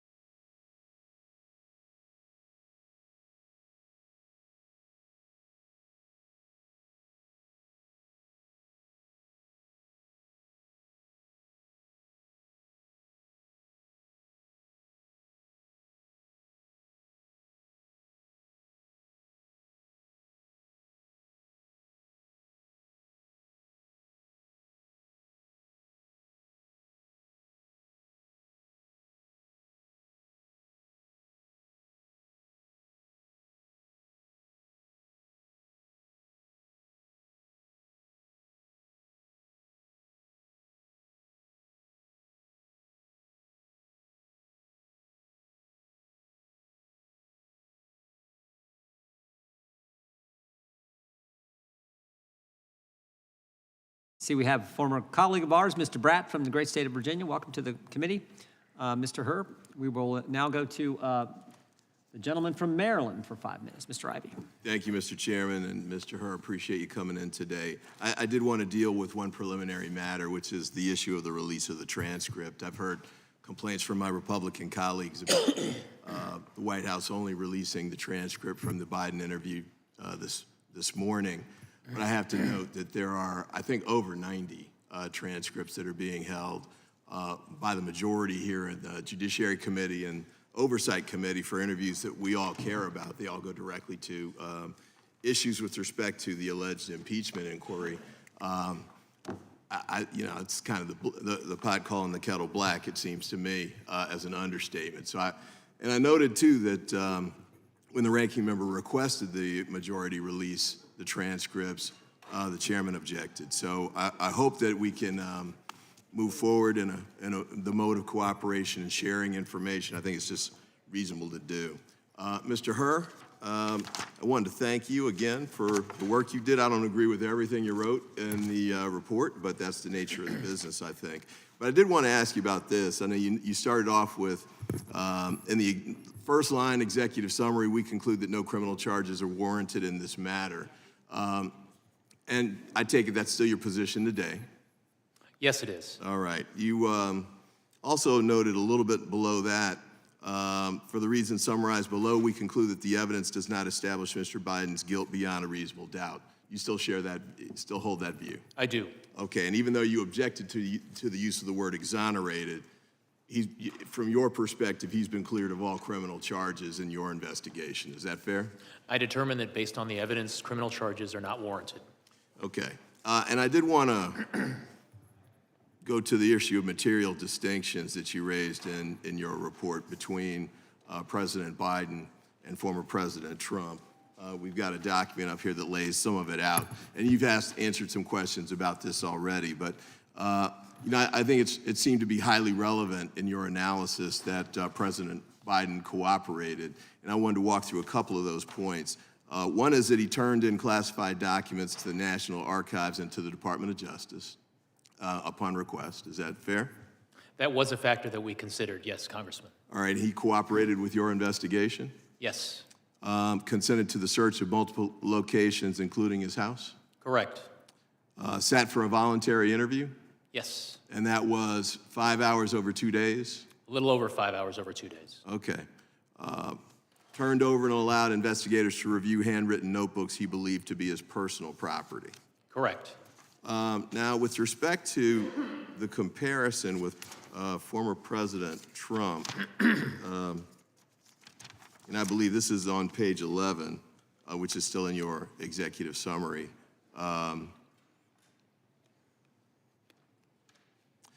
And I'll just read part of this to you. Unlike the evidence involving Mr. Biden, the allegations set forth in the indictment of Mr. Trump, if proven, would present serious aggravating facts. Most notably, after being given multiple chances to return classified documents and avoid prosecution, Mr. Trump allegedly did the opposite. According to the indictment, he not only refused to return the documents for many months, but he also obstructed justice by enlisting others to destroy evidence and then to lie about it. In contrast, Mr. Biden turned in classified documents to the National Archives and the Department of Justice, consented to the search of multiple locations, including his homes, sat for a voluntary interview, and in other ways cooperated with his investigation. That's from page 11 of your report? I see that language on page 11. All right, and you still stand by that language? I do, sir. Okay. And this is this is your report. You take full responsibility for everything that's in the document? I do. I stand by every word in it. All right, all right. Wanted to ask you a couple of questions. One is with respect to the surprising line of questions you got right before we broke about guardianship, which seems to me like a dramatic stretch of the anything that was remotely involved in your report. Did you raise any kind of issues about Mr. Biden needing guardianship or anything along those lines? Nothing relating to guardianship appeared in my report. Okay. And so I guess you made the one point about him being an elderly man with poor memory, but are you saying you Did you say anywhere in your report that you thought not only would he be unfit to handle his own finances, but he'd be unfit for public office? My report did not include any opinions on those issues. Okay, I see my time is exhausted, but thank you again for your testimony. I appreciate your efforts. Gentleman yields back. Gentleman from Virginia is recognized. Yield to the chairman briefly. I think the gentleman for yielding, I'm just pointing out Mr. Ivey raised the issue of transcripts. He has complete access to every transcript that we have done in the congressional investigation. He could show up for all the depositions, like frankly, I show up for most of those. So he has complete access to that. What we don't have is access to the transcripts of all the witnesses. We only have Mr. Biden, and we don't have access to the audio tapes of all the witnesses, which is will what the we're gentleman seeking. yield? It's not my time. I yield back to the gentleman from Virginia. You're speaking, but it's not your time? It's my time. You yield it to me. All right. I thank the gentleman. Special Counsel Hur, thank you for being here. Your story is an impressive one. Your achievements are impressive as well. You've been a prosecutor for many years, correct? Yes, sir. I was not a prosecutor for more than a couple of years, but I still remember my record in jury trials. Do you remember your record? It'll take me a little time to reconstruct, but I think I could get there. Is it above 500? It is above 500, yes, sir. Okay. Well, I'm curious because the evidence that you outline in your report is pretty significant when it comes to evidence that after his vice presidency, and I'm reading from your report, Mr. Biden willfully retained marked classified documents about Afghanistan and unmarked classified handwritten notes in his notebooks, both of which he stored in unsecured places in his home. Further, you noted that there's evidence that he willfully retained the classified Afghanistan documents, including the Thanksgiving memo, and had a strong motive to keep such classified documents. You outline what that motive is. Can you tell me what is the motive for keeping the Thanksgiving Day memo? One of the motives that we addressed in the report was that the issue of whether or not a troop surge should be sent to Afghanistan in 2009 was a hotly contested and debated issue within the Obama administration back in 2009, and one in which then Vice President Biden had a significant role and he felt very strongly about. I'm going to quote from your report. President Biden believed President Obama's 2009 troop surge was a mistake on par with Vietnam and wanted the record to show that he was right about Afghanistan, that his critics were wrong, and that he had opposed President Obama's mistaken decision forcefully when it was made, that his judgment was sound when it mattered most. Does that sound correct? That language sounds familiar from the report, yes. Okay. That is pretty significant in terms of a motivating factor for retaining those documents, wouldn't you say? That would be a factor that a jury would assess in considering whether or not Mr. Biden had criminal intent.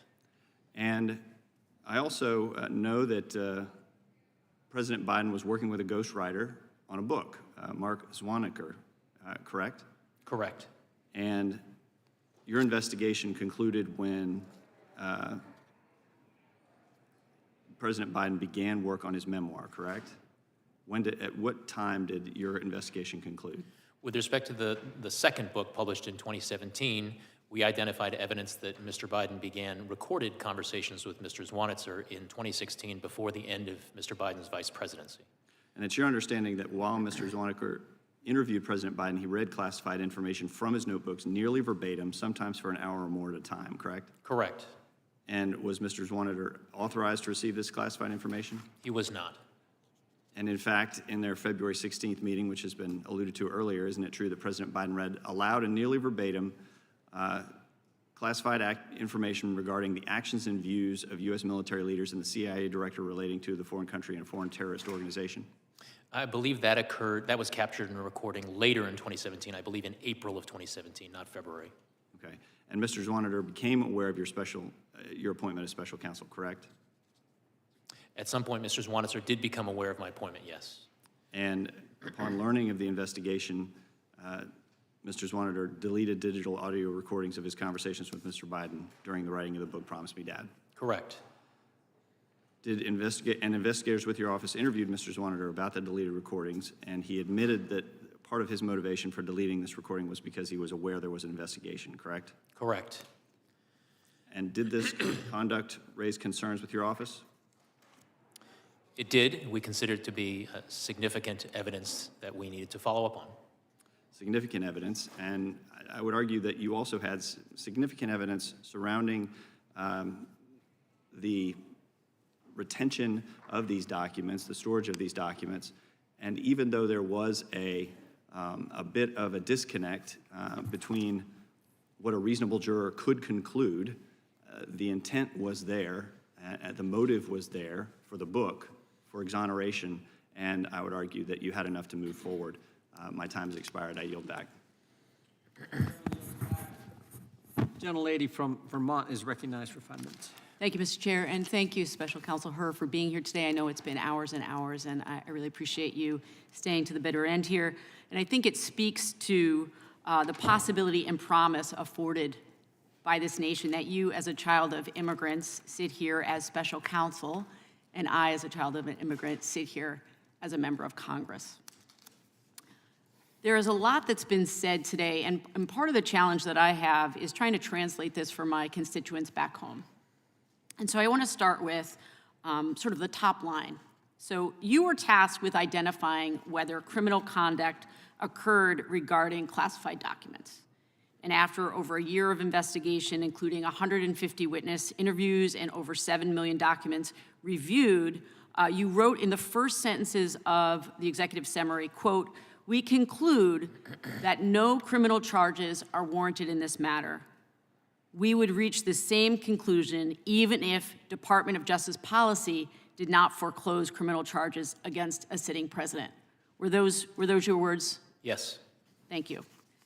So let's get into it. Mr. Herr, at any time did DOJ leadership or the Attorney General attempt to influence the outcome of your investigation? No. Do you believe it's important that the special counsel investigations or any DOJ investigation be impartial and free of influence from political actors? Yes. Do you believe you were independent and thorough in your report? Yes. Do you think it's true that you received no pressure from Attorney General Garland in this matter? That's correct.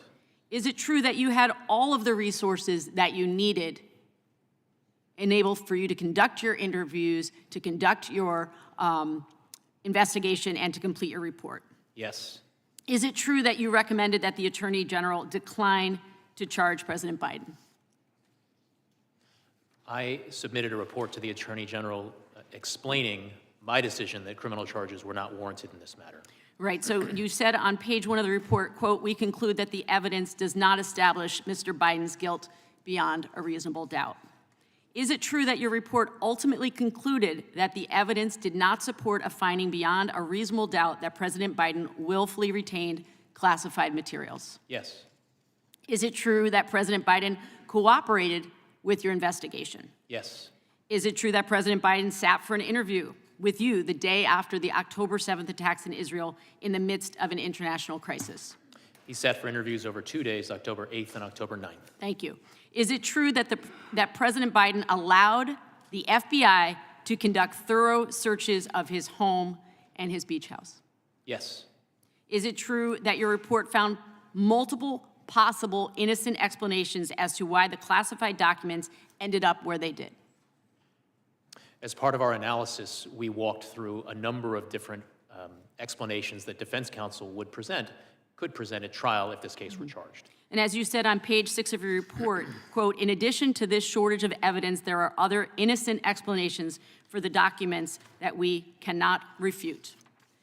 Your report reads— I see that language, yes. Thank you.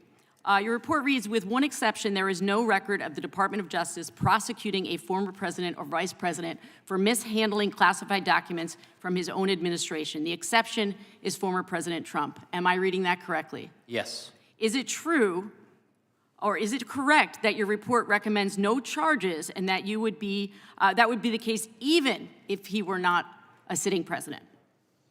Correct. So what we've had today is hour after hour after hour of trying to distract us from the clear statements that come through this report. And you yourself have said multiple times today, there was no attempt to obstruct justice by the president, by the Department of Justice, by the Attorney General, that you had all the resources that you needed to conduct a fair and thorough investigation and report, and that what you concluded was, in fact, the evidence was not sufficient to bring charges against the president for mishandling documents. I thank you for being here today. I yield back. Gentlelady yields back. The gentleman from South Carolina is recognized. Mr. Chairman, I'll yield to you such time as you may consume, sir. Oh, I appreciate the gentleman yielding. Mr. Hur, why did the White House lawyers go look in the first place? My understanding is they went to the Penn Biden Center. Why'd they go look in the first place? My I mean, look for classified, mishandling of classified, look for classified documents. Why'd they do it? What we identified through our investigation was that at a certain date, members of the president's staff went to the Penn Biden Center in order to get a better handle on what the information, what kinds of evidence and what kinds of materials were at the Penn Biden Center. Were they specifically looking for potential documents that were classified, or was it a broader initial look?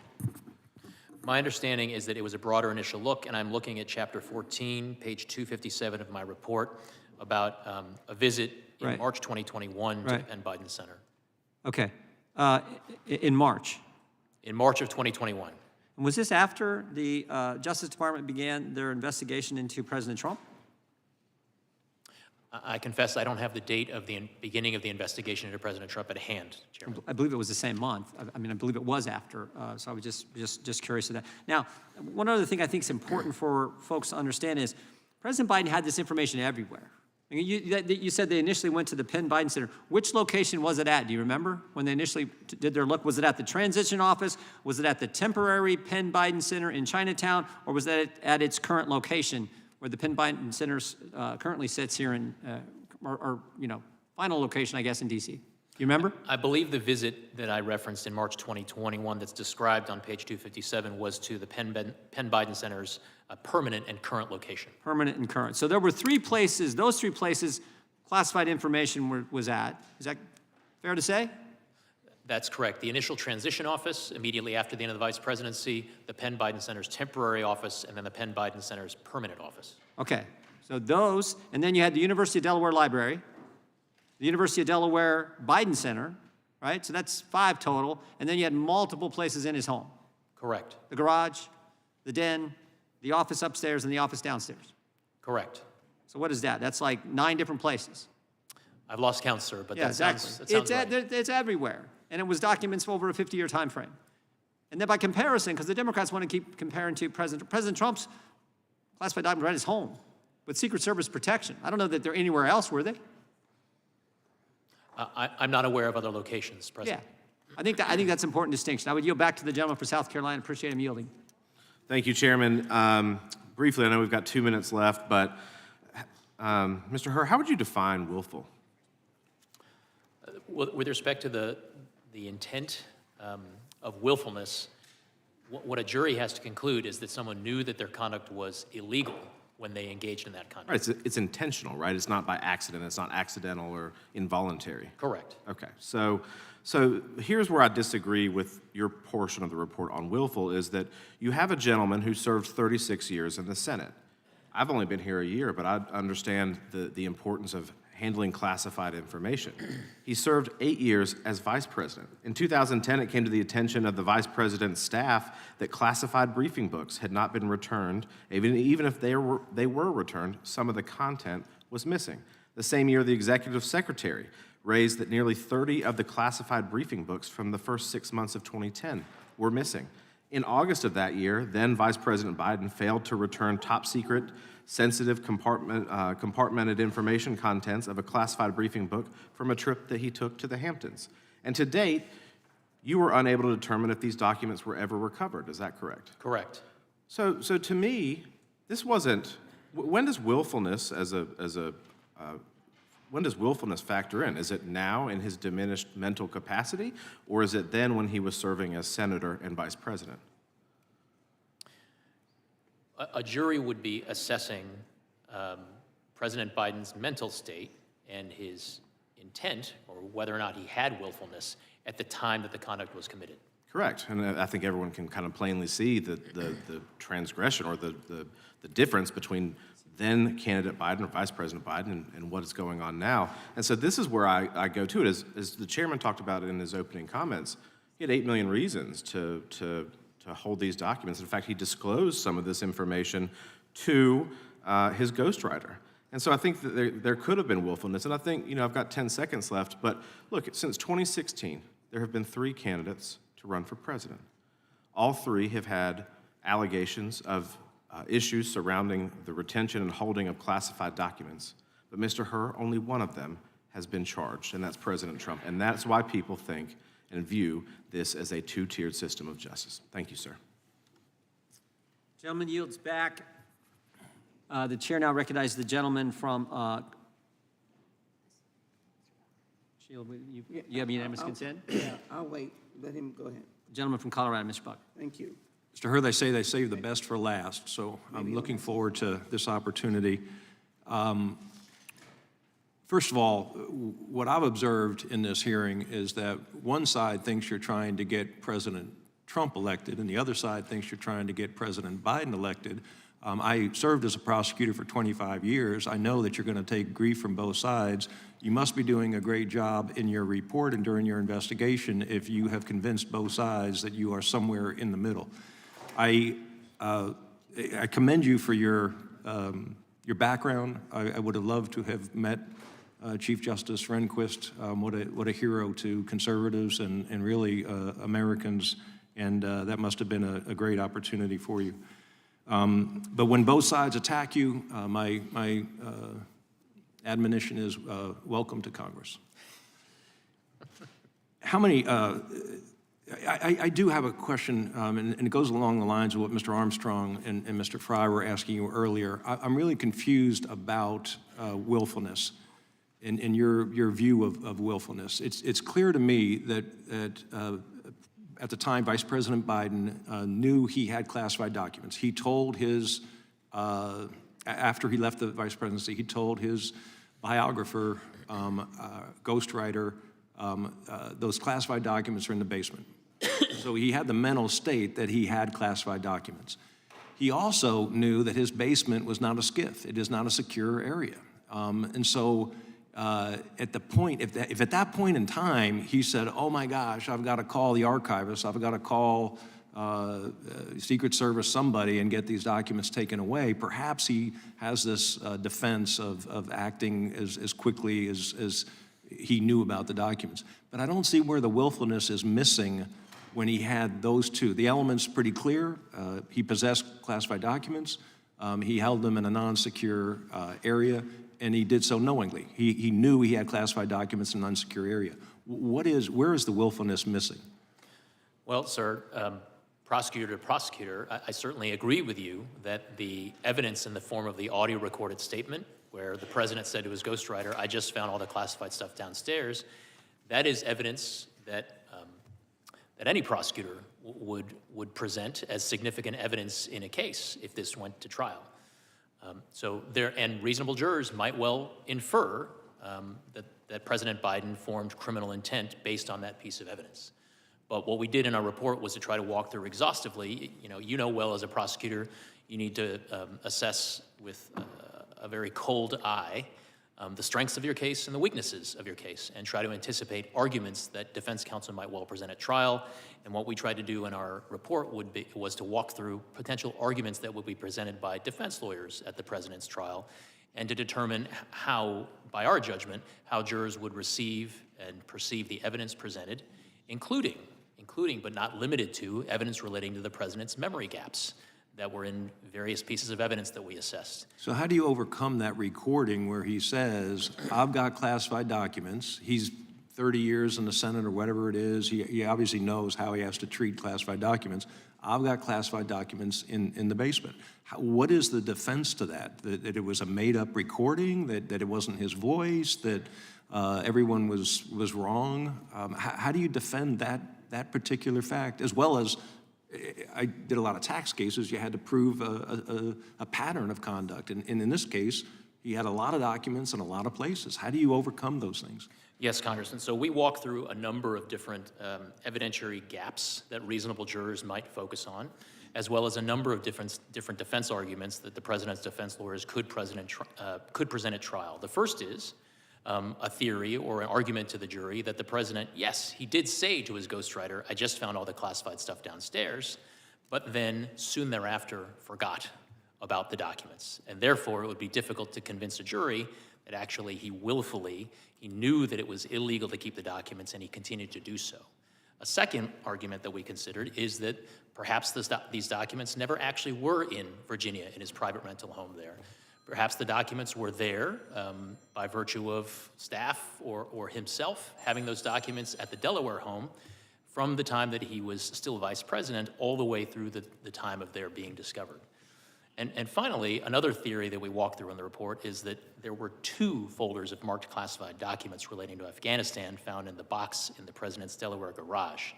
One of them contained national defense information, and the other, it would be a more difficult task to persuade a jury that it did contain national defense information. So that argument would be premised on perhaps the president was referring to the one folder that didn't contain national defense information, but was not. It would be difficult for the government to prove beyond a reasonable doubt that he possessed the one that did contain national defense information.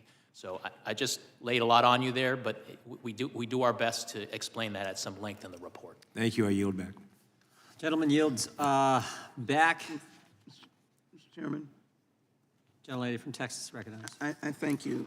There's been a lot of time being shared, Mr. Chairman. I asked your very brief indulgence. Wait. You got a unanimous consent or you asking a question? Your brief indulgence on unanimous consent dash question. No. You can do a unanimous consent request, but you don't get to get another round. Someone that comes to yield you time, but I don't think they can do that because everyone on the Democrat side has taken their time. You know that I appreciate the gentlelady from Texas, but you don't get to go 2 rounds. I'm not trying to go 2 rounds, but If you got a unanimous consent request you want in the record, state so. If not, then I am getting ready to do the unanimous consent request, hoping that someone would come through the door. I ask unanimous consent. It could only be a Republican because all the Democrats have spoken. I ask unanimous consent that we add to the record as stated from page 1 of the executive summary. We conclude that no criminal charges are warranted in this matter. We would reach the same conclusion even if the Department of Justice policy did not foreclose criminal charges against the sitting president. I ask unanimous consent that sentence be put in. And secondarily, I ask unanimous consent and a unanimous consent to add something to the record that's already in the record. God bless you. We'll do it. Thank you.